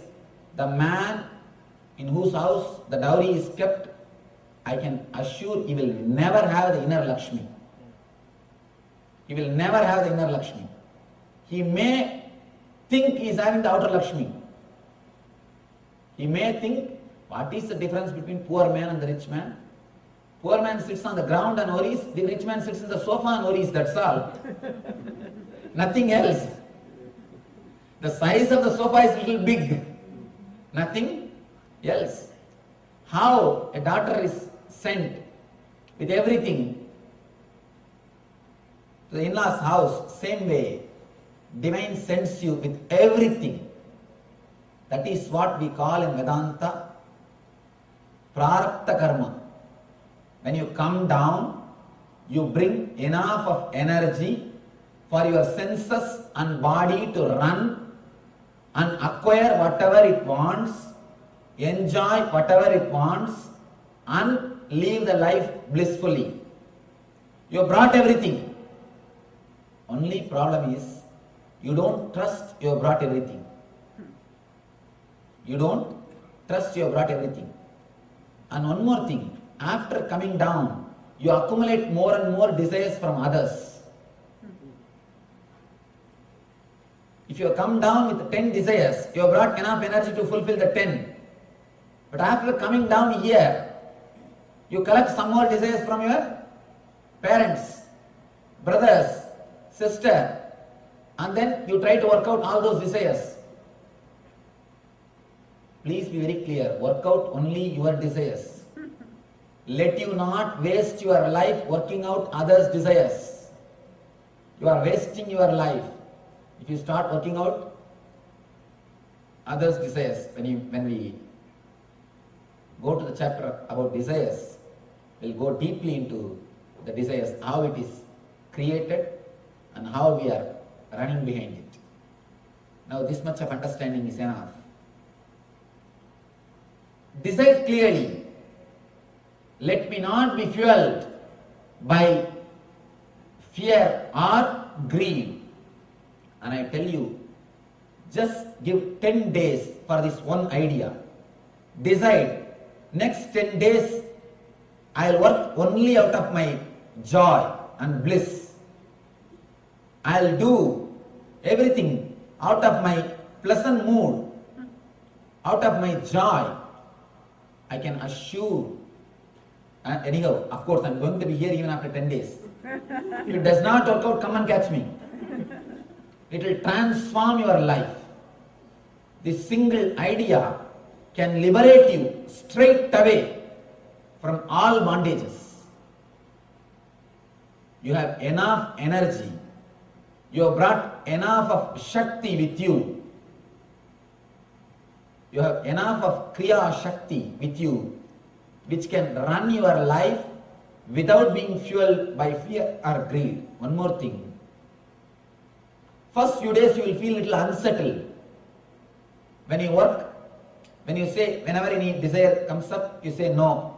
Whenever any fear comes up, when you say no. First few days you will feel a little unsettled because a new inner space is created. You will feel a little empty, vacuum. Don't bother. In few days you will beautifully settle with that emptiness. You will settle with that empty space. That emptiness only Buddha calls Sunya or Nirvana. Working from Sunya consciousness, working from bliss consciousness, not being driven, pulled or pushed by fear or greed. Just 10 days decide, I will work only out of joy. I will not let fear or greed come inside my mind. Of course, in 10 days, you may fail few times. Don't worry about it. Starting is much better than fear of failure. See, when you have the fear of failure, you will never start. Start, even if you fail, it is okay. You will know the trick of the trade. At least you know the technique, where you are failure. And if you don't start at all, you will not even know where you are failure. Start, I tell you, honestly, it will transform your whole life. It will give you such a new strength, tremendous courage. Immediately you will be liberated. First few days, you may feel a little unsettled. What am I doing? I am feeling some emptiness inside because continuously you are tortured. When your mother-in-law dies, you will feel for a few days. Or the people with whom you are living, for a few days you will always feel that you are missing something. If you don't have anybody to nag you, you will feel that you are missing something. This desire and fear continuously nags you. For next 10 days you may feel little that you are missing somebody who was continuously nagging you. Don't worry. You will settle into the consciousness. Your whole being will become new. Will be a new personality. This is an important thing. Two things. Trust you have enough energy to run without fear and greed. Only small kids need candy. Kids will work only when you show the candy.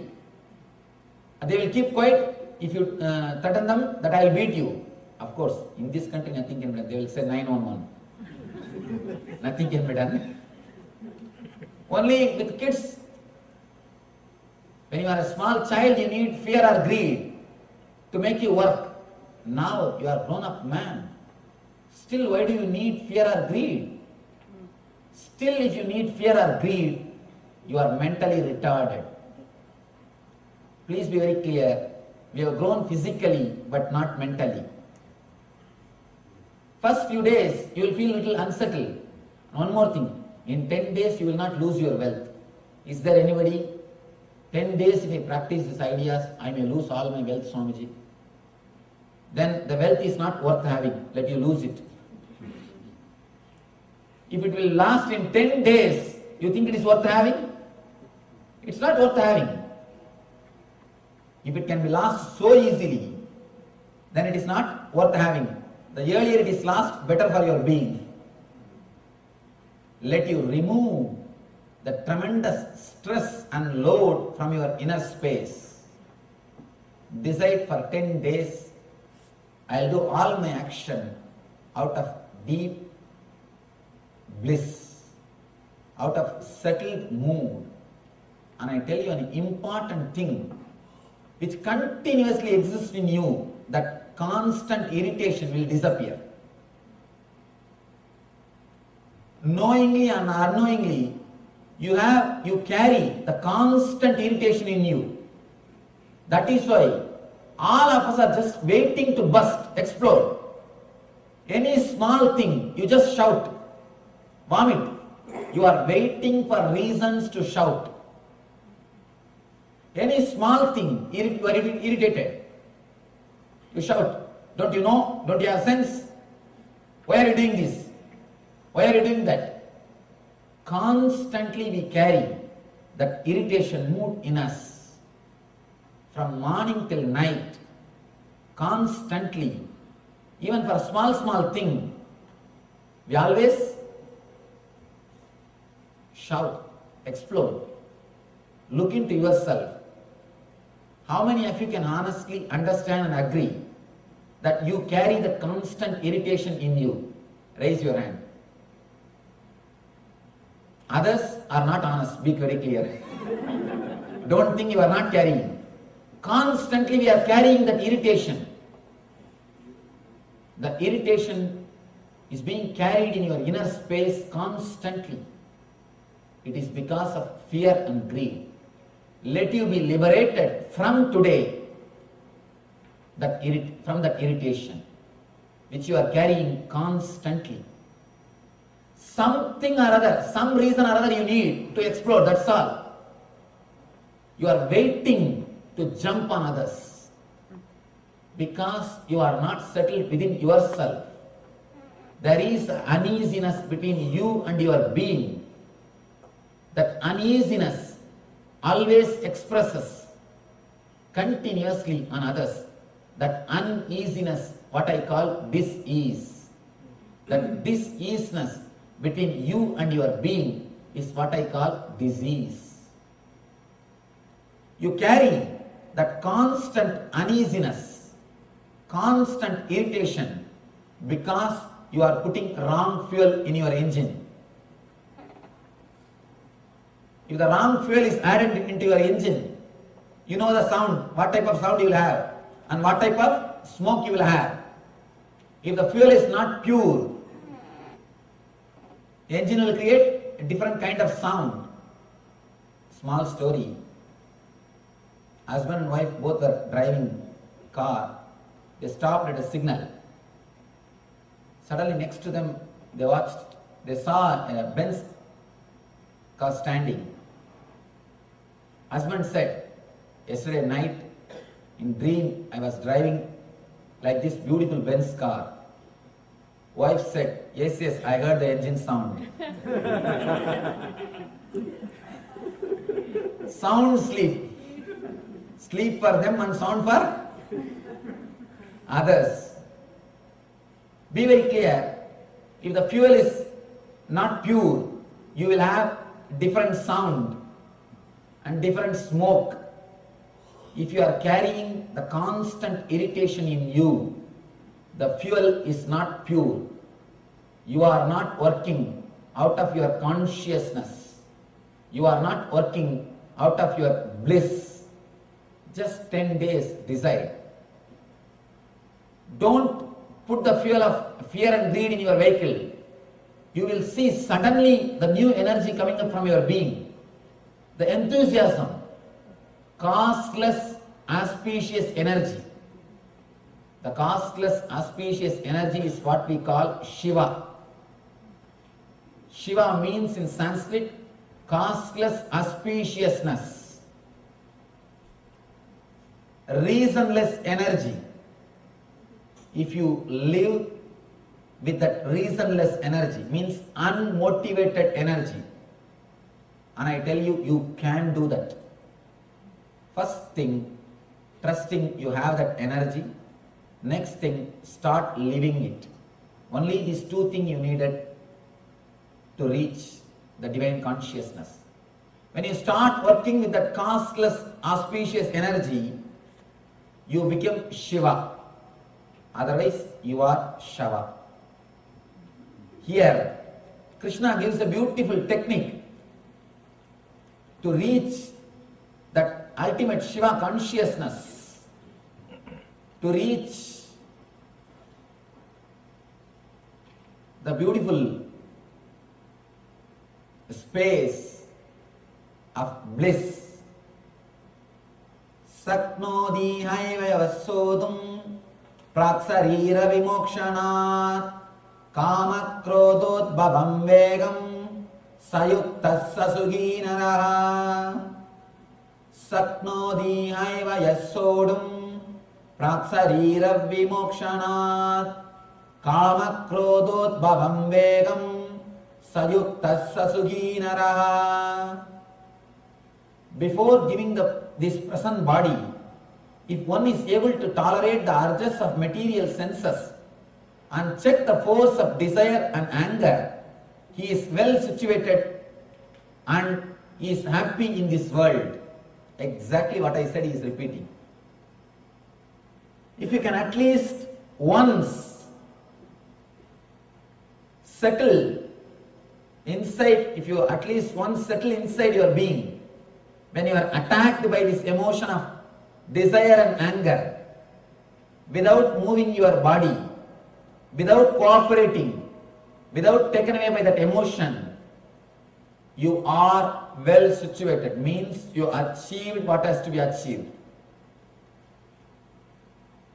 You are blissful in this world. People ask me again and again, Swamiji, what is the purpose of body and mind? The purpose of body and mind is only one thing: to achieve, to learn how to experience joy without body and mind. If you can learn that one thing of having happiness, bliss without body and mind, you achieved the use of body and mind. Over. After that, you can throw away the body and mind. You can live without body and mind. Man who is able to live without body and mind is Jivan Mukta. Even if the body and mind is there with him, he will not be touched by it. He has no use for it. If you don't have any use, any need, will you go to LA? No. Unless you have some reason, you will not go there. Same way, unless you have some reason, you will not assume this body. If you started, if you had a single glimpse of bliss without this body and mind, which is beyond this body and mind, you will never be disturbed by this body and mind. Even if it is there, it will be following you, you will not be following it. As on now, you are not driving the car because you don't know when to stop, how to stop. For example, if you don't know how to put brake and you are driving the car, it means you are not driving the car. Car is driving you. Without reading the manual, owner's manual, if you sit in the car, you will do that mistake only. Without reading the owner's manual, you will straight away enter into the car and start driving. You will do this type of mistakes. Only when you know how to stop, when you want to stop, you are driving the car. Otherwise, car is driving you. Please be clear. Read the owner's manual before you get into the vehicle. Gita is the owner's manual for your body and mind. Read the owner's manual before you get into the body and mind. The force of desire and anger, he is well situated and is happy in this world. He knows where he is. He knows his place. If you don't know your place, it is very difficult. In this world, many of us don't know our place. That is why we feel we are uprooted. We don't feel we belong to this life. We don't feel we are at home because you don't know your place. Small story. In a dark theatre, interval time, one guy went out, came back with popcorn and Coca-Cola. He came near a woman and asked, "Did I hit you or did I step on your foot few minutes ago?" She said, "Yes, as a matter of fact, you did." Then he says, "Thank you, then this is my seat." Then, this is my seat. You don't know your seat. You don't know your place. You have to identify your place only through these sources. You ask her, "Did I step on your foot? Did I hit you?" She says, "Yes, as a matter of fact, you did."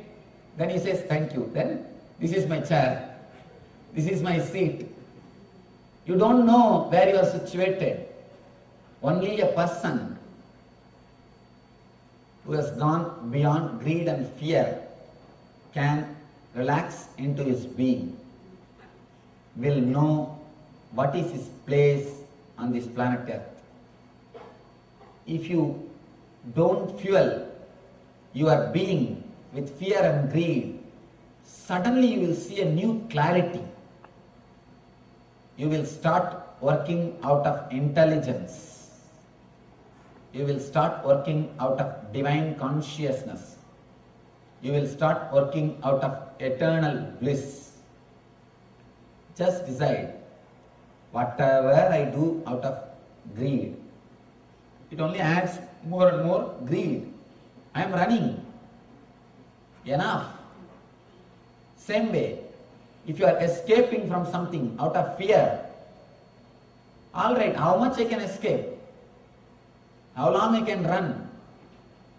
This fear will come and attack me in some other form. If I am afraid of this and run, I will be afraid of something else. Something else will come. It is just the fear, not the object about which you are afraid. The object is not going to chase you, but the fear will chase you. You may go away somewhere, but you are carrying the tent, the canopy of fear and greed with you. Wherever you go and do the picnic, You open your own small tent. Same way, wherever you go, you carry your own small tent of fear and greed. You may escape anywhere, but when you go and sit there, you will open up your canopy, your fear and greed. There are so many great escapes, especially in this country. How many places? World's most happiest place, they claim, the Disney World. Actually, I went all over, the Disney World and the zoo, all possible places. Wherever, whatever places are popular, they took me there. After seeing, I really felt sad inside me. These people need so much of entertainment, means how much of depression they are carrying inside. So much of entertainment is necessary means how much of depression they are carrying inside. If you need so much of entertainment, please be very clear, something seriously wrong with your system. Something is seriously wrong in the whole system. Man doesn't need, by his nature, he doesn't need so much of entertainment. If he needs so many things to make him happy, there is something seriously wrong in the whole system. We need to look into the system and repair it. Again and again, Krishna declares, let you work out of joy. And I tell you, if you work out of bliss, you will create bliss for yourself, and you will create bliss for others, and you will never know what is tiredness. You will never even know the word tiredness. I tell you honestly, still I can't understand the word tiredness. How can you have tiredness? Tiredness is nothing but the inner contradiction between your Ichcha Shakti and Kriya Shakti. Between your will and your action. There is an inner contradiction. Inside there is some deep problem. You have a problem between your anger and fear. You have a problem between your greed and fear. Your greed and fear is attacking each other and you are tired, that's all. If you are feeling tired, please be very clear. Inside you, a big war is going on. The Mahabharata Yuddha is going on. Inside you, the war between the fear and greed is happening. Man whose consciousness is clear can never experience tiredness.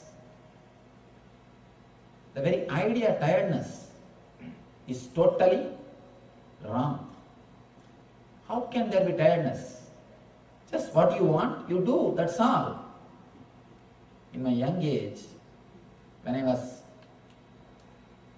in the college, I used to sit and meditate.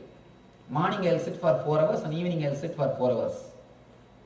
I'll just casually sit and meditate. The roommates, they will ask me, how are you able to sit for so many hours? And I used to tell them, what is there? Your body, your mind. If you want, can't you sit? If you can't even sit with your body and mind, what are you going to achieve? Honestly, I am not even able to understand how a man cannot sit with himself. Your body, your mind, that's all. My body is my mind. Just sit, over. Why? Why we are not able to sit? Because continuously we have poured wrong fuel. Wrong fuel. That is why you are not able to sit with yourself. It's after all your body, your mind. Bring it completely under your control. If you can't bring this under your control, never ever expect you can bring anything under your control. Continuously, we are behind power.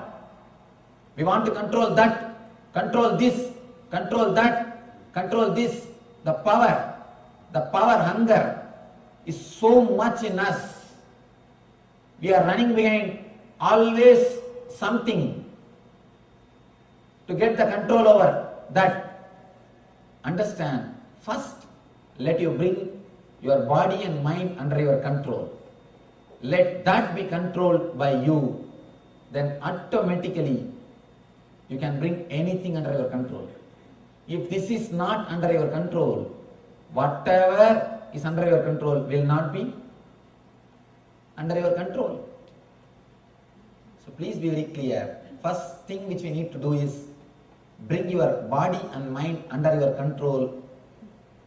As and now it is under the control of fear or greed. One thought from greed is enough. Your body just runs.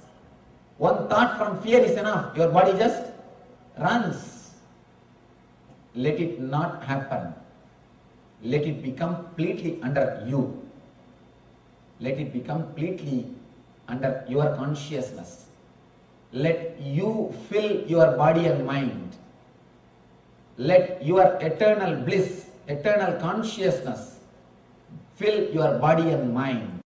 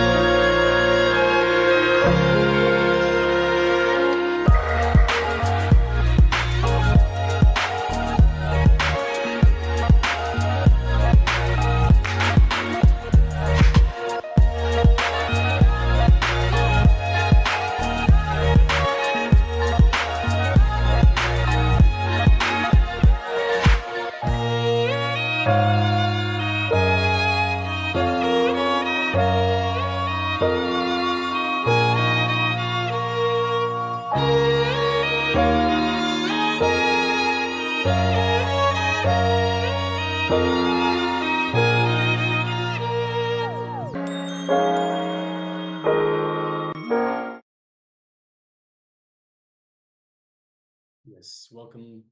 So we were just taken through a wonderful segment by the Supreme Pontiff of Hinduism on how to drop the irritation due to fear and greed. And Swamiji beautifully tells us we do not need these energies to survive. It is important to understand. See, we look towards these energies thinking, hey, how am I going to survive if I don't have greed? How am I going to survive if I don't have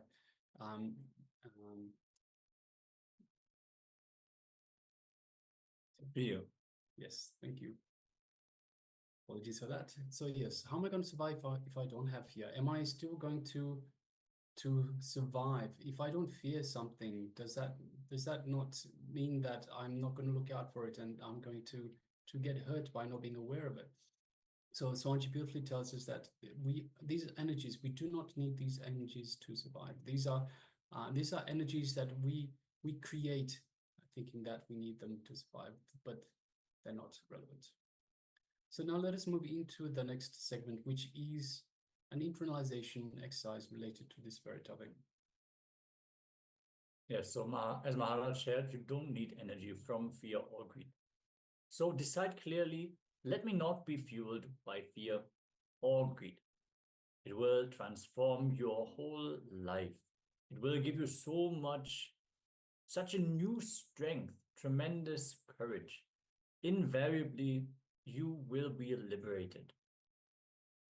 Now, take a few minutes, sit and analyze. Throughout this life, all these years, I was driven by greed and fear. What have I achieved? What have I got? Where am I standing? What has really happened? As Swamiji has pointed out, even just one thought of fear, one thought of greed is enough, and our body simply moves, simply acts. We are not acting based on the consciousness. So where has this got us? Where did we reach because of this path of action? Consciously think, consciously allow this idea to work on you. So let us take a few minutes and enter into this deep internalization.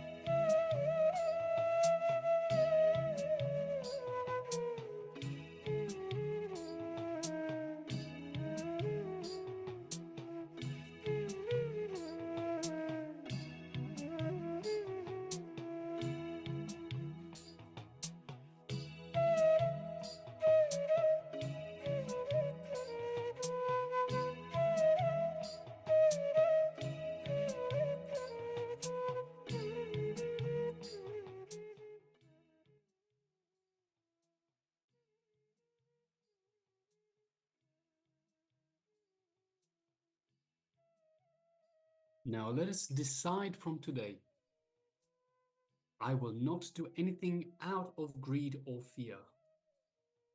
Immediately the fear will rise in you. What will happen to my bliss? Who will pay to my bills? Who will pay the bills? What will happen to my house? Who will repay the mortgages? What will happen to my car? What will happen to my kids? Who will feed them? What will happen to my social prestige, my name and fame? Who will maintain it?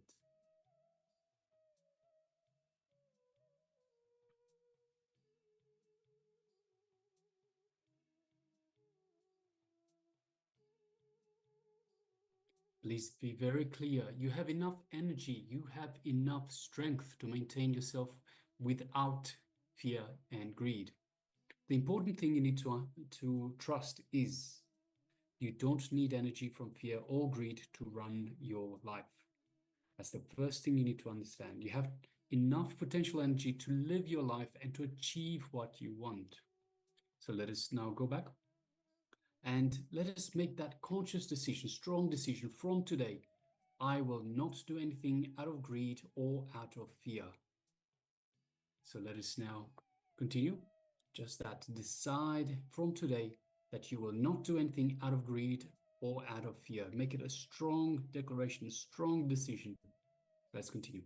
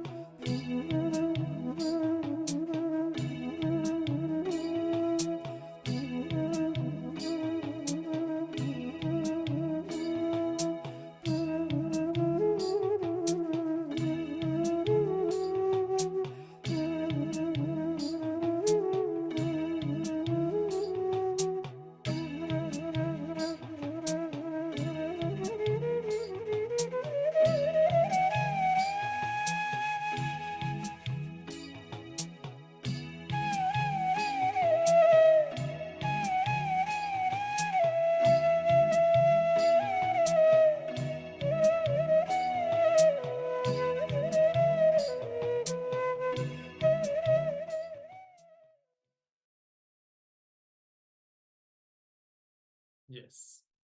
With this powerful declaration, to go beyond fear and greed, beyond the irritation of fear and greed, going beyond being driven by that irritation.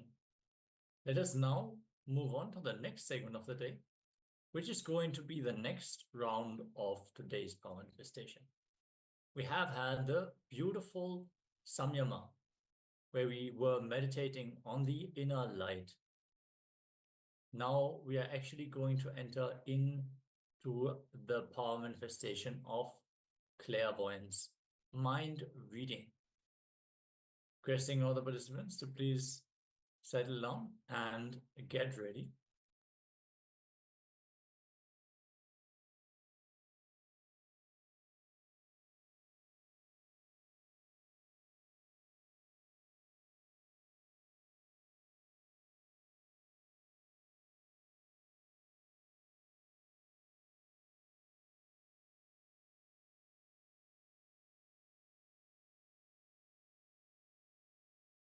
So the power of clairvoyance can happen in so many ways.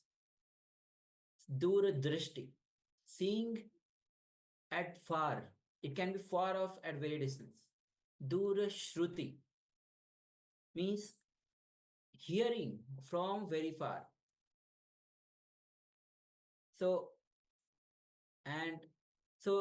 any information which is revealed to you through the power of clairvoyance, it comes in various forms. Means when you can see the images very clearly, what is happening in the visuals, you can see very clearly at a distance which is not visible through your naked eye. And not only visible, and Dura Shruti, through Dura Shruti, the power of Dura Shruti, you can hear what is being told as a spoken words, or even what is happening inside the human being, the mind, inside the human as a thought, that can also be manifested, can be known with the power of clairvoyance, Dura Shruti. So in this round, we'll be manifesting the power of Dura Drishti, seeing picture through the power of clairvoyance, which is at a far off. So with the acharyas, we'll be looking at the images, at the image, through the power of clairvoyance, Dura Drishti. Let's enter into manifesting this power. You will be scanning the acharyas as the acharyas are looking at the image. So scan the image and get all the details of the image. It can be anything related to the object or the object itself in the images, the colors, the form, or even in a way if you are able to describe the image. So let's get ready. You can sit with your head, neck, spine in a straight line and visualize Swamiji in your inner space.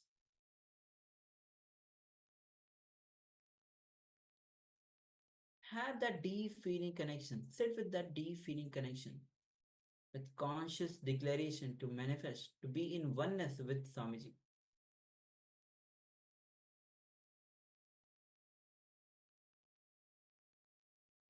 Now start to unclutch from every single thought.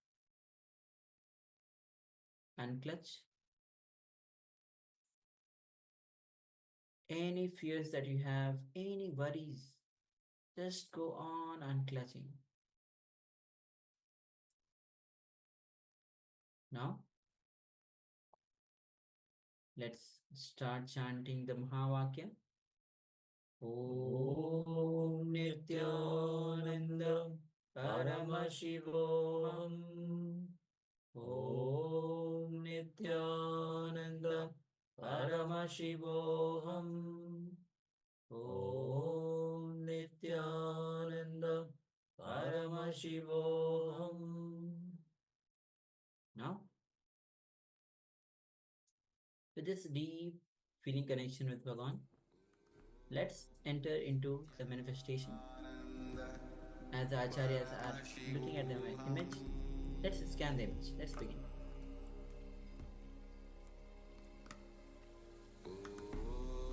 Nityananda Paramashivoham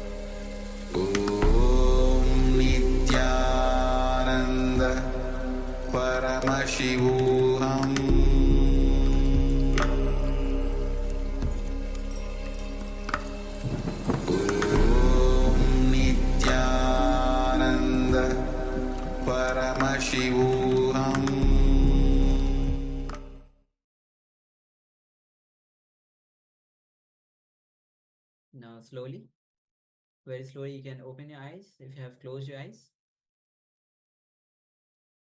And take a moment and share what Swamiji revealed to you as you were scanning the Acharyas. With the Acharyas, we're looking at the image, even having the discussion about the image. So take a moment and share what was revealed to you through the power of clairvoyance, Dura Drishti. Please go ahead.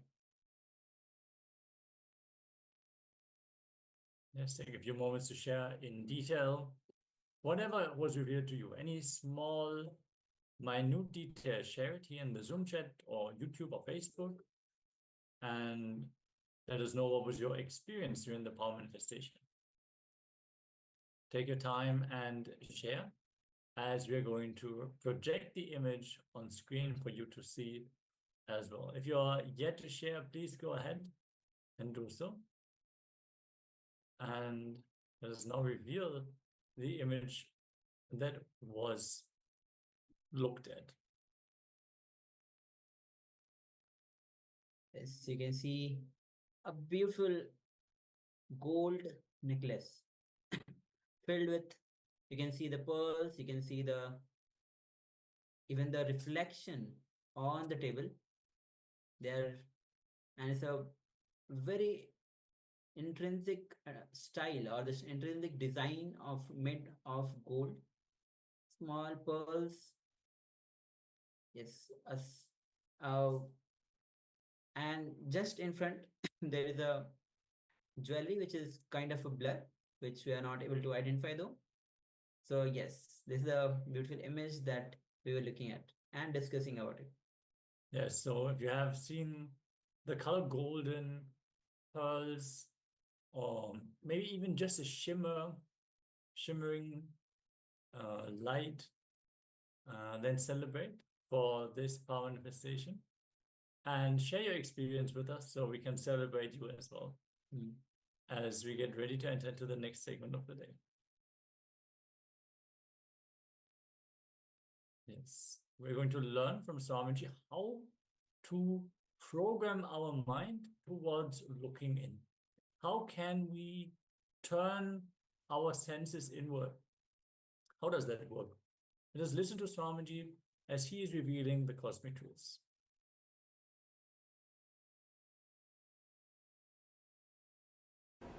Uttaredatmanatmanam atmanam avasadayet atmaiva hyatmano bandhur atmaiva riburatmanaha.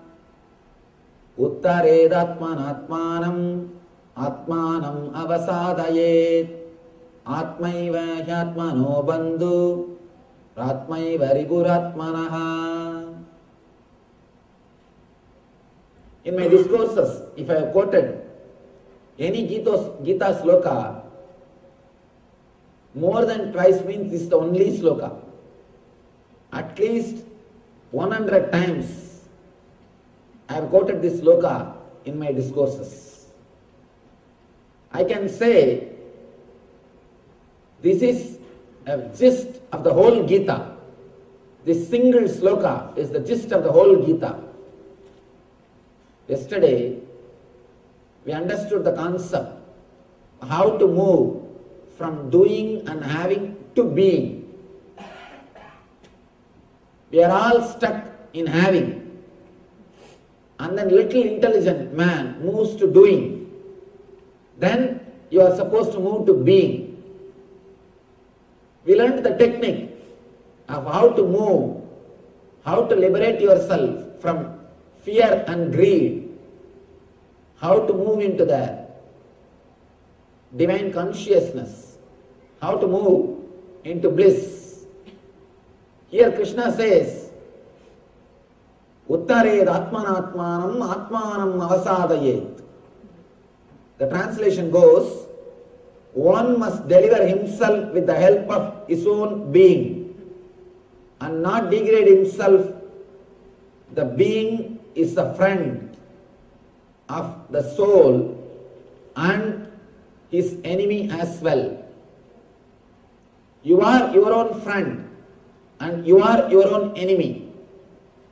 If you know the technique of how to lift yourself by yourself, you will become friend of yourself.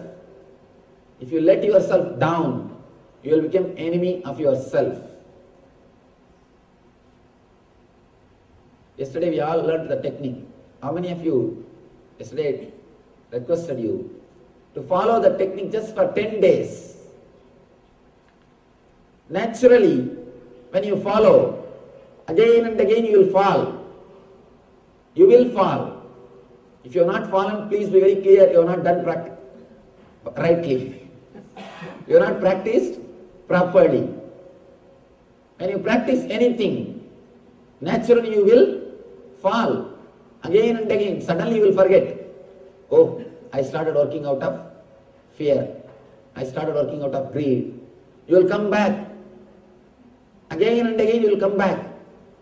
When you start working, naturally you will see there will be few problems. Always, when you start anything new, you will have three phases. First, resistance. Next, just avoiding. They will neither care nor resist. Indifference. Third, acceptance. This is the way anything will start. Same way, when you start doing anything inside your system, the same way you will start growing. First, resistance. Again and again you will fall. You will forget. Your system will resist.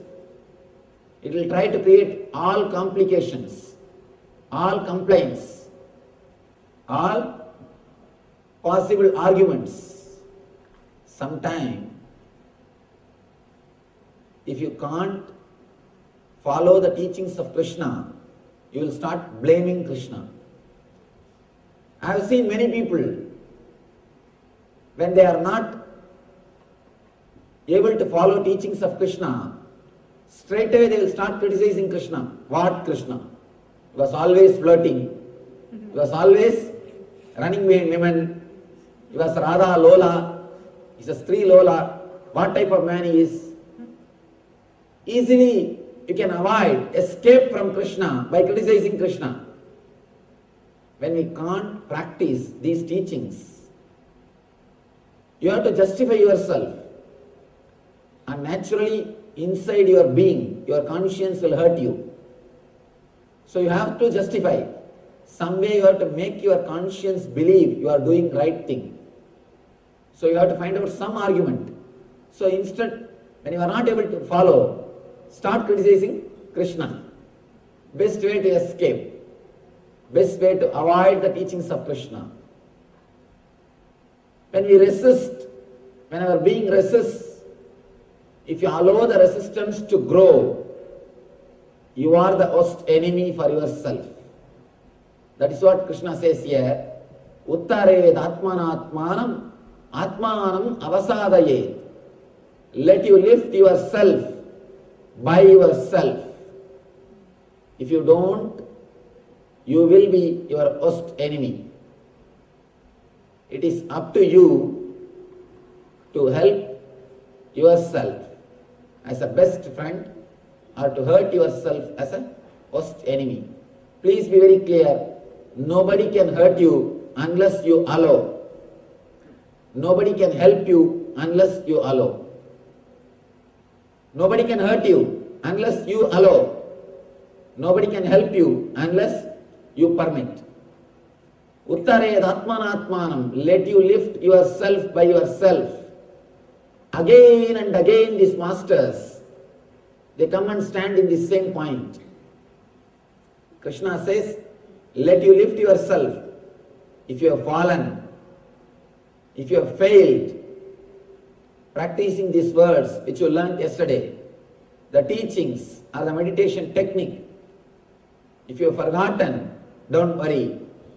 Again and again lift yourself. Don't feel depressed. Don't have guilt. Don't think you will not be able to do.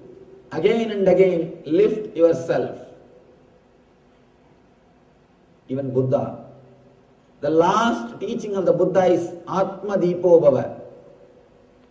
The moment he was about to die, Buddha is about to leave the body, all his disciples are asking, Master, give us your message in one word. What's your ultimate message? Buddha says, Atma Deepo Bhava. Let you be light, guide unto yourself. Let you be guided by yourself. Atma Deepo Bhava. Let your being guide you. The same thing. Krishna says, Uttared Atmanatmanam. Let you lift yourself by yourself. Nobody can do anything unless you lift yourself. Uttared Atmanatmanam. Only you can help yourself.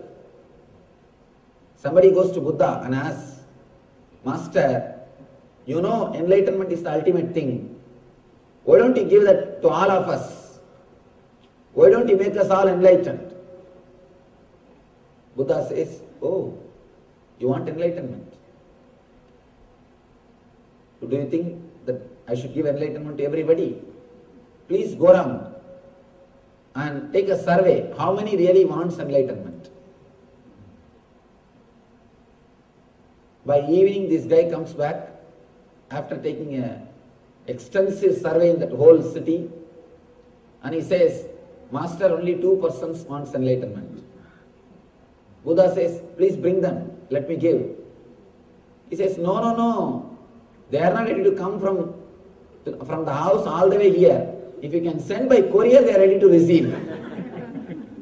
If you can send from here, they are ready to receive and keep it in their house. They are not ready to come here all the way. Nobody wants. Even if you want it as a one more item in your showcase. We are not ready to risk anything for enlightenment. We want one more item in the showcase. We can say, whenever people come to our house, we tell, this is from Delhi, this is from New York, this statue is from Japan. Just like that you can say, oh, this enlightenment that Nityananda Swami he gave. He was giving Gita discourse. I went and attended, he gave. How it looks? Just as a one more showpiece, we are ready to accept, but not ready to commit, or not ready to risk anything, not ready to take the responsibility. Buddha says, the existence is so great, it allows you, it gives you the freedom to be in bondage. God is so great, He gives you even the freedom to be in bondage. It is your freedom, whether to be in bondage or to be liberated. Even liberation should not be forced. If it is forced, even liberation is not liberation. If it is forced, how can it be liberation? It cannot be. So you have complete 100% choice to be liberated or to be in bondage. It is completely up to you whether to be liberated or to be in bondage. God is so great, He allows you, He gives you the freedom even to be in bondage. Here Krishna says, Uttared Atmanatmanam Atmanam Avasadayet. Let you liberate yourself by yourself. Unless you liberate yourself, nobody else can liberate yourself. If you help yourself, you are the greatest friend for your being. If you don't, you are the worst enemy for your being.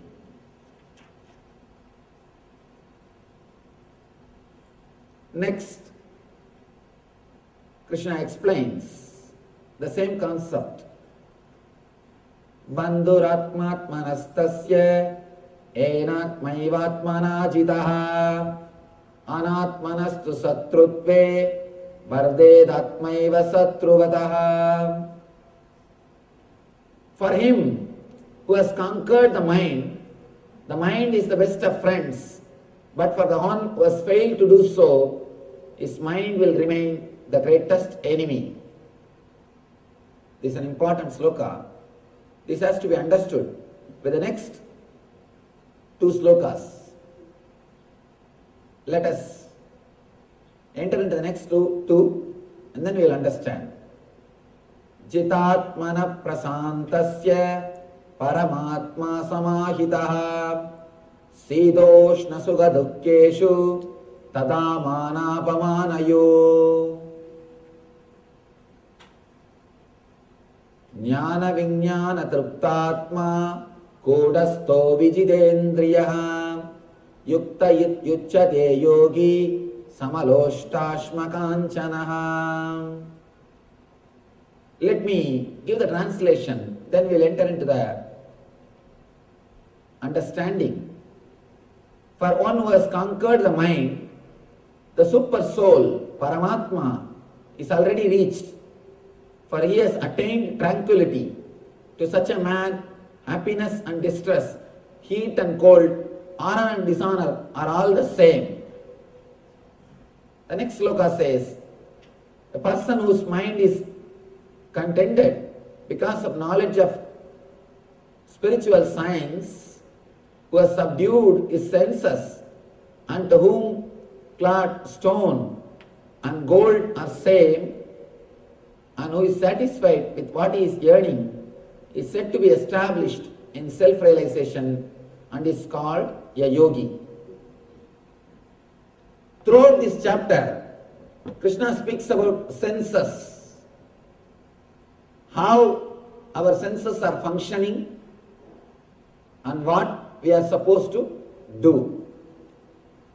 Let me give you a small diagram, how our mind functions and how our senses are working. Then we will be able to understand the Gita in a much better way.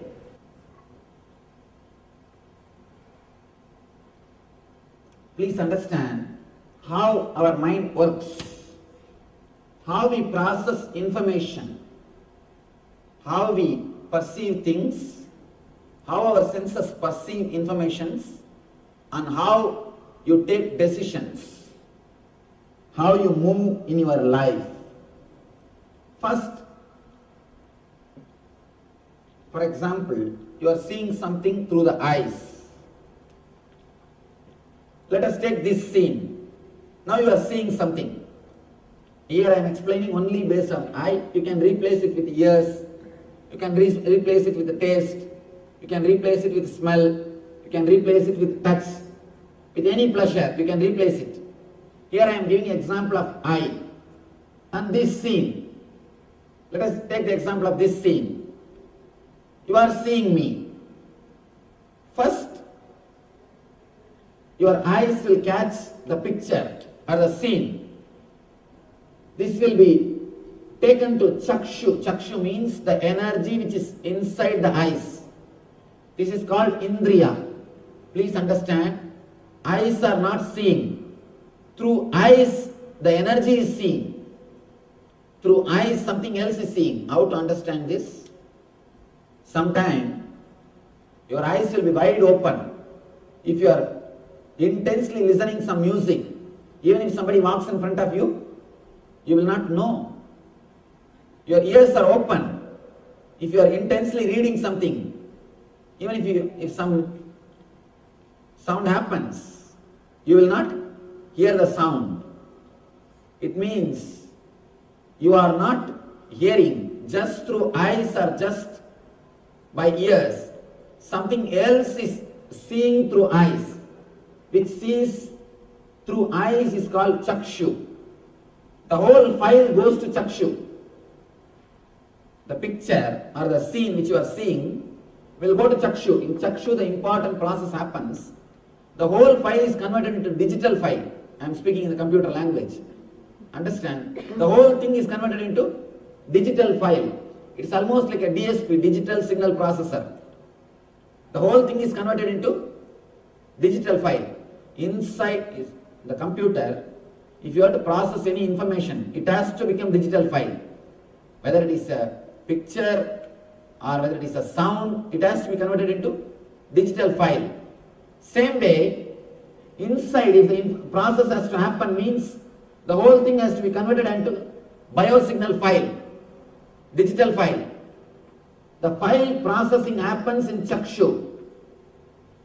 Whatever scene you are seeing now, that picture will be converted into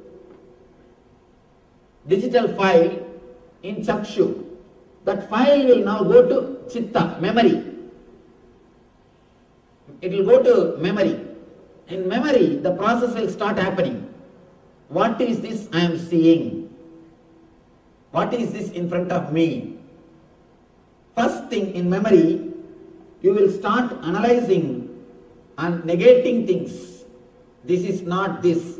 This is not this. This is not this. That na iti, that will start happening in Chitta. First your mind will say, this is not a tree. This is not an animal. This is not a vehicle. This is not a rock. All these things, that na iti, that this is not, that process will happen in Chitta. Once that this is not happens,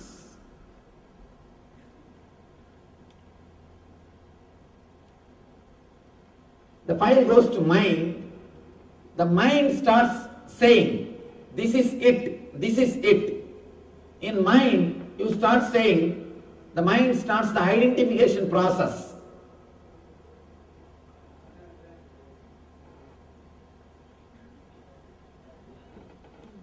This is it. Your mind starts saying, I am seeing a man standing with a kavi cloth.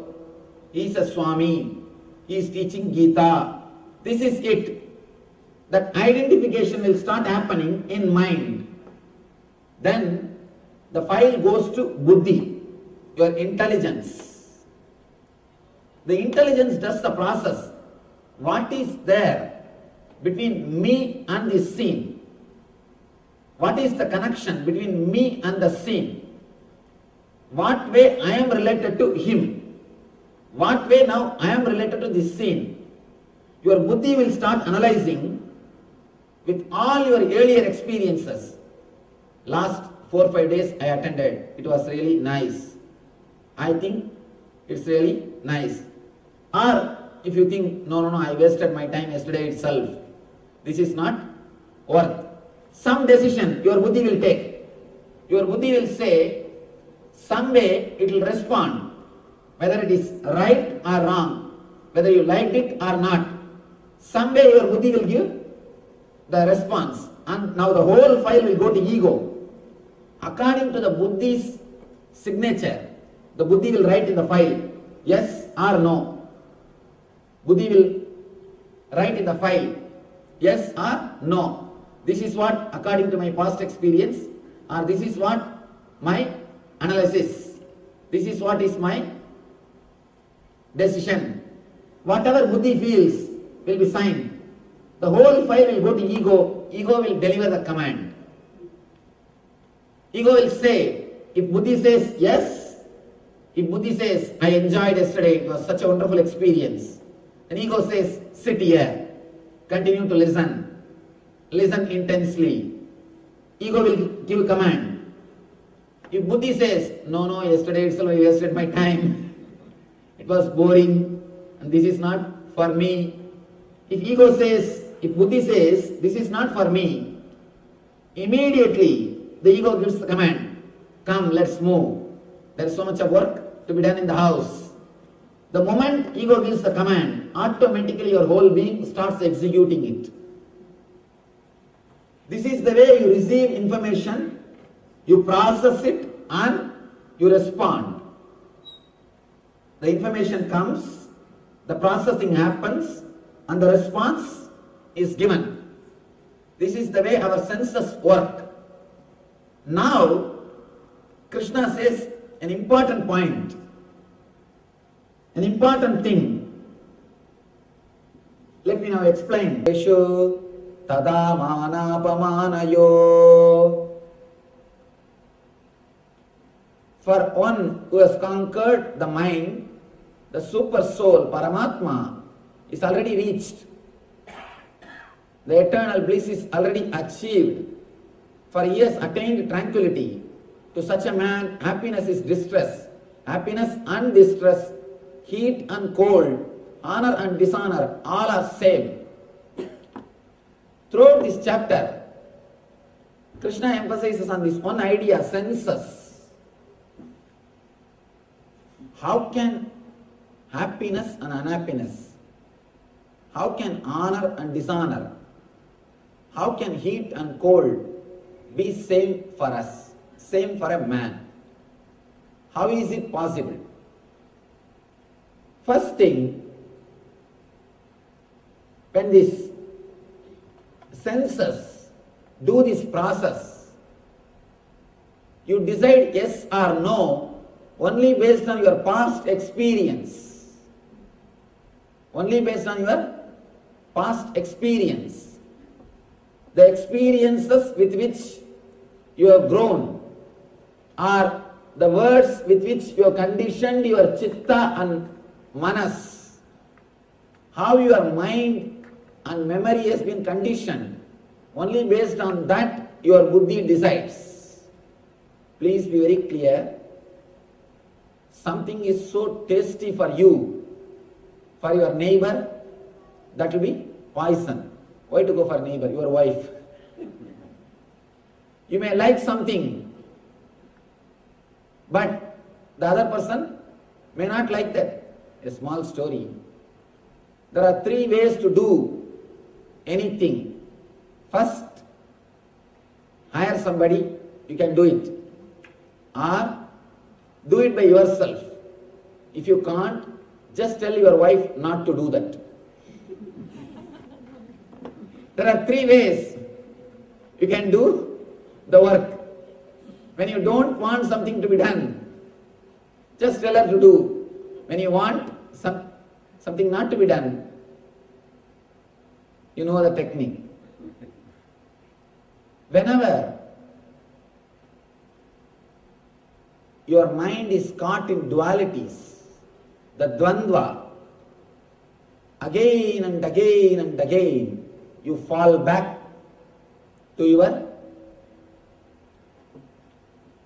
dilemma, to your suffering, to your nature, to your instinct level.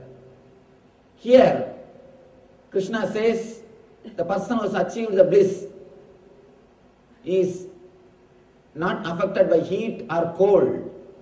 How to reach that state? Throughout this chapter, he is speaking only about senses. How to conquer the senses, how to go beyond the senses. First thing we need to understand, when I say the word conquering the senses, I don't mean controlling the senses or destroying the senses. If you try controlling the senses or destroying the senses, you will only struggle more and more and suffer more and more. Ramana Maharshi says beautifully, instead of killing the person, if you try to destroy the chair, destroying the chair will not work. Killing the person only will work. Here, your senses are just chair. Your ego is the person who is sitting there. If you try to control your senses, that is not going to work. If you try to control your body, that is not going to work. Krishna says beautifully, for one who has conquered the mind, for him, when he says the word mind, he means the whole ego, the whole setup, where the decision making is happening. Mind, buddhi and ego. This is the spot where the decision making is happening. When you just try to conquer the senses, again and again and again you will be a failure. You will be a worst failure. And one more thing, if you have failed 2-3 times, you will lose the confidence. If you fail fighting with your senses, automatically you will lose the confidence. You will start thinking, it is never possible. I can never achieve it. You need intelligence to progress in this path. If you try to work from the wrong side, if you try to work from the side of senses, you will never be able to succeed. It's like if you try to create more pressure on the cooker, you will not be able to succeed. First you need to remove the fire. You need to remove the fire. You need to stop the energy supply. Here, the ego or the buddhi, the place from where you take the decision, that from there continuously the decisions are supplied to your senses. All you need to do is to work on the level of mind, not in the level of senses. If you try to work in the level of senses, you will create only more and more perverted desires. For example, man who tries to control is eating. The man who tries to fast, you will see in the dream you will be feasting. If you just fast for 4 days, that's enough. In the 5th day in the dream you will be feasting, because your body has got its own balance. Your body has its own intelligence. If you avoid something, it has to supply and it has to rejuvenate itself. If you are hungry, you can't sleep. If you have to continue to be in that state of sleep, your body should believe. You should be made to believe you are not hungry. So your unconscious energy creates the dream as if you are feasting. You are eating. Whatever you deprive, your unconscious will satisfy itself in the dream state. Because in the dream state there is no police, there is no state, there is nobody to control you. You just project your world and enjoy it. You just do whatever you want. An important thing, if you are suppressing anything, be very clear, in the dream automatically it will express. Dream is nothing but your suppressions. Dream is nothing but the expression of your suppressed desire and fear. Your fear or desire, when you suppress it, it expresses in dream.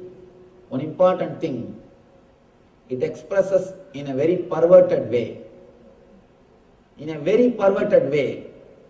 With the senses, you will never become tired. If you enjoy through dream, if you are frightened through dream, your whole being will suffer.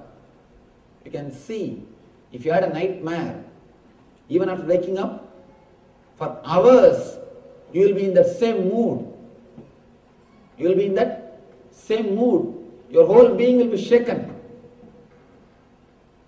Now, they are coming up with a new concept called fear stroke. Just like paralysis stroke, fear stroke. We do get fear strokes in dreams. We do get fear strokes in dreams. If you are suffering in the dream level, be very clear, there is something seriously wrong in the mind and buddhi level. You are trying to control the senses instead of controlling the mind. Instead of removing the fire, you are trying to create pressure. All we need to do is to work on the mind, to remove the fire, to stop the supply of fuel, to stop the supply of energy. Krishna says, for the one who has conquered the mind, for the one whose mind has started doing the right processing, if your mind and chitta is filled with past memories, you cannot take right decision. Please be very clear. Don't think mind takes the decision only in a very logical way. Sometimes your buddhi takes decisions in a very funny way. For example, I was explaining how you take the decision whether to sit here or not. Sometimes your buddhi doesn't even think that much. If you had any problem with any other Swami or with any other person who was wearing this cloth, suddenly that memory will be awakened and your buddhi is not even ready to sit and listen. Your buddhi is not even ready to give a chance. Your buddhi is not even ready to think. Immediately it gives the order. Your ego gives the order. That's what I call prejudice. Changing the servants, you can't change the leader. But by changing the leader, you can change servants. Mind is the leader who is leading. Mind is a master who is taking decisions. Here all you need to do is work on the mind, not on senses. Krishna says, for the one who has conquered the mind, the Paramatman is achieved. You don't need to achieve the bliss. It is there always with you. If it has to be achieved, there is every possibility it can be lost again. What is the guarantee? It will be there forever. Be very clear. Anything if you have to achieve, it is not worth achieving. Anything if it is your nature, then realize it. If it is to be achieved, there is every possibility. After 10 days it may be lost. Suddenly it may disappear. So here, Krishna says, all you need to do is conquer your mind. You don't need to achieve. I always tell people, Ananda Spurana is continuously happening. The bliss flowering is continuously happening. Spurana means life. The life energy. Your very life energy is bliss. Unless you have the bliss energy in you, you cannot inhale or exhale. The inhaling and exhaling itself happens because of bliss energy in you. The eternal consciousness in you. All you need to do is you are stopping that bliss fountain again and again. All you need to do is just stop the stopping process, that's all. You don't need to create. Stop the stopping process. Here Krishna says, if you just conquer the mind, that is enough. The Paramatman is already achieved. Jitatmana prasantasya paramatma samahitaha. It is already achieved and you are with it. There is nothing to be achieved. When you conquer the mind, the happiness and distress, both are one and the same. You are not touched by it. A small story. How the happiness and sorrow is nowhere related to outer world. It's related to our inner world. Very beautiful story. One old man went to nearby city for some work. When he came back to his village, from distance, suddenly he saw his house is on fire. And he started shouting, screaming, he started rolling on the ground and started weeping. His son came to him and said, "Father, don't worry. Don't you remember just yesterday we sold that house? Just yesterday we sold that house." Immediately he sat up, wiped the tears, and in a single moment the suffering has disappeared. No misery, no sorrow. He says, "Oh, now I remembered. Yes, don't. Yes, I am relaxed." In 10 minutes, the next son comes and he says, "Father, yes, we sold, but we have not yet got the money." "You have not yet got the money." Again this fellow started rolling on the ground, started weeping. "Oh, what happened to my house? I don't know what will happen. I don't know who will care for me. I don't know how to save myself." He started weeping.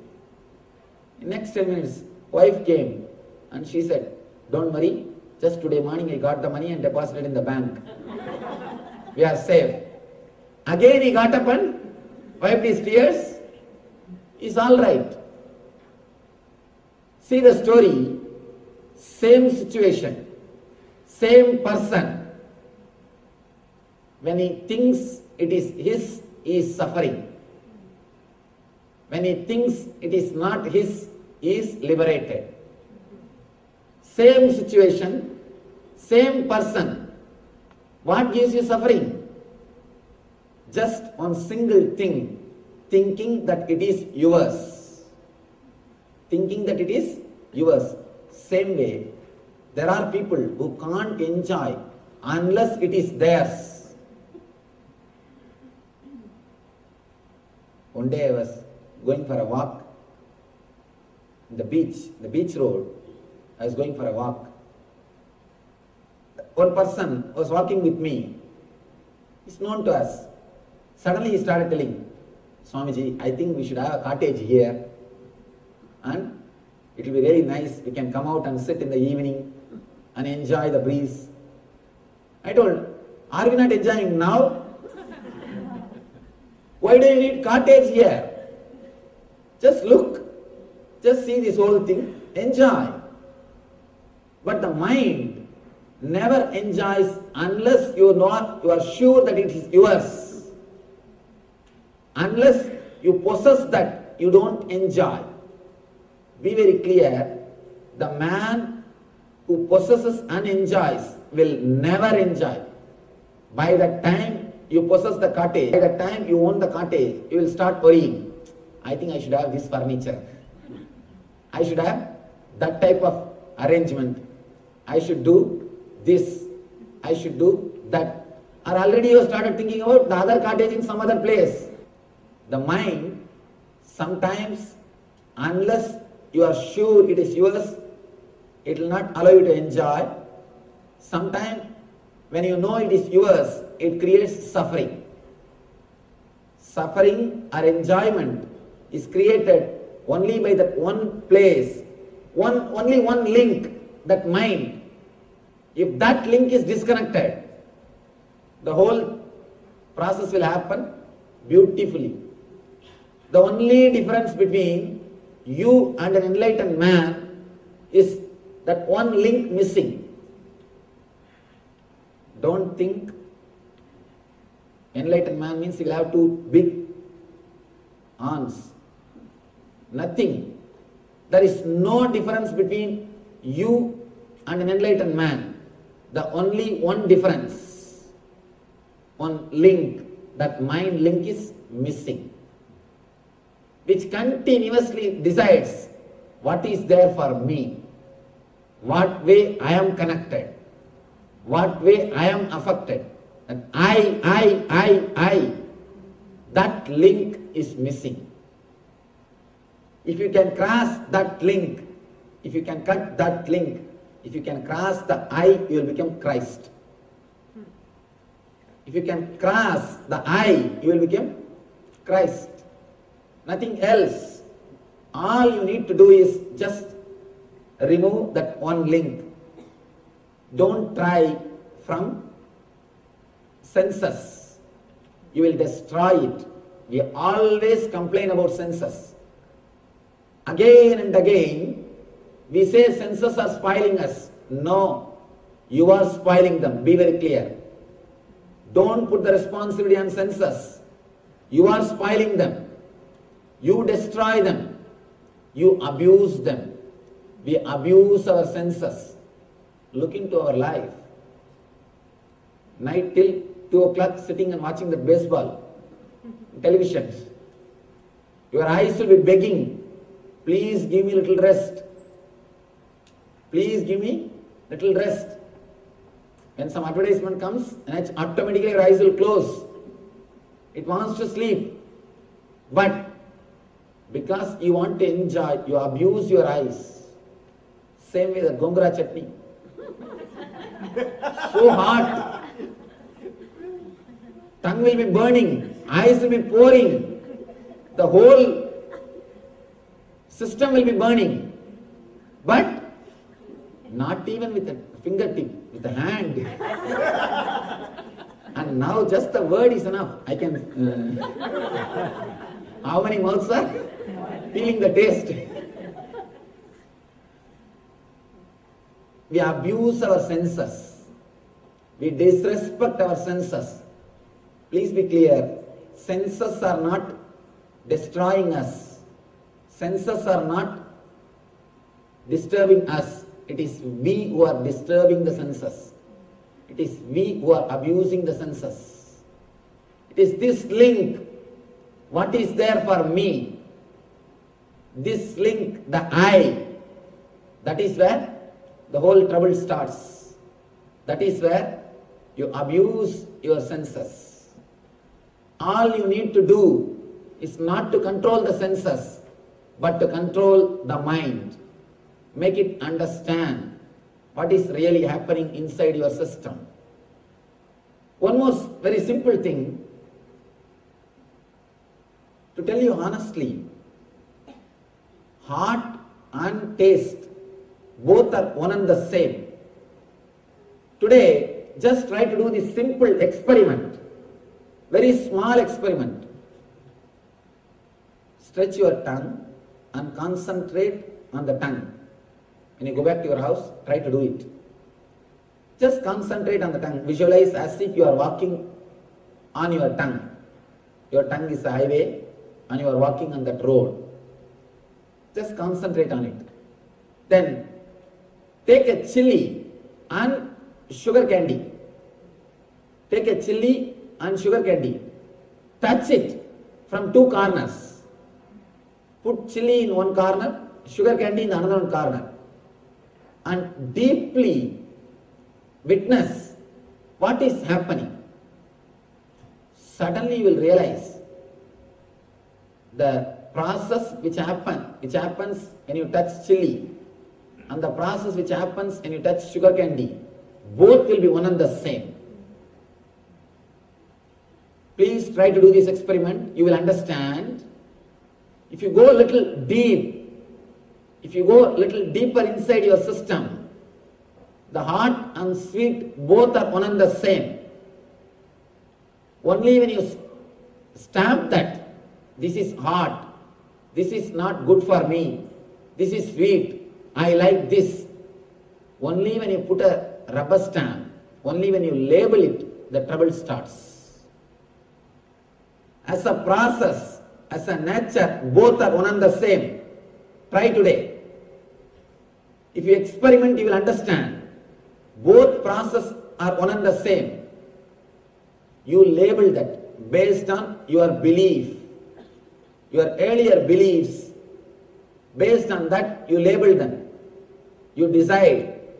You downhole your experiences based on your recorded memory. Suddenly you decide, this is not good for me. Then you start thinking it is not good for you. And you really start feeling it is not good for you. One more thing we need to understand. Your thoughts are creating your senses. Your mind creates your senses. Don't think you are living with what you have. You create what you want to have. You are not living with what you have. You are creating what you want to have. Your thoughts are so powerful. Your mind is so powerful. It can change the whole body. It can just change the whole body. For example, one thought just now, try to think a person who creates disturbance in you or your enemy. Person who took money from you, not giving back. A person who gave you money and asking it back. Just remember that person. Immediately you can see the change happening inside your system. The whole chemistry is changing. Blood is boiling. BP is rising. Heartbeat is rising. Pulse rate is increasing. Just one thought. Your whole system is changing. A single thought can change the whole chemistry. Or one thought which creates lust. One board or one hoarding is enough. Immediately your whole body chemistry changes. Your whole body is now ready. Please be very clear. Single thought can change the chemistry of your body. Your body is again and again created by your thoughts. It is your thoughts which creates the body. That is why in India there is a great science called Samudrika Lakshana. Seeing the body, seeing your face, seeing your way of standing, sitting and walking, they will tell the quality of you. They will tell everything about your mind. Because the rishis know the secret. The mind creates the body. It is your mind which creates the body. Body is the outer expression of mind. Body is nothing but outer expression of mind. Mind is nothing but inner experience of body. So if your mind changes, your whole body can be changed. Your whole system can be changed. Your whole senses will be changed. A man whose mind is controlled, whose mind is clearly reprogrammed according to the spiritual ideas. If you reprogram your mind, as on now, it is programmed for misery, towards dukkha. It is looking outward. If you can reprogram them to look in, towards bliss, your whole senses can be changed. Your whole senses can be changed. Please be very clear. All we need to do is just reprogram your mind to look in. That is the gist of the whole thing.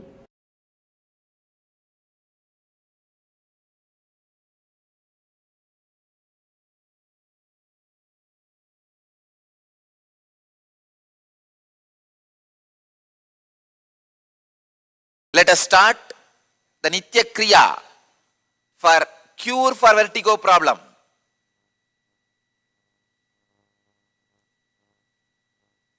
First, Koraka Jali Asanam. Koraka Jali Asanam. Please understand.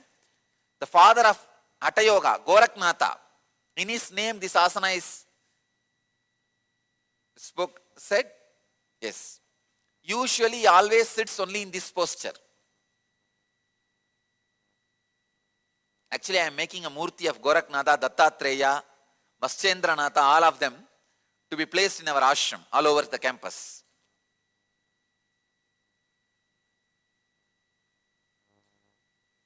This is the posture.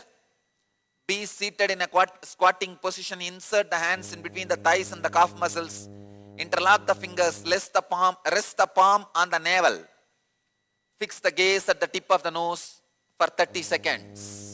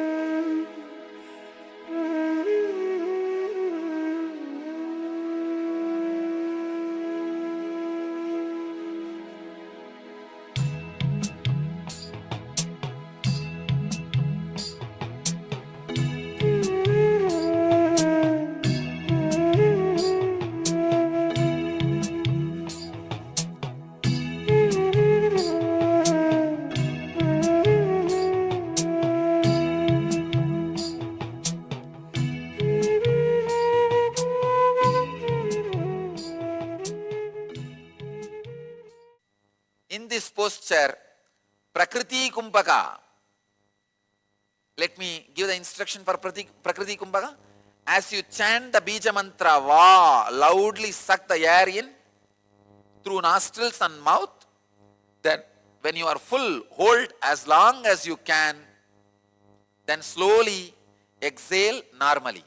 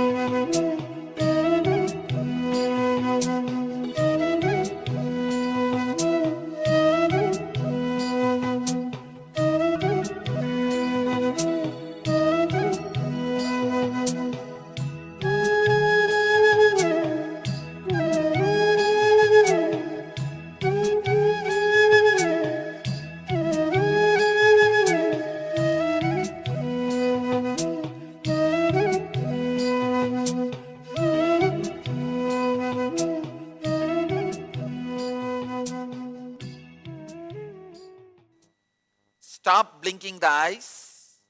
Concentrate on your nose as strongly as you can, tip of the nose for 2 minutes.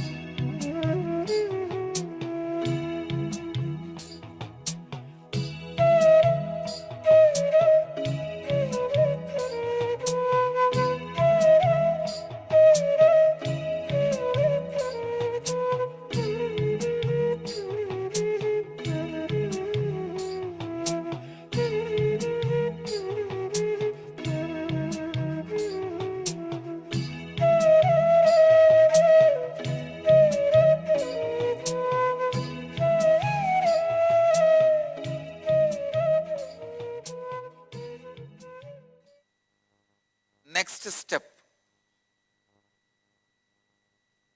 change the asana. Kanipava asana. Rest the hands on the ground with comfortable distance between them. Bend the elbows. Raise the legs off the ground. Let the knees touch the respective elbows. Balance the whole body. 30 seconds.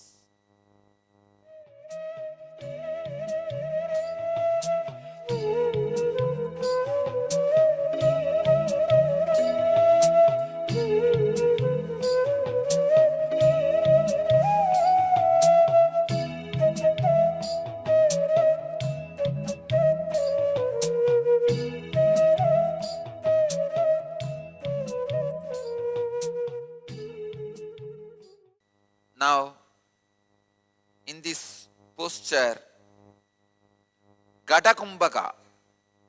Gada Kumbhaka is inhale through both the nostrils, hold the breath, exhale through right nostril. Please understand, inhale through both, hold the breath and exhale through right.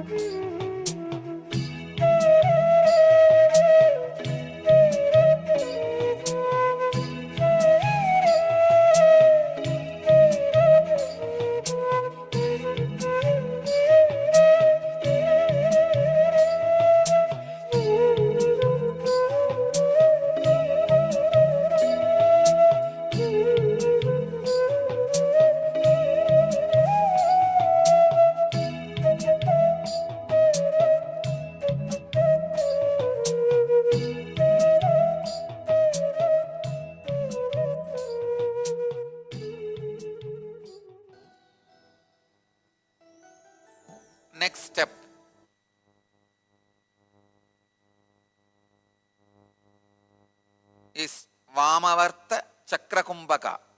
Let me give you the instruction, please understand.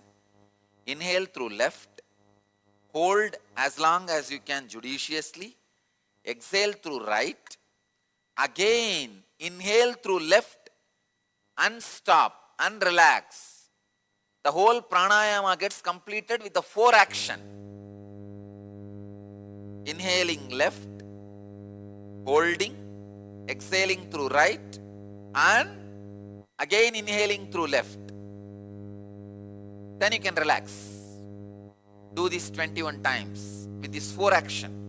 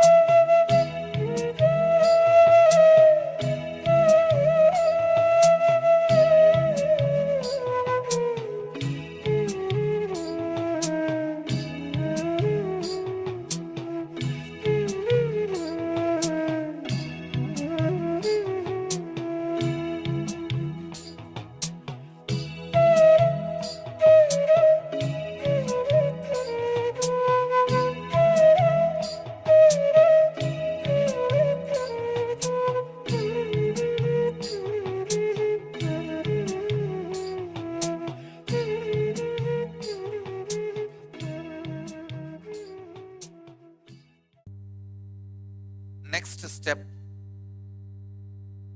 Dakshinavarta Kumbhaka. Now please understand, Inhale through right nostril, hold as long as you can judiciously, exhale through left nostril. Inhale through right, hold and exhale through left. Repeat 21 times.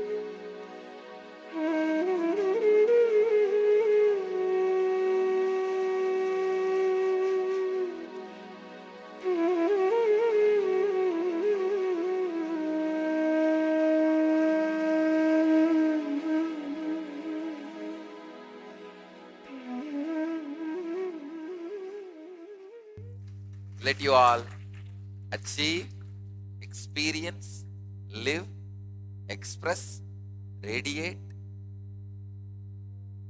and share the eternal bliss, Nityananda. Thank you.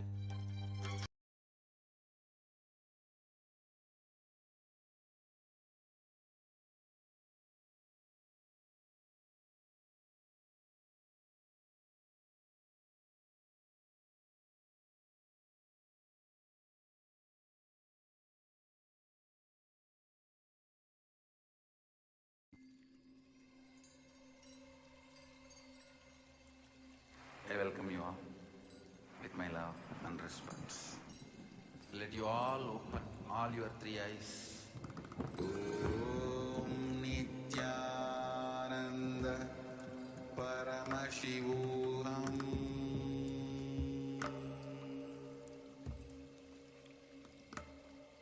Om Nityananda Paramashivoham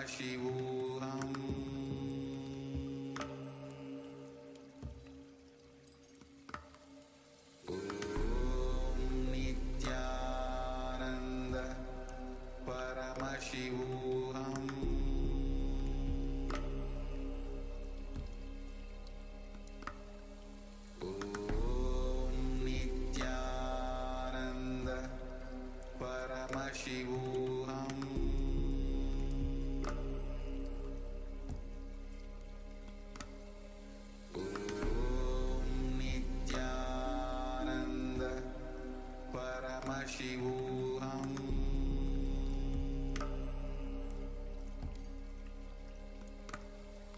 Om Nityananda Paramashivoham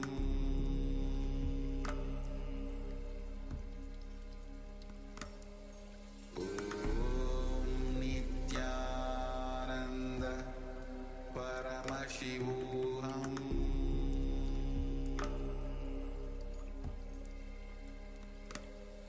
Om Nityananda Paramashivoham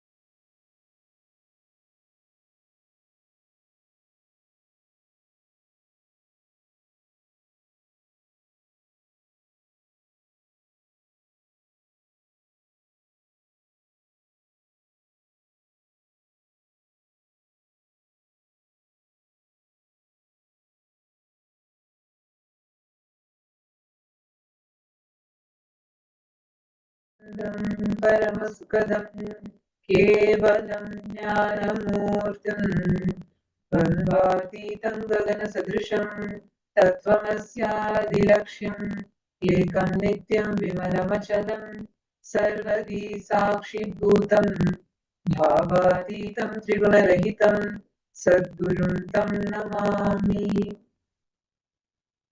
Nityananda, we welcome all the participants, viewers, every one of you that are here with us for this very special segment that we have. Now we're going to be preparing ourselves, or I should say, where we're going to be learning, and we're going to be understanding about what you can expect in the Paramashivoham program. The whole Kailasa is buzzing with this one word, Paramashivoham. What it means to be part of Paramashiva's Sena, what it means to be part of his army, his people. And we have thousands of people that have started applying from all over the world. We actually have it happening in 2 different locations, one in India, one in the US and Los Angeles.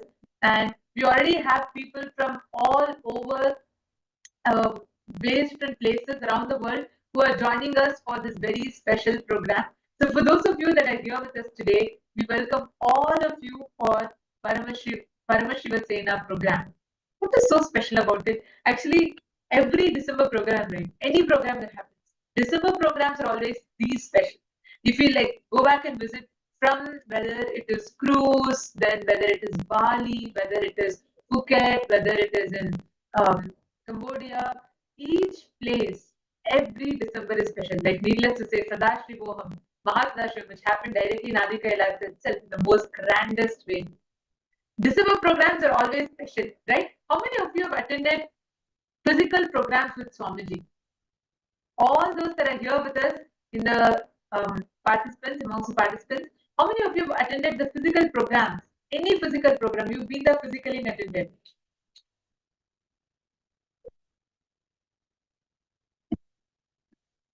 Ma Gabriel Harris, Ma Shobhana Saxena, Ma Jinhao, Nityanandam, Ma Wong Kalili, Ma Maluhya Mauna, Ma Margarita. Can I request everyone to come on camera? Come on, all the participants that are here, I request every one of you to come on camera. Please settle down.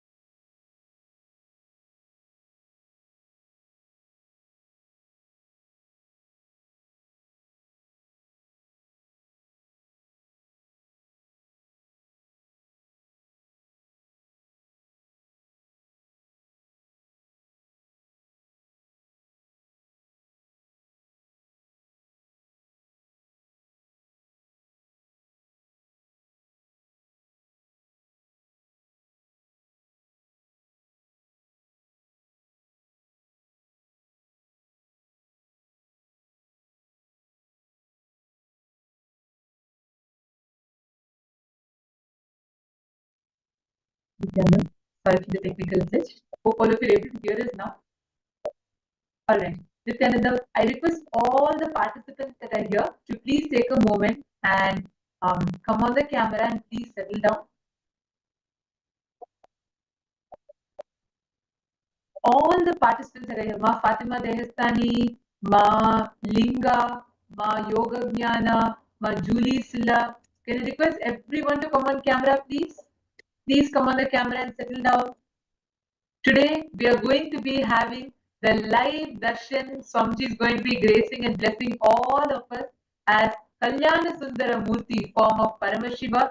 I request every one of you, all the participants, each of you to please be seated, settle down.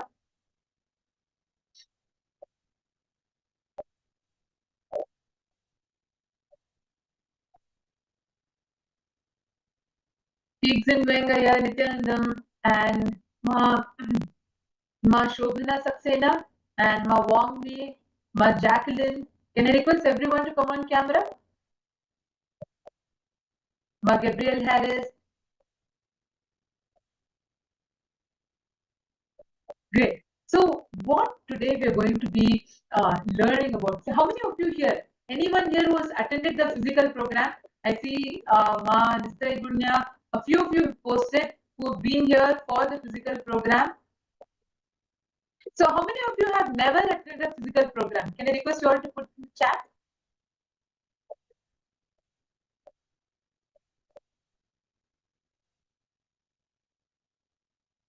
How many of you have never been in a physical program? Like you've never been physically around Swamiji, you've never experienced it. My real person, I have participated in the program in the initiation Navikela Meditating. Oh wow, very nice. Marian was wonderful. And Mark Gabriel, have you been part of any of the program?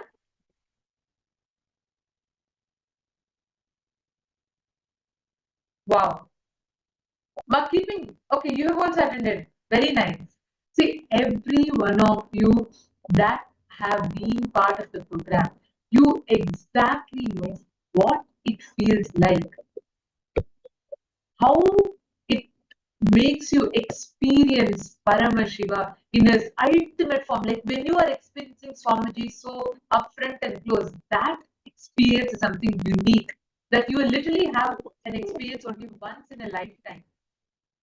How many of you see everyone that is here? The moment you decide to, like Swami says, inner awakening doesn't start when you go there. The moment you decide to go to inner awakening, your inner awakening starts then and there.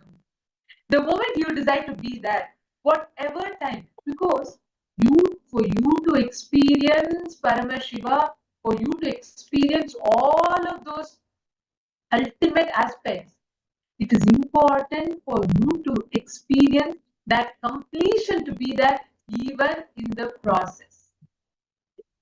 So every one of you that are here, if you have decided to be part of Paramashiva Sena, you have decided to experience the peak possibilities. To every one of you, all the participants, every one of you that are here, just join, be part, become a part of Paramashiva Sena. You will experience amazing. You will have phenomenal shift in the way how you experience Paramashiva, the way how you experience Swamiji, the ultimate manifestation of Paramashiva. You can have you can say, okay, I'll attend Paramashivoham. Yes, that's great. But it's still, you are where you are, think from where you are, and you're going to be attending the session and you will be understanding. That is one.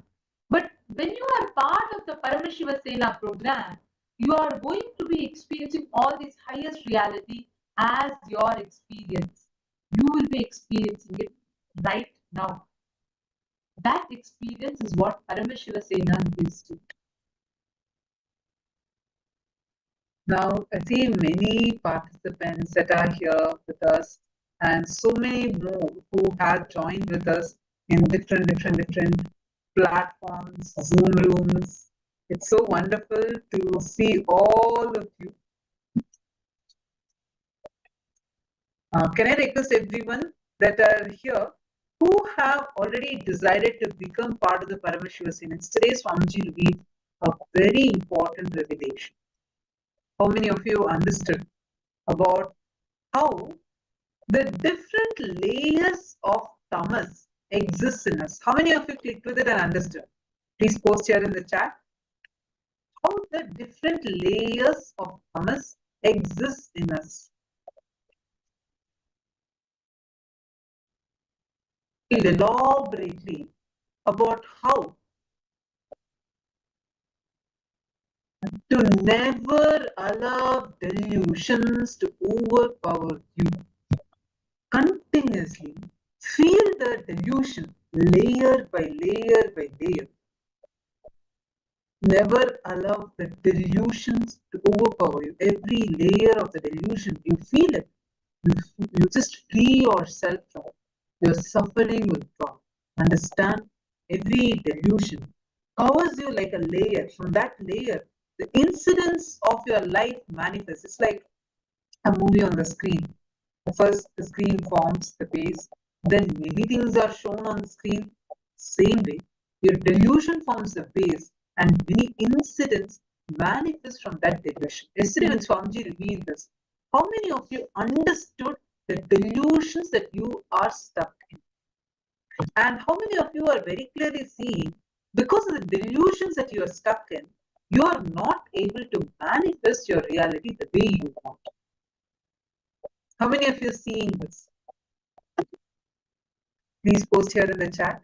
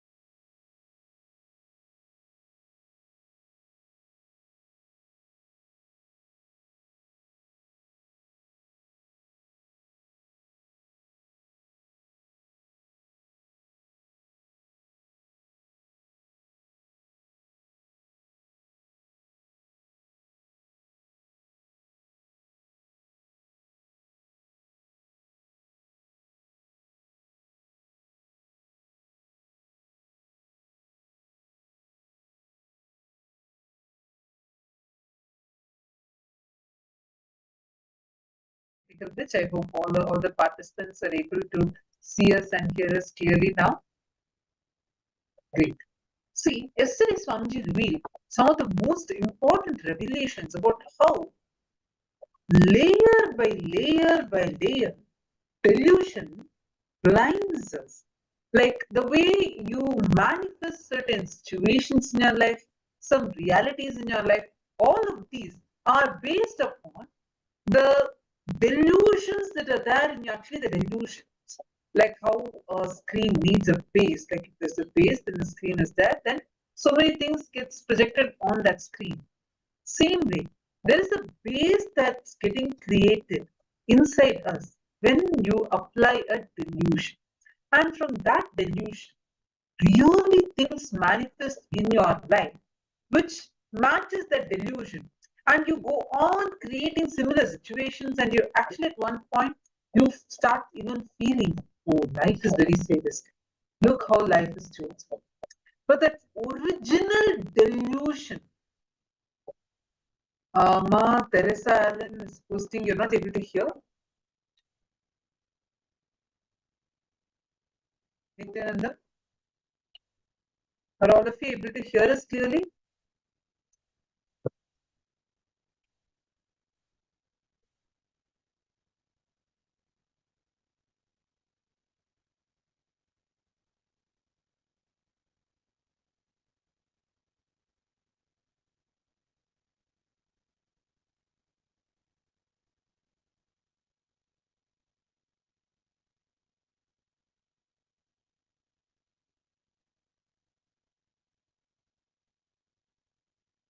Nityanandam, okay, great, thank you all. See, a very important thing, the satsang that Swamiji gave yesterday is too important. That's why we're repeating this, because it's so, every word Swamiji said yesterday and every single powerful cognition that Swamiji gave, all these are extremely important. And because of these powerful cognitions, powerful revelations that Swamiji gave, it's like a very, very powerful way you can just decide and break free from the delusions that you're stuck. So many times your restrictive patterns, whether you may be having a desire to manifest wealth, to become a very wealthy person, you may be having a desire that you're not really wanting something big, but you just want to experience completion with your relationship, someone that's very close to you. And there's nothing wrong with having that desire. But the problem comes when the original delusion is forgotten. So when you fall into the original delusion, it's like suddenly you're inside, like you just start visualizing, dreaming that you are inside a game set, like a video game. You visualize yourself being inside, and there you're fighting with enemies, you're going through different situations, all these, and you go on suffering there. Oh my God, why am I struggling like this? Why this? So many people are attacking me. Why am I stuck in such a situation? Array, the first fundamental delusion, you started imagining, visualizing that, and then you think as if you are powerless in that whole thing. Understand? You are responsible for you to enter into the dream state. You may not be responsible for what's happening in the dream state, but you are responsible for entering into the dream state. How many of you remember the different layers of tamas that Swamiji explained about yesterday? Swamiji explained different layers by layers. Can I request all of you to post here in the chat? Whatever you understood from that, because Swamiji went to the next layers, how deeper and deeper and deeper it goes, and more stronger and stronger and stronger it becomes. Nityan, the margin, how? Nice to see you. Do you remember what did Swamiji tell yesterday? Swamiji told a very powerful Nityananda. What did Swamiji tell yesterday about how the different layers are there? Tamas. Come on, let's see who's posting. Swamiji gave one example. I'll give you all an example. Swamiji said, wow, the tamas that puts you into the sleep state, and from that you start dreaming. That's a strong tamas where you're not in your own control. Like this, Swamiji gave 3 more ways how the tamas happens, which are deeper and deeper and deeper layers. What's the second layer that Swamiji mentioned? It's just yesterday's satsang. Let's see who's telling. Come on, Ma Virupaksha, Ma Teresa, Ma Sarojoplish. Please post it here. Rahul Kannaya, do you remember? Yesterday Swamiji said how the tamas becomes deeper and deeper and deeper. What's the second layer? First layer Swamiji told us about sleep. Imagine how that's right.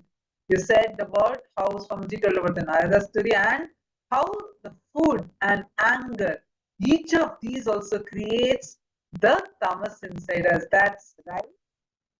The second layer, though, Swamiji mentioned. See, first layer is the sleep. And the second layer that everybody please turn on their camera. Nityanandam, are all of you able to hear us clearly?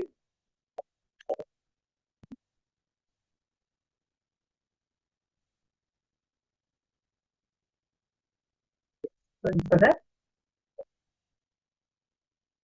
So yesterday Swamiji revealed about how the tamas that's forming in you, the tamas, one is when you are about to sleep. Tamas means the extreme tamas that pushes you to go sleep.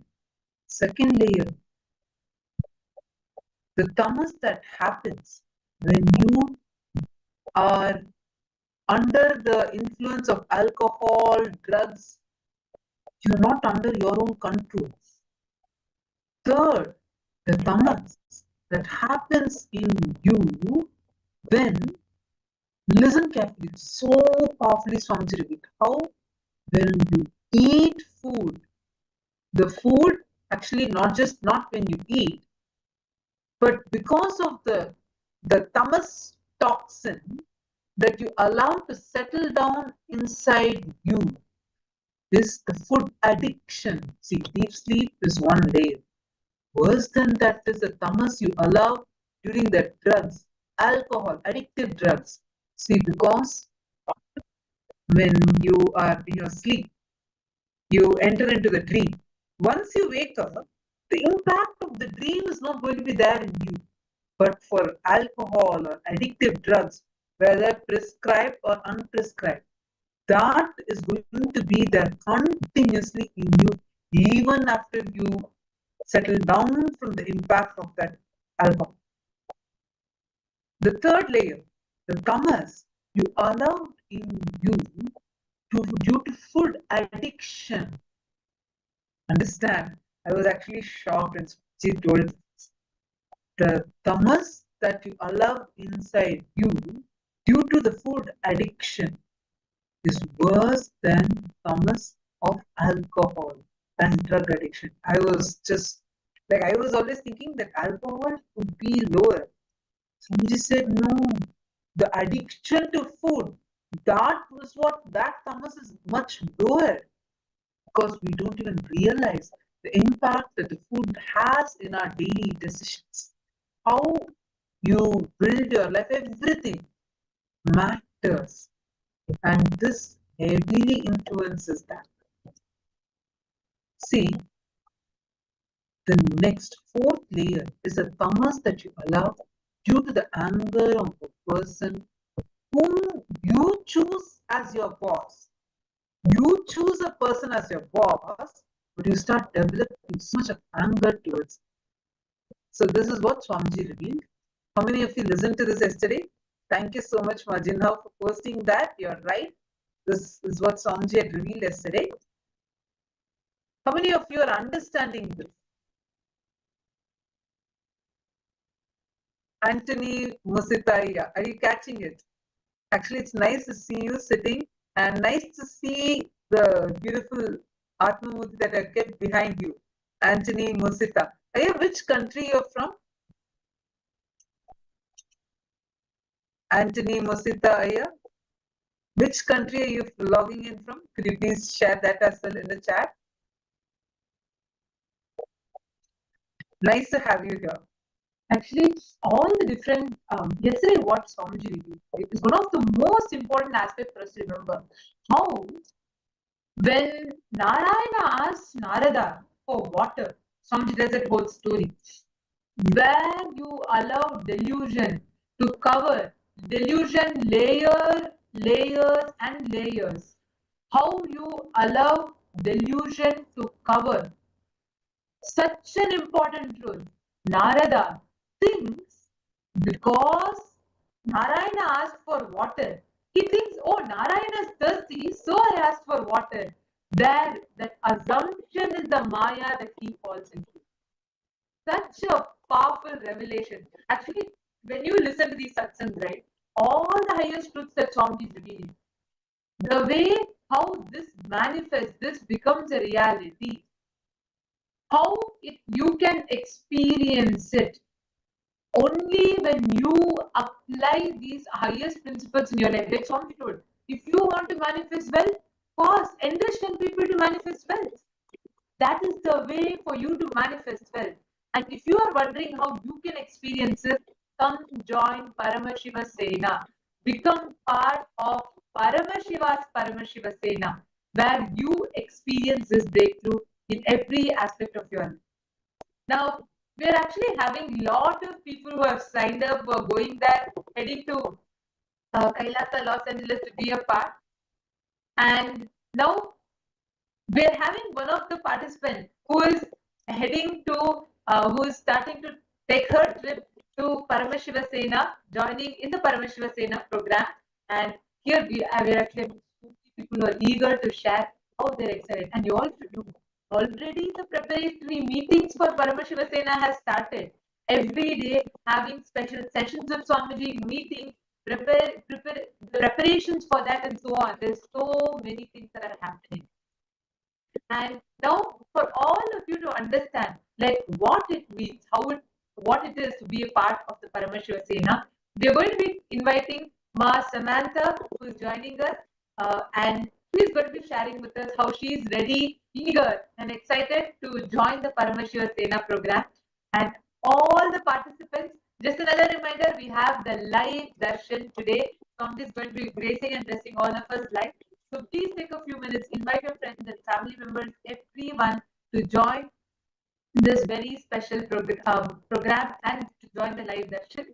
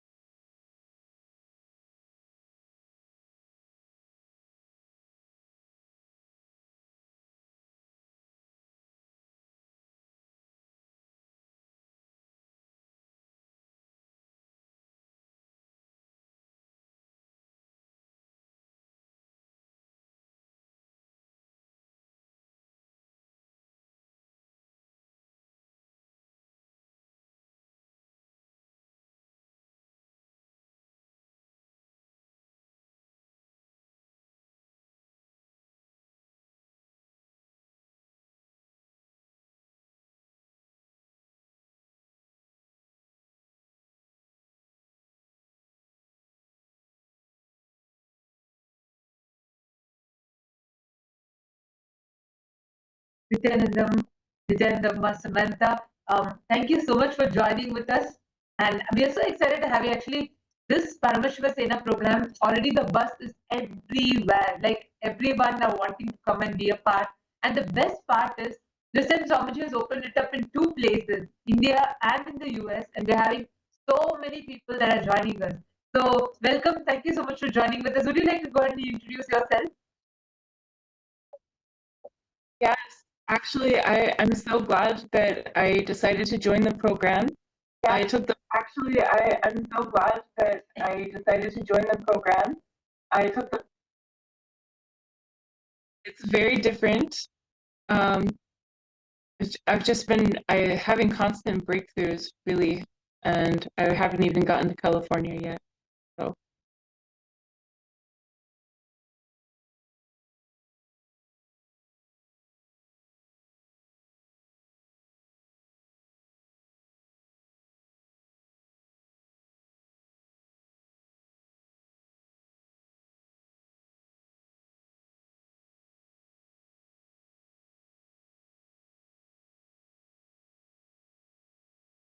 yes, so it's a very exciting time, definitely.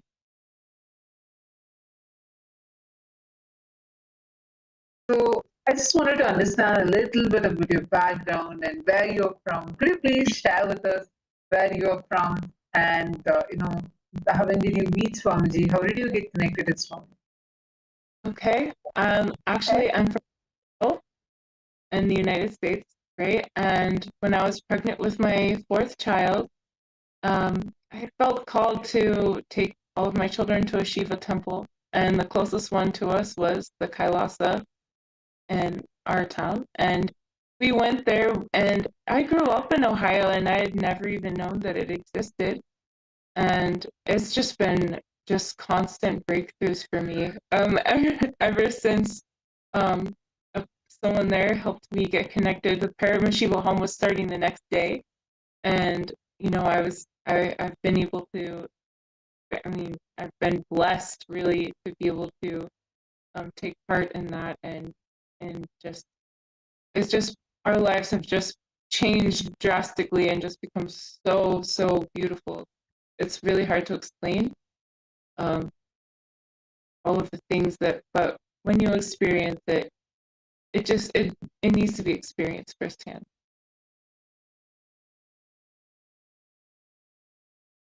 So beautiful, Ma. How would you say, because like being in the US, and it's not very often, it's not very normal that you would like just get connected, you would experience Hinduism. It's rare, right? And even in that, like there's very beautiful saying in Hinduism, the rarest of rare is a human birth. Even in that rarest of rare is a Hindu birth. Even in that rarest of the rare is where you can meet a living avatar, a living incarnation. And you have had the experience of now meeting the living incarnation, and you have been part attending the programs and everything. So far, how has your journey been with Swamiji? What would you say is a major shift, the major breakthroughs that you've had in your life? Oh, a lot of the breakthroughs that I have been having over the past year since beginning my journey deeply into Hinduism, it seems that they've just become deeper and deeper. Like the ones that I've had, they go deeper, right? And maybe it's an infinite possibility of depth. I've been expanding in possibilities and directions for myself that I never would have even like thought possible for me. And even just on the subtlety of experience that a human being has within themselves, it's just so beautiful. Actually, I just also one beautiful aspect of this is the empowerment, the true empowerment that we get. I know personally that so many things that with the grace and blessings of Swamiji, you have been able to overcome many challenges in your personal life, and now feel so empowered that you want to be a part of being the very ambassadors of Swamiji and being part of the Paramashivoham program. How do you feel? Like, normally, do you think for whatever you have faced, do you think if not for this space, you would have ever been able to overcome that? And how different do you feel just being connected to Swamiji and being empowered by all the powerful revelations by Swamiji and now being part of the Paramashivoham program? How does it make you feel as being very empowered compared to your older self? Yes, actually, I'm in awe, really.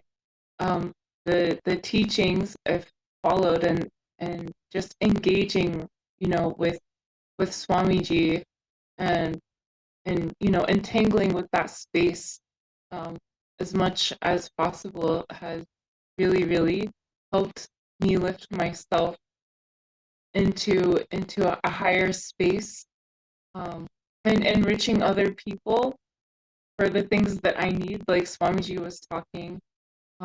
So, for unclutching, right? So it's very easy to just stay unclutched, right?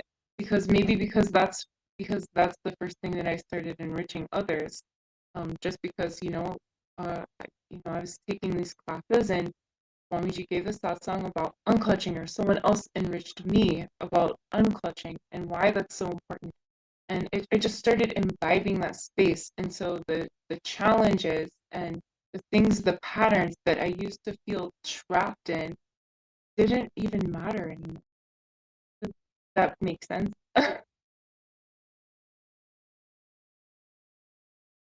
Totally, Ma. And also one thing I would like to hear from you, like what you're sharing is very beautiful. One thing that I would like to hear from you. So, like, what inspires you? Like because you hadn't known much about Hinduism earlier, right? Like somehow there's some spark in you, and now you are here experiencing it in all its glory. Because with Swamiji, everything is the best. So if you want to really experience Hinduism and you're here with Swamiji, so if you see every aspect, Swamiji's scale is just the best. So how is it for you? Like when you see this and when you're tasting or experiencing this? Yeah, so before, as a Westerner, I knew some about him, but any single thing that I knew, I dropped at the door because, learning the authentic traditions and actually getting the transmissions from, this higher frequency and this higher space, it actually, it really, really helps lift you into the space where you can comprehend, whatever you're supposed to be learning in that moment. And Hinduism is so much more beautiful and profound than I ever actually expected or understood previously. It definitely should be experienced by everyone in this context and space, if at all possible. Beautiful and so well put. Also, like you have been a Hindu, like I mean, you've known about Hinduism before you met Swami, right? So there you were a person, a completely new person to Hinduism, and you had introduction to Hinduism on your own, like your self discovery, I would say. And then after meeting Swamiji, it's surely a whole different tangent to experience Hinduism then, right? So how would you differentiate the two? Like because there are many people out there who are watching us live right now who might be like from any country around the world who might not necessarily have an introduction to Hinduism as such, but they would have some ideas by themselves. And how is it to try and experience the divine by yourself? Like trying to explore Hinduism all by yourself versus having an avatar and then experiencing Hinduism, being rest assured that you have the most authentic experience of Hinduism. So, how is that difference for you?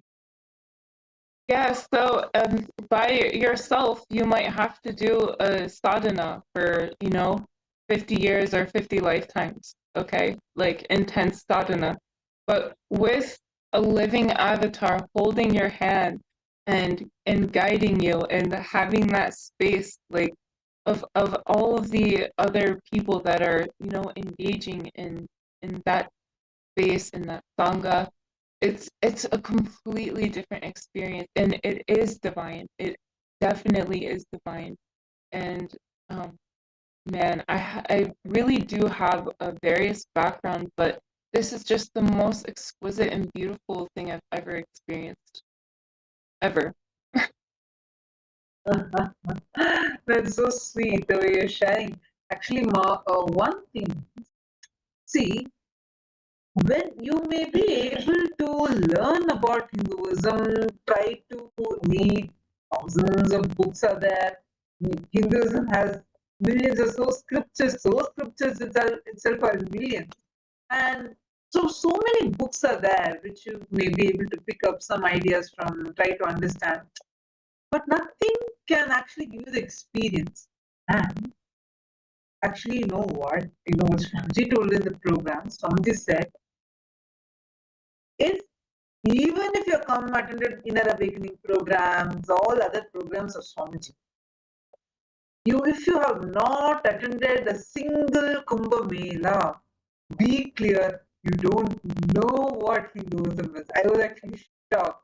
Like Swamiji said, Kumbh Mela is that important because you see Hinduism in a completely different way, and when you are attending it with Swamiji, being part of his Paramashivoham yesterday, actually last few days, we've been having different participants who had attended the previous Kumbh Melas who had come to share their experiences. And they were sharing one thing that I found common. Many things are common. One of the things that they said was how, because they were here, like with Swamiji, and being part of Swamiji's Kumbh Mela, they felt like literally everything felt so special. Because obviously for Swamiji alone in Kumbh Mela. Kumbh Mela is like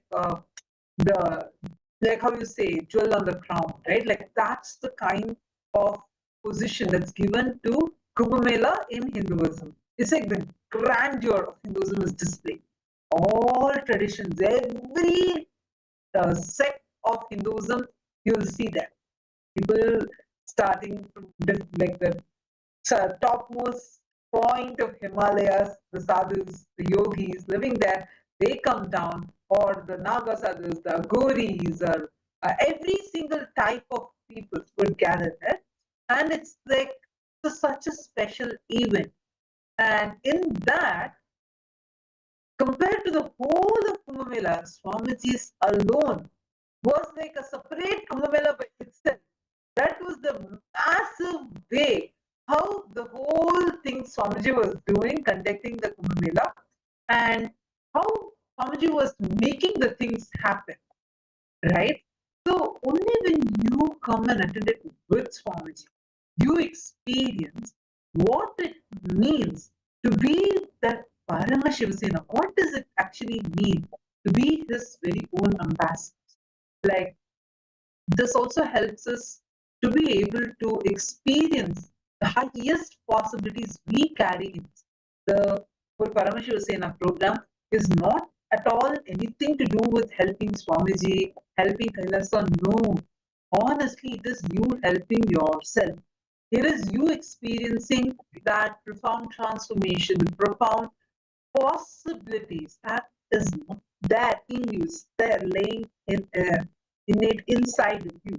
All you need to do is to actually see someone who's on ground, really doing, see, when we say multitasking, for example, you may think multitasking to be something difficult. We may even exaggerate just working in two things at a time is so great. You know, actually, we have personally witnessed how Swamiji does hundreds of things simultaneously. Like there can be 25 parallel things. Swamiji will still be able to attend to all of those together.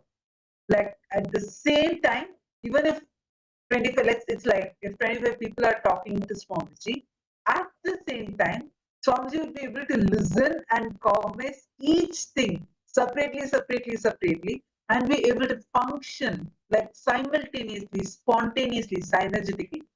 That is the way how single-handedly Swamiji was able to make such a grand Kumbh Mela happen. Now, when you come to the Paramashivoham program, you get to experience that dimension of Swamiji manifesting. Did you attend the meetings with Swamiji last so many days? The Paramashivoham program, since it started, we have been having continuous meetings with Swamiji.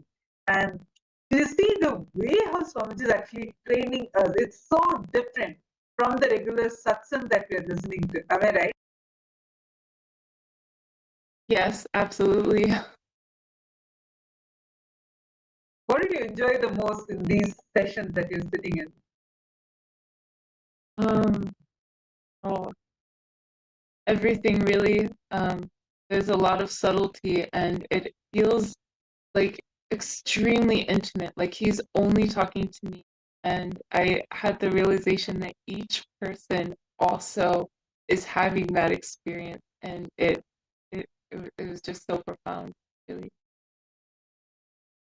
And did you also see, like, just by being part of the Paramashivoham program, how it suddenly feels like you are part of Swamiji's whole circle. Like, it's like, it feels so close, so intimate, and it's like a totally new dimension you experience, which you would have never experienced in any other program. Am I right? Yes, yes. And I when I was attending the Paramashivoham programs, I had that first level experience, and the more things I got involved with, it added another dimension, and this is just extremely beautiful, really. Actually, what has started is not even the tip of the iceberg. It's going to be actually like it's going to be so wild. Like, oh my God. When we were in 2016, that's when I got the blessing to be able to attend the Kumbh Mela with Swamiji. And I had never been to Kumbh Mela prior to that and never experienced that. So when Swamiji had first announced about the program, I was like, yeah, this sounds nice. For me, my whole thing was being with Swamiji. That's the only thing that clicked to me. So that was the only reason why I was like, oh wow, I was so excited that we will get to be around Swamiji. Wherever any program you go, you'll be in Swamiji's presence. That was the only understanding I had. Swamiji spoke so much about Kumbh Mela. Swamiji explained about it. But then, once we went there, the very first entrance, the way how Swamiji entered the campus that day, like it was like lit barren land with very few bare minimum infrastructure, like a temporary one that's put in. How Swamiji came.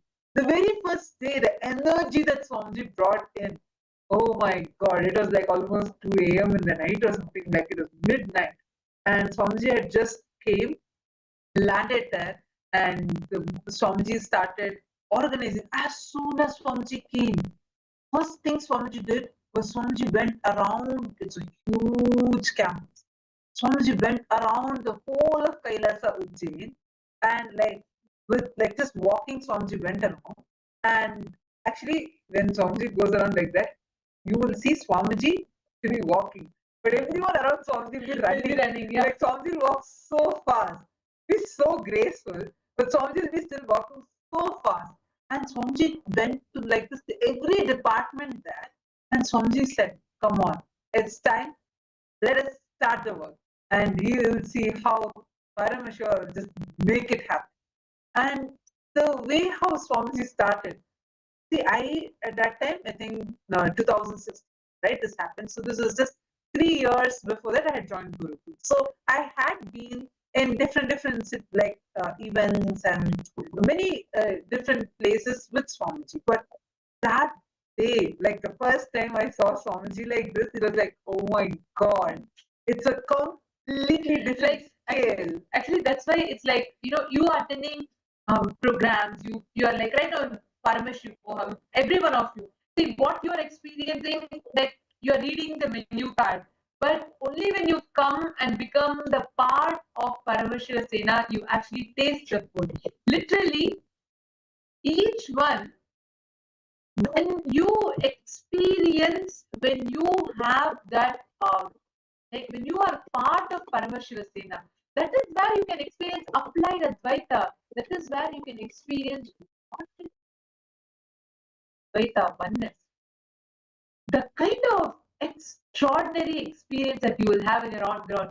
So, Ma Samantha, I should tell you have made the best decision of your life, because surely this 1 month, what you will experience on hands, on the ground, like with Swamiji, the training, the kind of things that you'll be part of, like you were sharing. You already started feeling how special it feels to sit with Swamiji in meeting. Then you can imagine what it will be when you go there on the ground, becoming part of the Paramashivoham. And this, it's not even the trailer. What you started experiencing, it's not even the trailer yet. Like, because what you are going to be experiencing is unimaginable.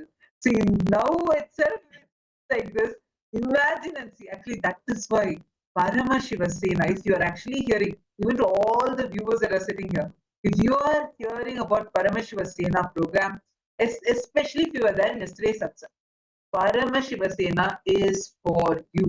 This